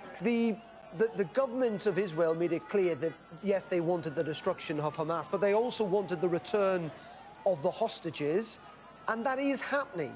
It's a process, but it is happening.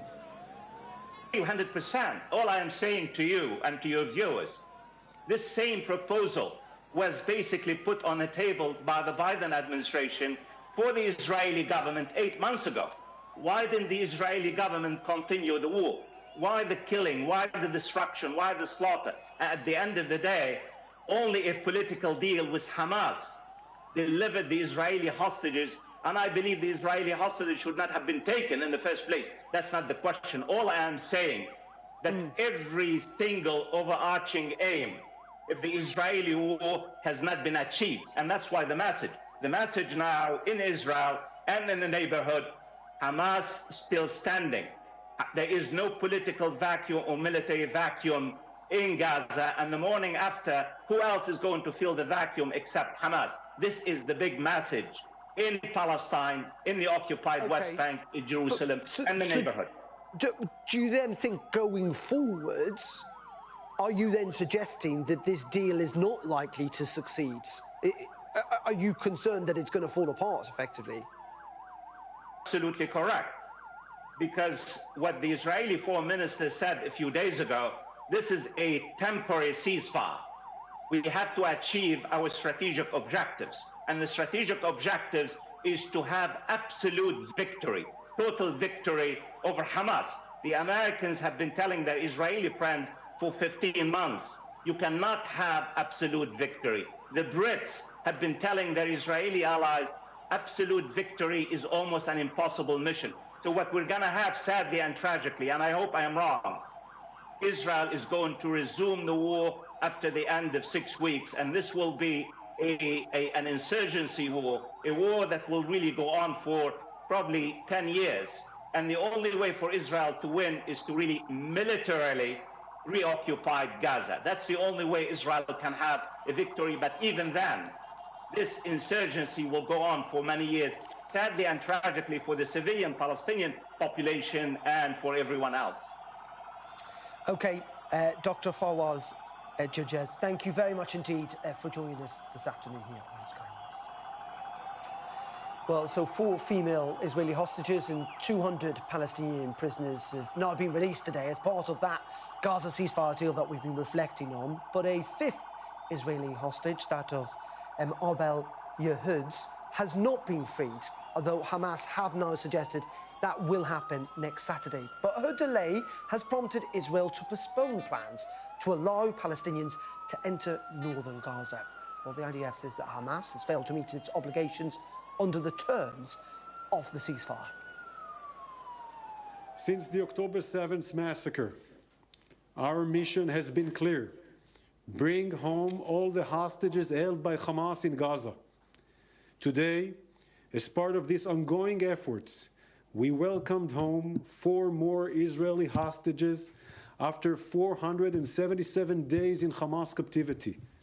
Liri Elbag, age 19, Naama Levi, age 20, Karina Arayev, age 20, Daniela Gilboa, age 20, 4 IDF soldiers who were all abducted by Hamas from Nahal Oz on October 7th, 2023. Today, we salute and embrace them and their families as they reunite just now after so long. We cannot and will not forget the 90 hostages, including women, children, and elderly men, still remain in brutal conditions in Hamas captivity. Hamas failed to meet its obligations to first release Israeli female civilian hostages as part of the agreement. We are determined to the return of Arbel Yahud, an Israeli citizen kidnapped from Nir Oz, and also Shiri Bivas and her 2 children, Kfir and Ariel, whose welfare we are extremely concerned about.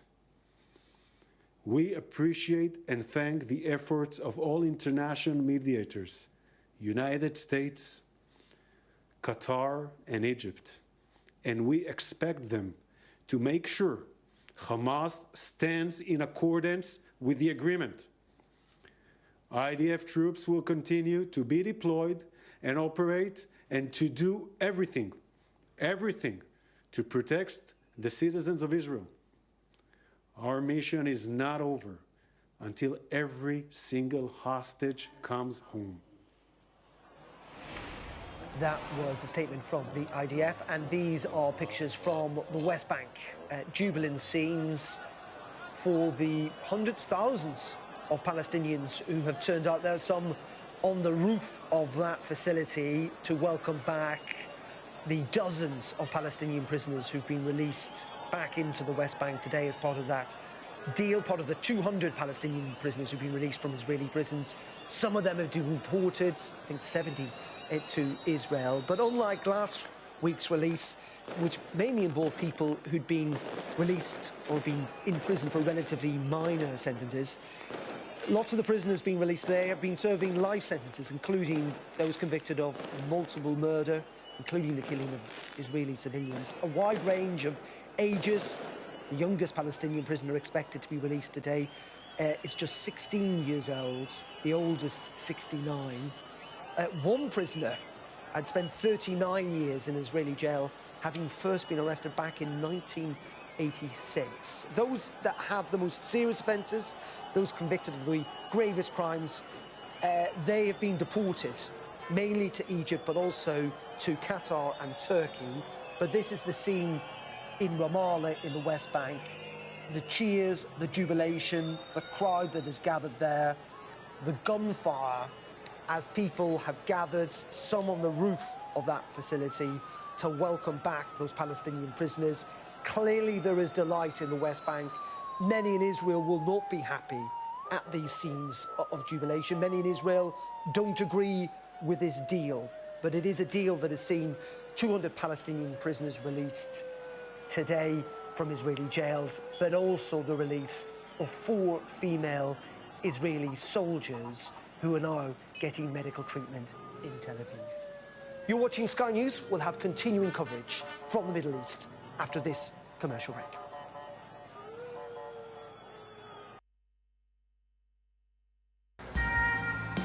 This is how you travel when the mafia wants to kill you. He's almost given up his own freedom, but that's the price he's willing to pay. Here, they don't just arrest and Ndrangheta mafia members, they also live among them. Time after time, I've seen the devastating impact of extreme weather and climate change. We don't have much snow at the moment. They've had a warm spring and exceptionally hot summer, and that means they're expecting to lose more than 3 times the amount of ice than they usually do. Flames are still forcing people from their homes and leaving many questioning their futures. Here was my life. We have nothing. I can't say anything. It's so sad. This disaster is testing the resolve of everyone on this island. The only way out now is by boat. Everything you see is devastated, and the misery being felt by people living here is repeated in towns and villages across Central Europe. Sky News, get the full story first. Turkey is burying its dead. The loss is profound. Whole families died in this collapse, generations wiped out. The violence has penetrated the heart of the city rather than being contained to the estates around the edge, and that speaks to the level of anger being felt here. In Sweden, police have seized a lethal stash. This is just a small sample of the deadly arsenal taken off the streets. This is an example of an advert, really. Anyone of any age could say, I'll do that for £1 million, and then have to go and shoot someone. Yes. I'm Siobhan Robbins, Sky's Europe correspondent based here in Berlin.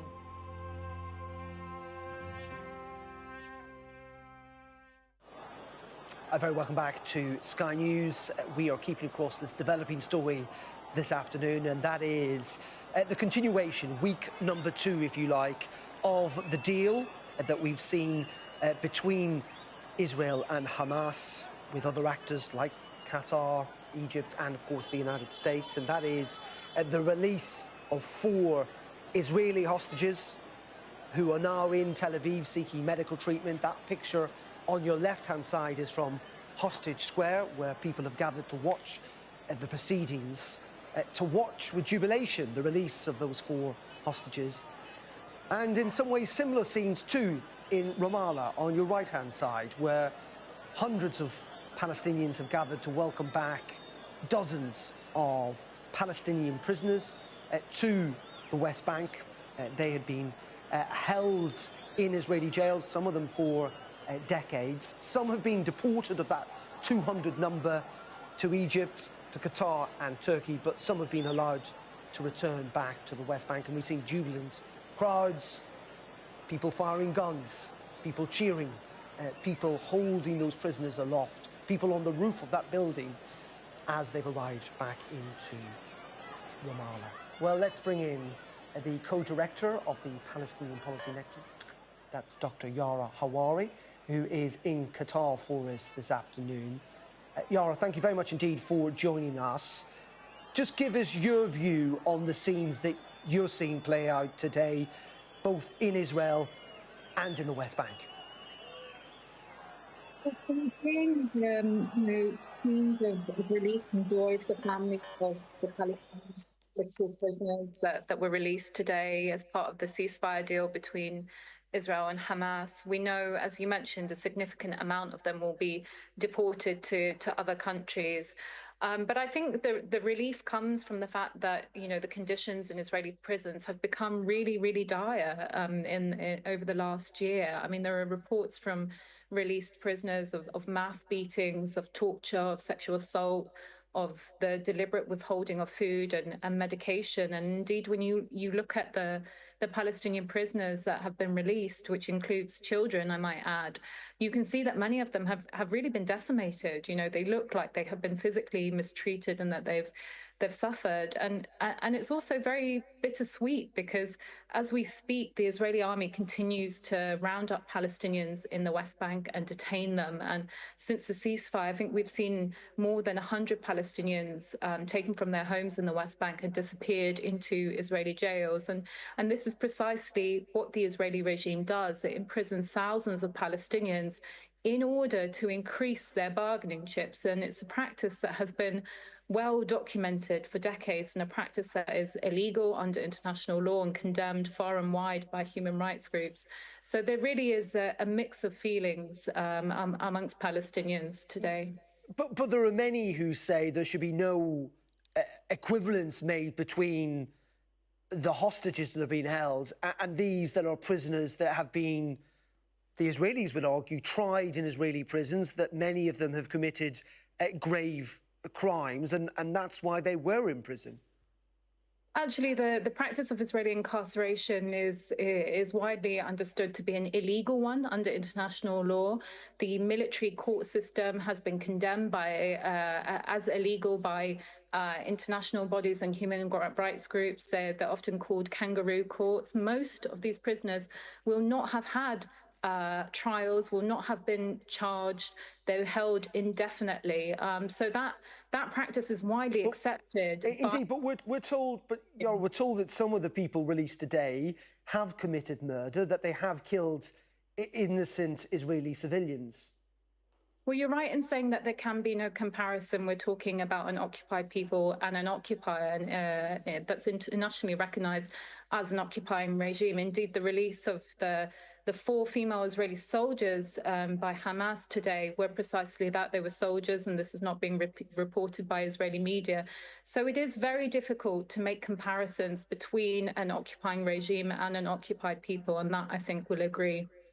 Okay, let's talk about where you are, because you're in Qatar, and they've clearly been quite instrumental, haven't they, in making this deal possible. A deal, it must be said, that we're physically seeing play out, that is working to a large degree. Are you hopeful that this deal will now hold in the weeks to come, and that the second phase may well come about? Well, I'm hopeful because I have to be. You know, the ceasefire has offered some really much needed relief for Palestinians in Gaza. They're no longer being carpet bombed.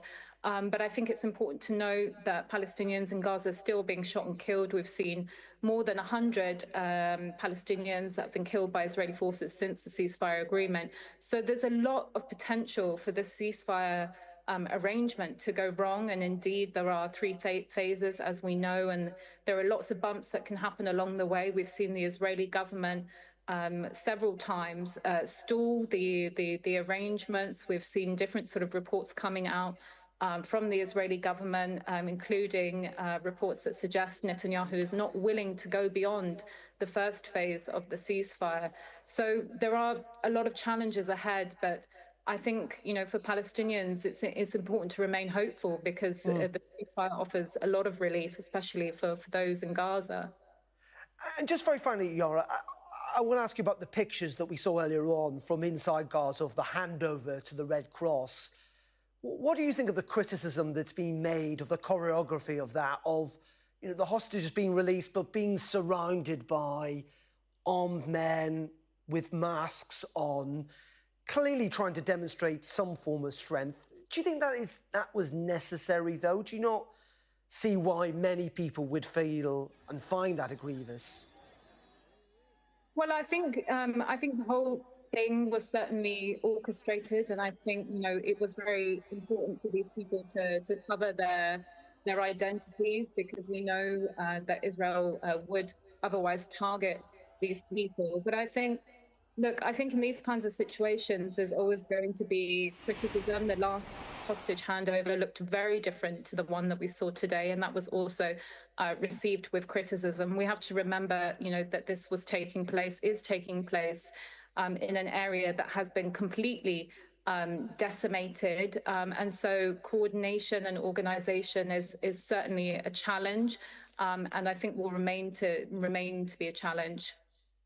Okay. Dr. Yara Hawari, thank you very much indeed for joining us from the Palestinian Policy Network. Thank you for your time this afternoon.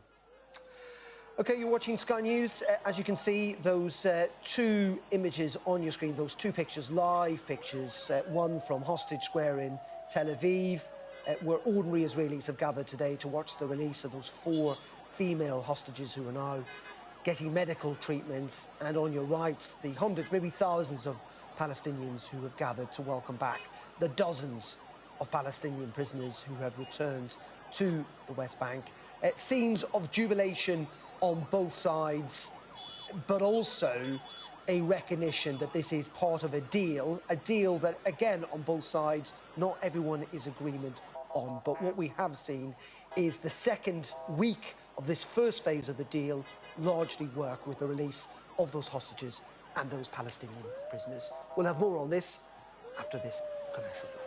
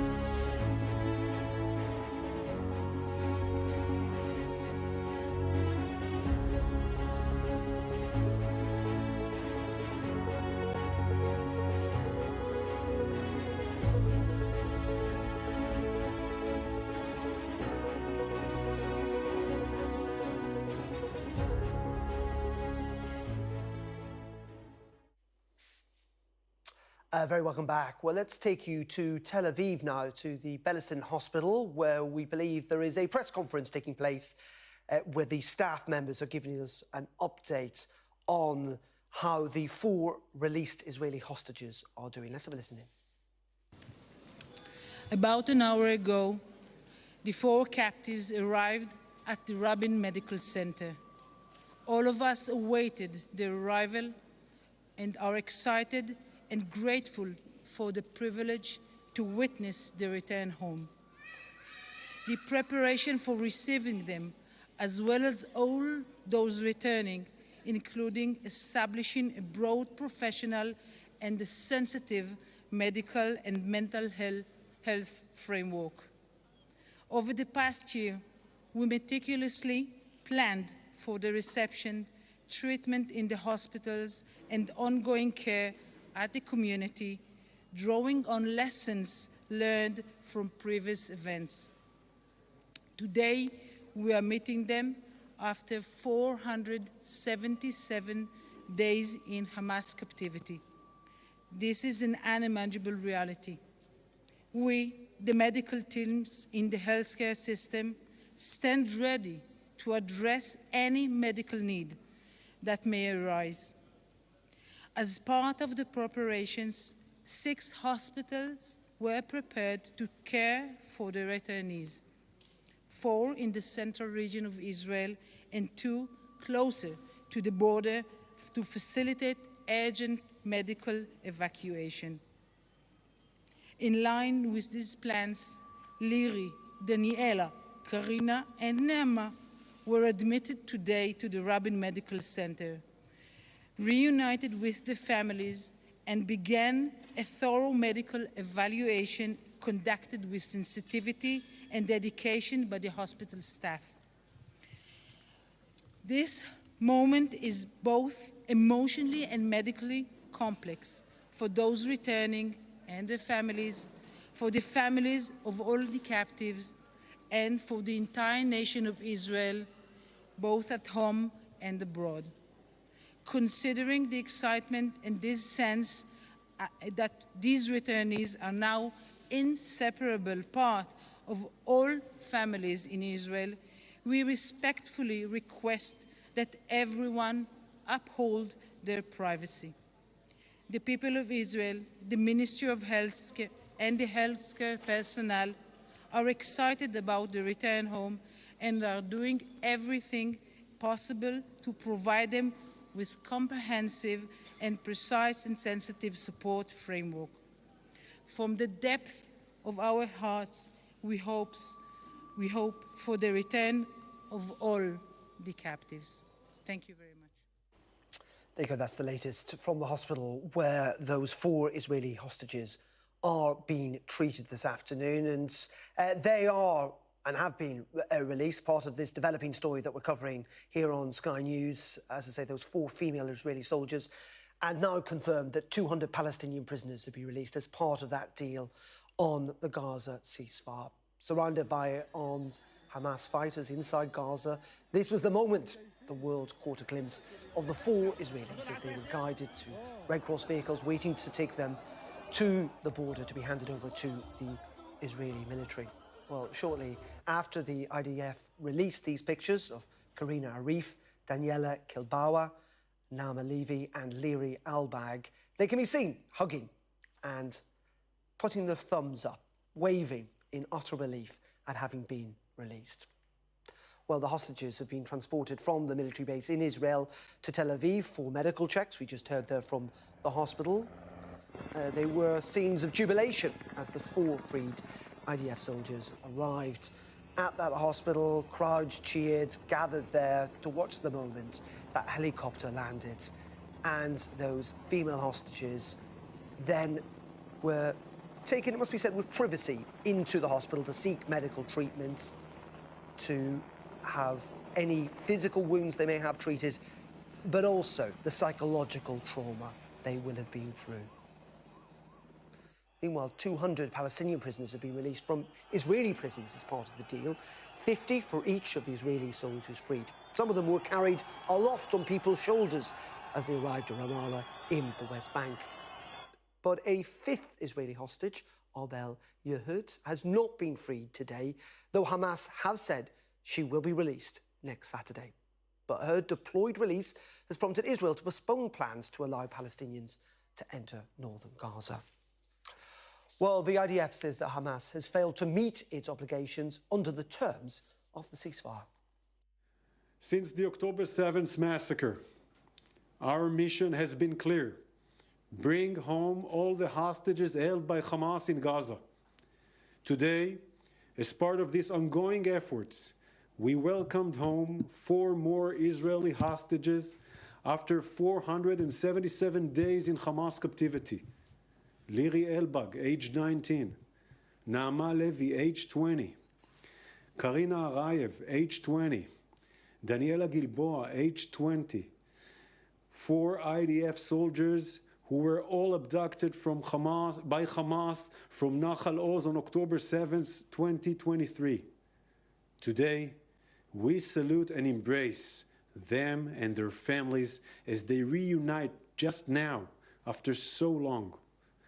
We cannot and will not forget the 90 hostages, including women, children, and elderly men, still remain in brutal conditions in Hamas captivity.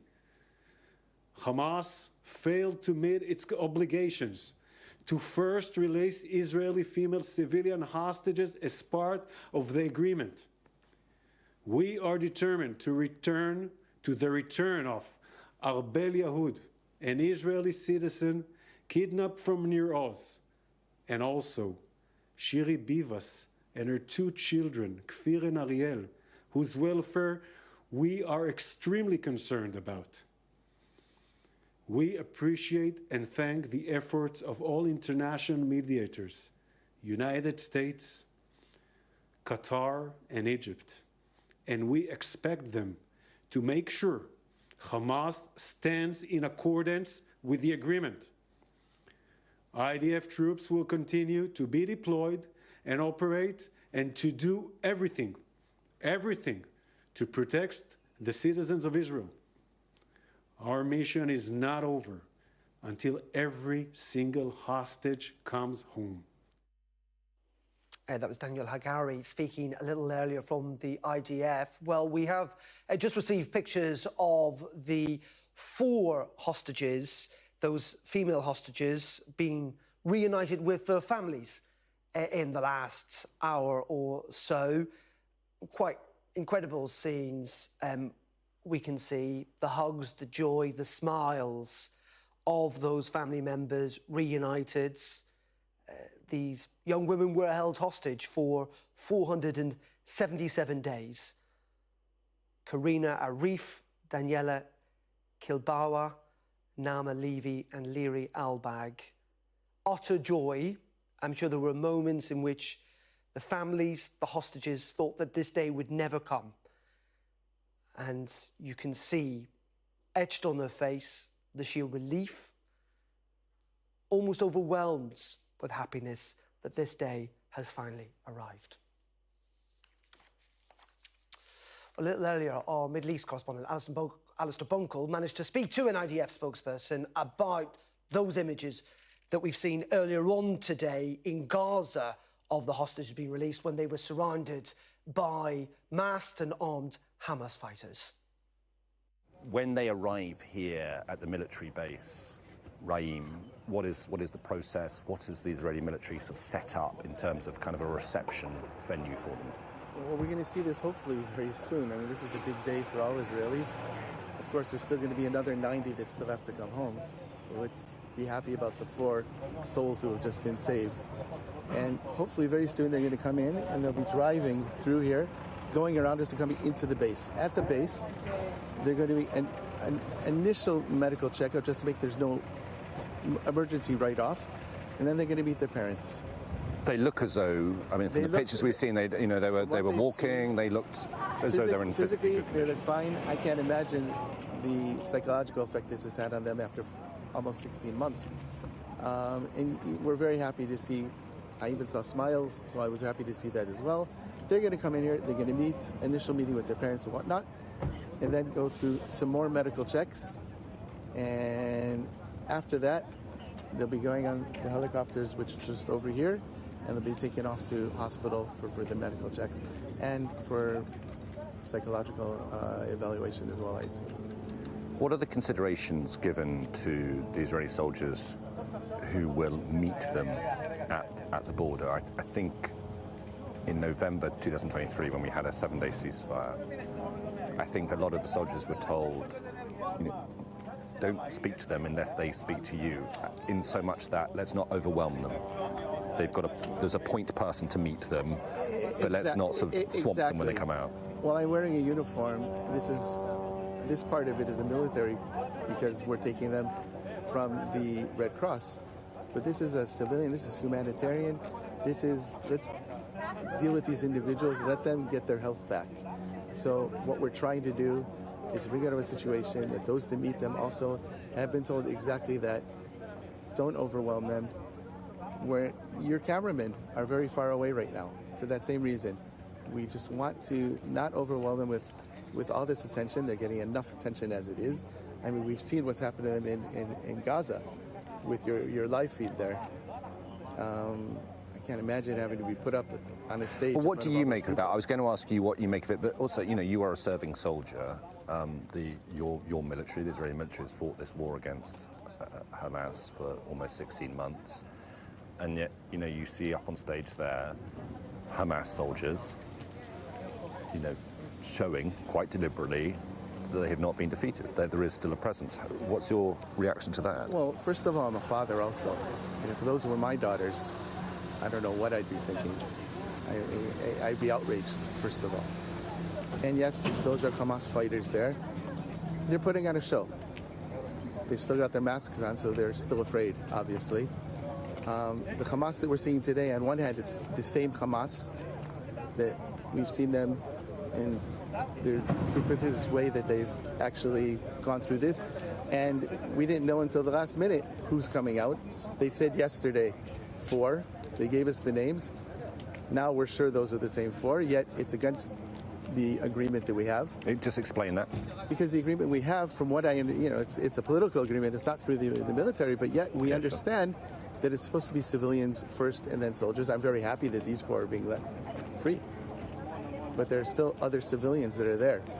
And it's not clear to me, as a Israeli citizen, why. And last week we had the same thing where they didn't give out the names. So Hamas is stretching this agreement. Hamas militarily is not the same Hamas as it was 15 months ago. That's got to be clear. Now we're hearing all these things about how they're building up and recruiting new people and everything like that. I can understand that. Yet militarily, we've totally disabled their ability to seriously fight us.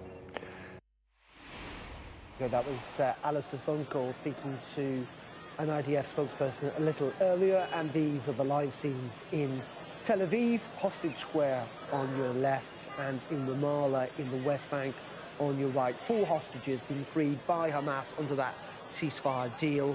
200 Palestinian prisoners in return have been released by Israel, though Israel has blocked Palestinians from returning to northern Gaza. But the hostages and their families have thanked Donald Trump, it must be said, in their statements today for their release. We'll have continuing coverage from the Middle East in just a couple of minutes.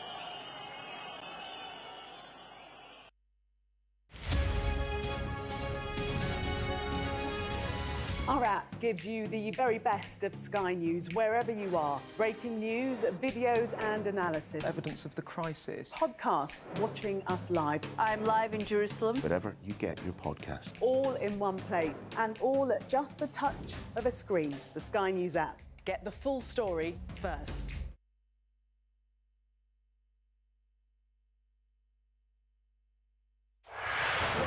How are you? Good morning. Good morning. Nice to see you. How are you feeling? Looking forward to getting into the parliamentary chamber.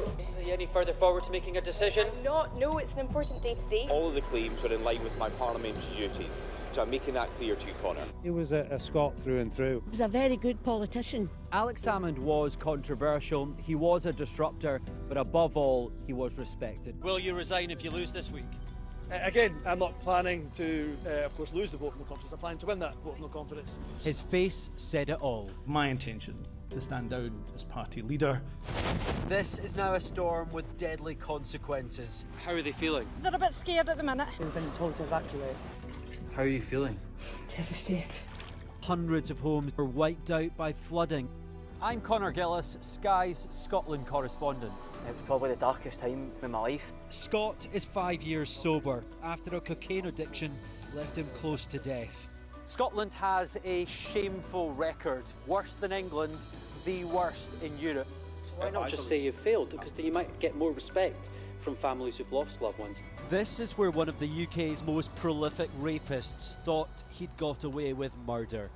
Sky News can reveal that former sex workers had told police he was sexually violent. My Emma. Free wherever you get your news. It's over, isn't it? The Americans say he is Rossi, a fraudster. This has been one of the most bizarre cases ever heard in a courtroom in this country. A dangerous murderer. Do you think you'll ever be able to forgive Andrew Ennis after this? She said she can forgive him, but as long as he's behind bars. By doing the right thing, it's destroyed your life. They terrorised me. They intimidated me. Sky News. The full story first.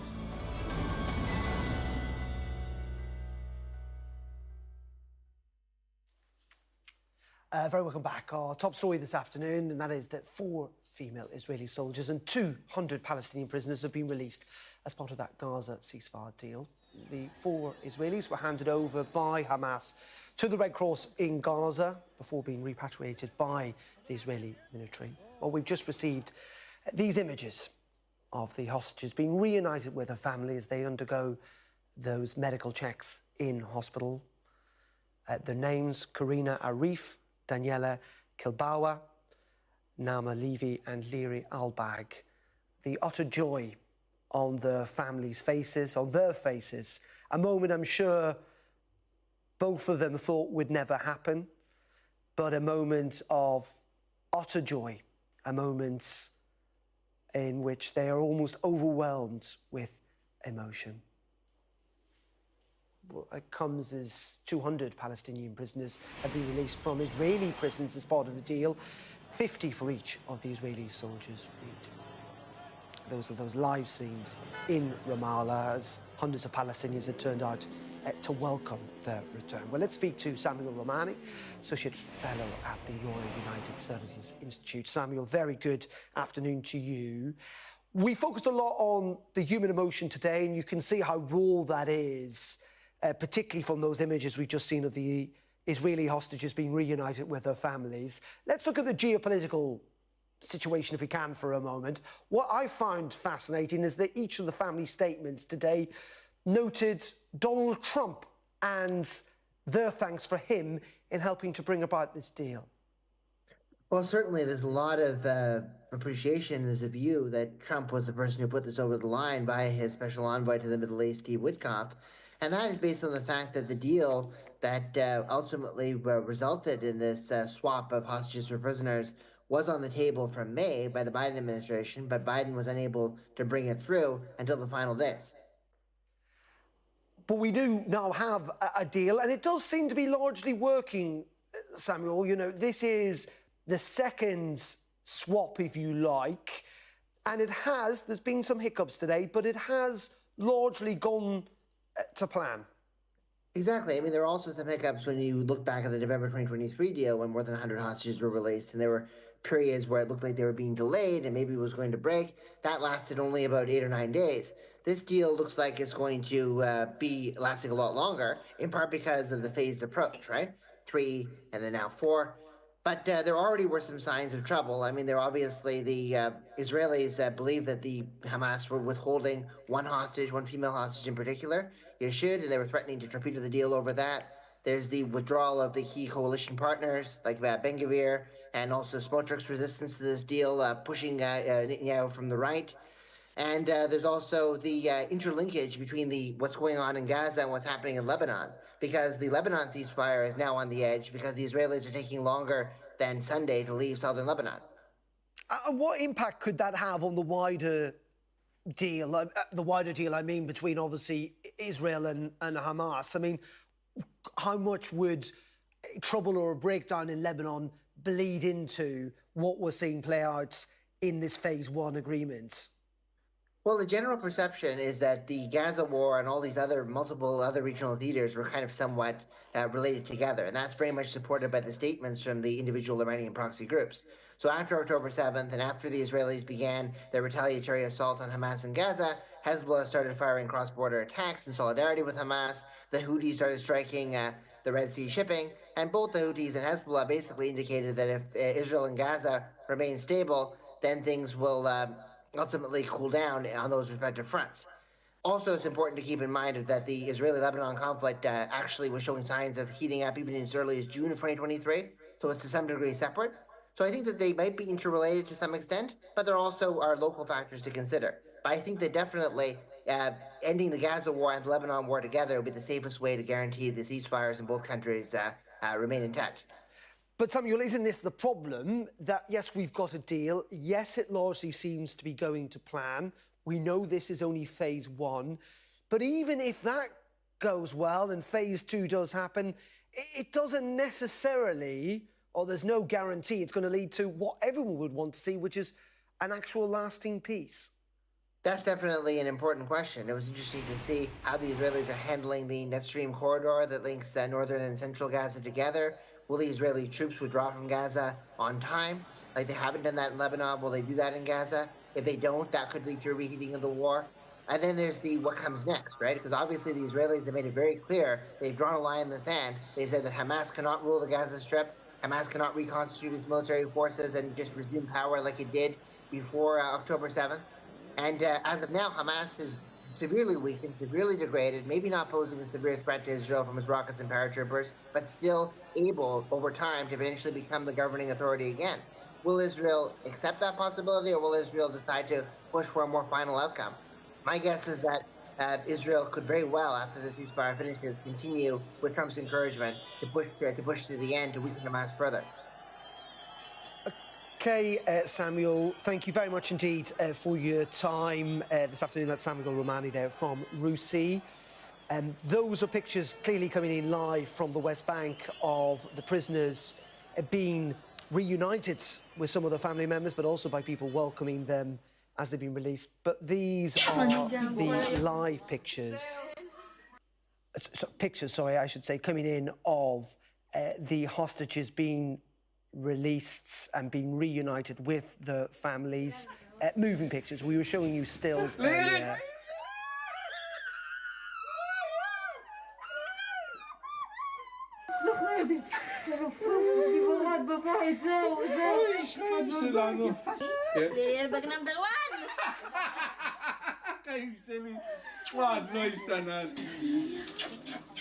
Just utter joy on the families' faces, relief, clearly an incredibly emotional moment.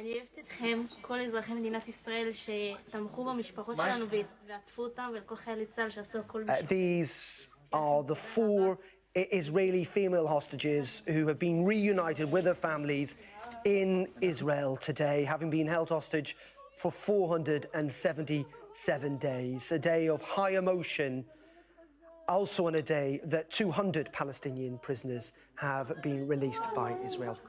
You're watching Sky News. We'll have continuing coverage from the Middle East at the top of the hour. Do stay tuned.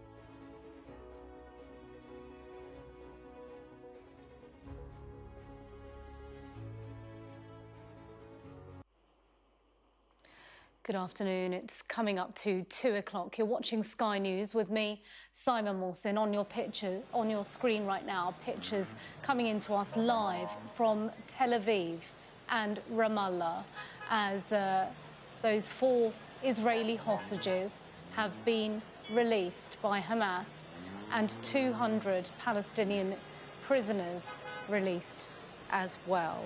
We are continuing our coverage of events in the Middle East. 4 female Israeli soldiers, 200 Palestinian prisoners, all released as part of the Gaza ceasefire deal. The 4 female Israeli soldiers were released surrounded by armed Hamas fighters inside Gaza. Well, this was the moment the world caught a glimpse of them as they were guided to Red Cross vehicles waiting to take them to a border to be handed to the Israeli military. You can see they were also asked to take the stage. Shortly after that, the IDF released these pictures of Karina Ariev, Daniela Gilboa, Naama Levy and Liri Alberg. They can be seen here hugging and speaking with fellow soldiers. Well, the hostages were transported from Reunited military base in Israel to Tel Aviv for medical checks. And there were scenes of jubilation as the 4 freed IDF soldiers arrived at the Beilinson Schneider Hospital in Tel Aviv. Cheering crowds gathered around the hospital to watch the moment they landed.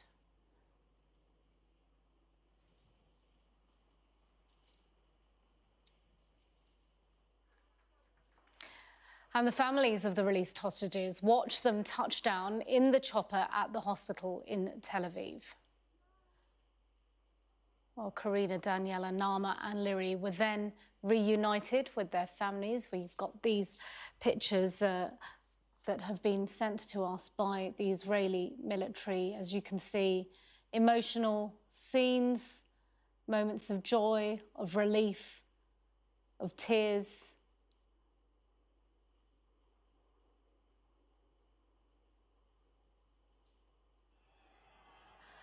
Meanwhile, 200 Palestinian prisoners have also been released from Israeli prisons as part of this deal.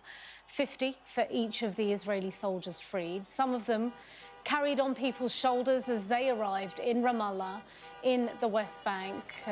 Joy, happiness and relief there too.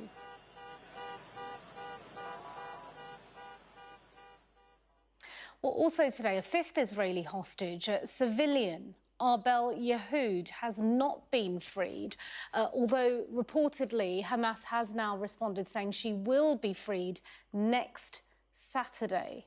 Well, her delayed release has prompted Israel to postpone plans to allow Palestinians to enter northern Gaza. Well, I'm joined now by the IDF spokesperson, Lieutenant Colonel Peter Lerner. Good afternoon to you. First of all, I'm sure huge relief and joy as you have had those 4 Israeli hostages returned to you. Absolutely. It's been a very, very emotional day today with tears all around, with people sitting on the edges of their seats, watching television, family members, friends surrounding the various locations, whether it's in the south or at the hospital, Beilinson Hospital, as you rightly saw today. I think that, the images that are coming out from the joining their family members are very, very powerful, and goes to show how the whole country has been holding its breath today. And yes, we are very happy, we are relieved, and I think we're also looking forward to seeing the continued release of the other hostages. There are still 90 other hostages that Hamas are holding. Indeed, and I want to ask you about what happened this morning or overnight in relation to one of the civilian hostages, Arbel Yehoud.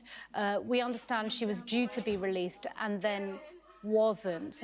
Do we know why and what happened in relation to Arbel? So Arbel Yehoud was a civilian. She's 29 years old. She was abducted from her safe house, her safe room in Kibbutz Nir Oz. on the 7th of October. And according to the agreement, civilians should have been released first. And that's why Israel, a few days ago, already demanded and sent a very clear message to Hamas that we expect to see Arbel today. In not responding yesterday with Arbel in the names that were of the expected hostages to be released today, we understood that they had broken the agreement and decided not to fulfill their responsibilities. Today, after the hostages, after Daniela, Liri, Naama, and Karina were released, the Prime Minister's office put out a very clear statement that Israel will not be continuing with the steps until we have a very clear understanding of the arrangements to bring Arbel Yehud home. That's what we expect, and we expect to see. I heard what you said just a few moments ago. I think we remain very, very cautious about accepting. You know, when you deal with the diabolical likes of Hamas, we have to be very wary of what they say. But more importantly, I'd say we have to be very clear in what they do. We expect so no indication then, Lieutenant Colonel, as to why she hasn't been released, or what the confusion is, or as you say, why they're reneging on the deal? From my perspective, there is no confusion. Hamas have a responsibility. The agreement stipulates that civilians come home first. Arbel is a civilian. She should have been home today. Yeah, we understand. We're just wondering if there was any indication why. And so, of course, we see those scenes of the 4 young women being returned in the embrace of their families now. I know that you have a very specific way of welcoming them, of taking care of them from a mental health and a healthcare perspective. Can you talk us through that? Yeah, of course. So first of all, when we first welcome them, the IDF does an initial, very, very preliminary overview just to see that they are safe indeed to travel and how they can travel. And that's why we're able to put them on the helicopter and then evacuate them, accompanied by medical and psychological staff, to the hospital in Petah Tikva, the Beilinson Hospital.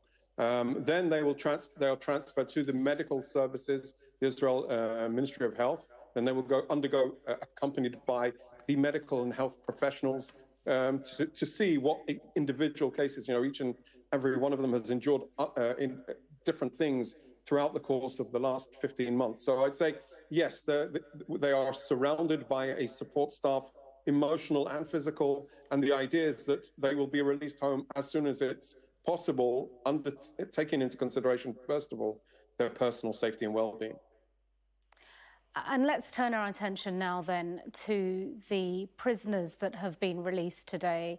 Of course, hundreds released last week, Palestinian detainees. This week it is a different group, 200 Palestinian prisoners released.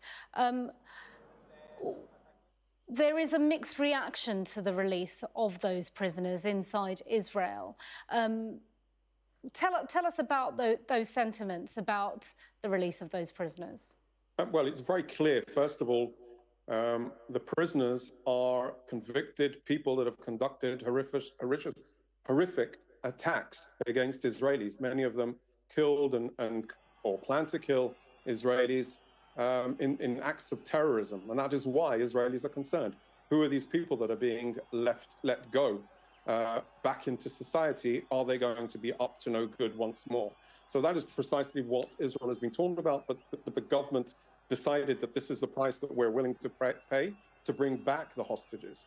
This is the understanding. And so, of course, there are mixed feelings, because when you are letting a terrorist back into society, who's going to promise and make sure that they don't get back to their old ways? And you know, that is a responsibility that the IDF now has to ensure, and together with the other security services, be on top of things so that if they do decide to get back involved into terrorism, we will have the ability to mobilize and act against them.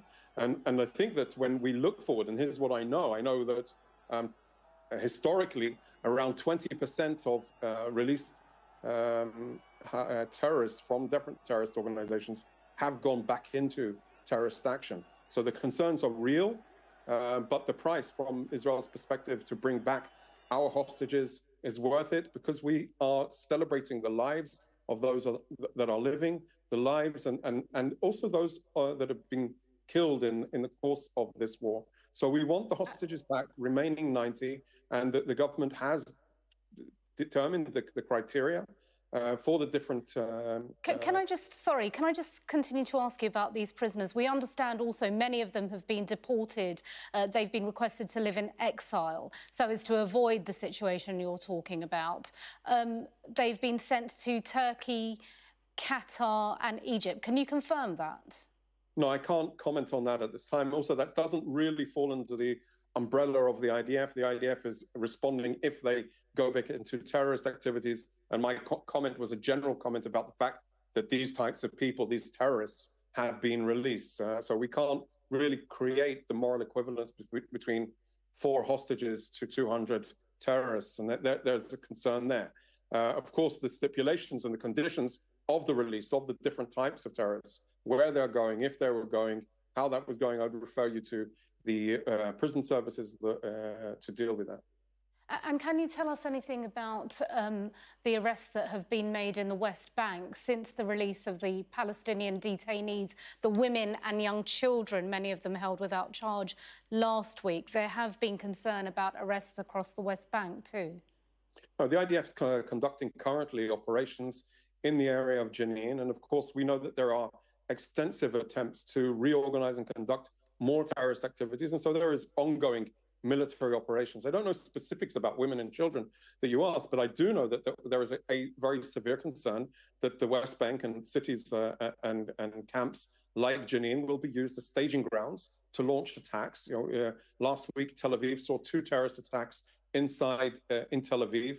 And indeed, there is a concern that there will be an uptick in terrorism originating from the West Bank cities. Sorry to clarify, I was referring to the women and children who were Palestinian detainees released last week and separate arrests made since then. I want to pick up on what you're saying about the fear of recurrence of attacks. Now, it's being reported today that US intelligence believes that Hamas may well have recruited 15,000 more fighters, at least, in support of their cause, presumably as a result of the devastation that has been witnessed and the more than almost 50,000 deaths in Gaza. It speaks to the fact that then this has not been a success, has it? In fact, all the IDF has done is helped Hamas recruit more people. Absolutely not. I don't agree with that at all. And our figures definitely don't suggest that that is accurate. Of course, we understand that if a war that Hamas and the Islamic Jihad, something like 35,000 fighters that existed, and then the IDF has confirmed approximately 20,000 kills of terrorists in the course of this war. Of course, they are going to continue to try and rally and reorganize, and that is the understanding. This is what the brutal terrorist organization Hamas is trying to do constantly. If you look around and if you see the leadership of Hamas, it is basically being decapitated. If you've seen their manufacturing capabilities, they're almost non-existent. Of course, if we judge by seeing 10 new Toyotas being driven into Palestine Square today, which is part of their propaganda effort to evoke maximum emotional response, I would say it is all part of that propaganda plan. It's just. So are you saying that US intelligence have got it wrong, that they're not right? I'm saying that our intelligence suggests that the numbers are much lower, that the reality on the ground is much more complex. And we need to be Understood. And do you not feel that potentially all of this destruction, we've had the drone footage of Gaza since the ceasefire deal, when many more people have been allowed to return to the rubble of their homes. Is that not a concern, that is also driving Hamas's recruitment drive? So you would suggest that on the 7th of October, we just raise a white flag and hope they don't do it again? This is a war that was a result of Hamas's intentions, diabolical intentions, to attack, murder, abduct, rape Israelis. Some of those have been released today. The reality is that they launched a war, an invasion into Israel, and these are the images of warfare. We are fighting against... They are the images of warfare, sir, and I appreciate that. I've covered many. I just wanted to say what we're talking about is, what we're speaking to is the extensive nature of the destruction, the disproportionate number of civilian casualties, the majority being women and children, reported by the UN and multiple human rights organisations around the world. No, I don't accept the premise of that either. I'd say the images of warfare that we are seeing are a result of how Hamas plays military. When they establish all of their infrastructure beneath hospitals, within the civilian arena, in UN facilities, of course, there is going to be devastation and damage. When you destroy a tunnel that is placed under a residential area, there is going to be damage to that residential area. So I would say we need to be very, very cautious of echoing and amplifying anything Hamas says. We also need to realize that when an urban war takes place in an urban area, there are always going to be repercussions, as you've said and as you've seen very many times. This is what war looks like. This is what war looks like in the civilian arena. We didn't choose the battleground. We chose to go and try and bring back our hostages. There are two ways to bring back hostages, either through negotiations or through military operations. The war could have ended on the 8th of October if Hamas would have released the hostages and surrendered and laid down their weapons. They just chose not to. And this is where we are 15 months on. Well, I won't ask about the ceasefire negotiations because I understand you're not involved in them, but there is discussion that this was the same ceasefire deal that was offered multiple times last year. I want to ask you finally, once again, about the hostages, Lieutenant Colonel, that they are now home. They have been able to speak to their families, their fellow as well, when they hugged and were met by the Israeli military as well. Can you share anything of what they might have said or what they are saying? Presumably very happy they're home. I think the messages that we're getting over the last couple of hours now is messages of thank you for the support, thank you for the support of society. Obviously, they felt very much embraced coming out, not necessarily knowing what happened over the last 15 months. So I think that it will take a few days before we have some clarity. Currently, emotions are very, very high and everything is very, very powerful coming out individually. I'm sure that they will have individual stories and experiences to tell, and we need to be patient and respect their process that they need to go through. Lieutenant Colonel Peter Lerner, spokesman for the Israeli military. Thanks very much indeed for speaking to Sky News today. Thank you.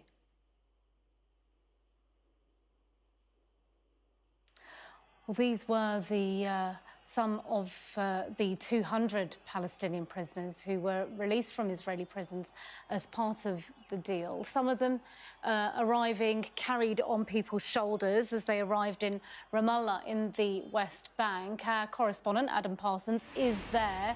Adam, you watched as those coaches finally moved away from Ofer prison. Describe the atmosphere there and what you've been witnessing. Complete jubilation. I don't think there's another way of expressing it. So the coaches came. That building you can see behind me is where the prisoners who were released were taken, had medical checks, and then they were allowed out into a crowd that is grown and swayed and been full of cheering families, bystanders, friends, people who come to greet these prisoners. And for the past couple of hours, this place has just absolutely... It reverberated with a sense of relief and joy. The first thing, well, this morning we saw these coaches just at lunchtime leaving Ofer prison much earlier than anyone had anticipated and driven through the outskirts, the suburbs of Ramallah, through to here, right in the heart of the city. And as they came down the hill towards this recreation centre, they were swamped with people around the coaches, with plea, with sirens. It was a chaotic, noisy scene. And then as the prisoners came out, they were hoisted onto shoulders and carried down the road. We saw reconciliations between mothers and fathers and their children. In some cases, they hadn't seen them or hadn't been released for a decade, maybe 20 years in prison. Now, we've spoken to some of these prisoners. A number have told us that about the conditions they faced in Israel, have claimed that they were beaten, up until the very last minute. One prisoner telling me that he was beaten regularly, but always away from the cameras. Another person saying that this is a victory for the Palestinians and a victory for Hamas. And I think one theme that comes out of the crowd here, and obviously these are people who are fervent supporters of these Palestinian prisoners, is not just enduring support for Hamas, but solidified support for Hamas. As these prisoners were brought down here, there were regular chants pro-Hamas that rang out in the air. We spoke to a man called Mohammed there who said that this is the moment of victory. He said that this is what freedom smells like and tastes like. Now, this, of course, is part of this ceasefire process. Worth saying, there are other prisoners who've been released into Jerusalem. Israeli police, they're trying to keep a lid on any celebrations. I understand will drive them straight to the house, effectively take them out of the car, put them in that building. The majority of prisoners released today will not come either to the West Bank or Jerusalem. They're going down to the south of Israel, and they're going to be sent. About 70 of them have already been handed over to Egyptian authorities.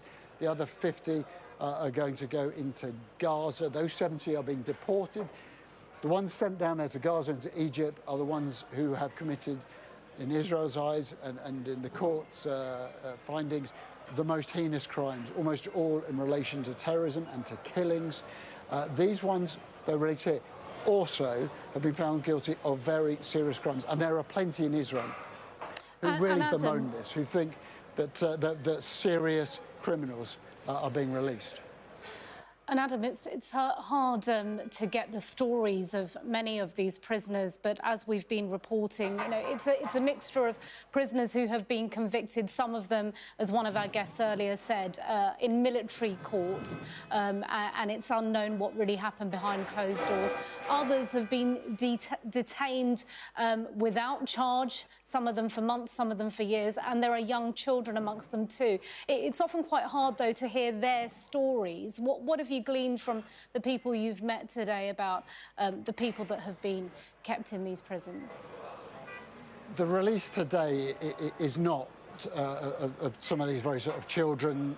These are people generally who've been convicted of serious crimes. Now, you can raise questions about these convictions. There is one man who's been released today who has just coming up to serving 40 years in prison. He was in prison in 1985 because of his affiliation with Fatah and other crime. There are those who absolutely maintain they've done nothing wrong other than their political affiliation. I mean, plenty of these people and plenty of their supporters consider these to be political prisoners. And yes, some have been detained for a very long time without trial. The average sentence served by the 120 people released today is calculated to be just over 14 years in prison. But according to those calculations, the total that they were due to be sentenced to is something like 12,000 years. It's extraordinary statistics, like almost 100 years on average per person because of these multiple life sentences. These 120 who have been effectively deported from Israel, almost all were serving life sentences, if not all of them. As for many of these people are now getting medical treatment. To be blunt, many of them look very sickly. People who clearly had significant injuries. A man came out and had a bullet wound through his face. Another man we spoke to was rolled up his trousers and showed the bottom of his legs where he said he had been regularly beaten. But that sense of jubilation that came from them, make no mistake, these people who are being released here and those huge crowds who come to greet them regard this as a sign of victory against Israel.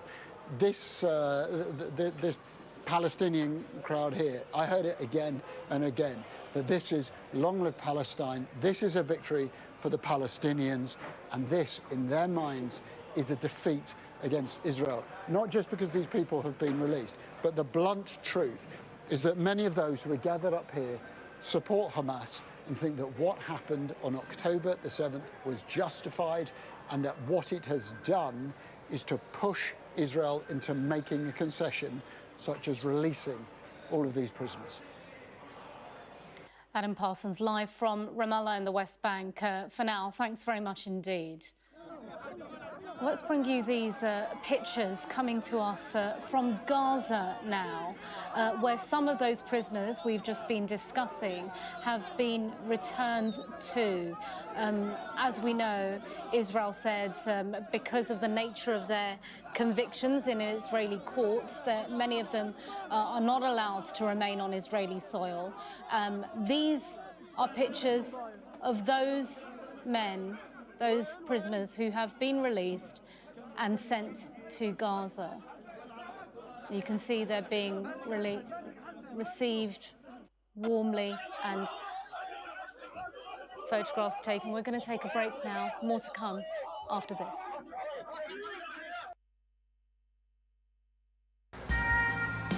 This is how you travel when the mafia wants to kill you. He's almost given up his own freedom. But that's the price he's willing to pay. Here, they don't just arrest and Ndrangheta mafia members, they also live among them. Time after time, I've seen the devastating impact of extreme weather and climate change. We don't have much snow at the moment. They've had a warm spring and exceptionally hot summer, and that means they're expecting to lose more than 3 times the amount of ice than they usually do. Flames are still forcing people from their homes and leaving many questioning their futures. Here was my life. We have nothing. I can't say anything. It's so sad. This disaster is testing the resolve of everyone on this island. The only way out now is by boat. Everything you see is devastated, and the misery being felt by people living here is repeated in towns and villages across Central Europe. Sky News. Get the full story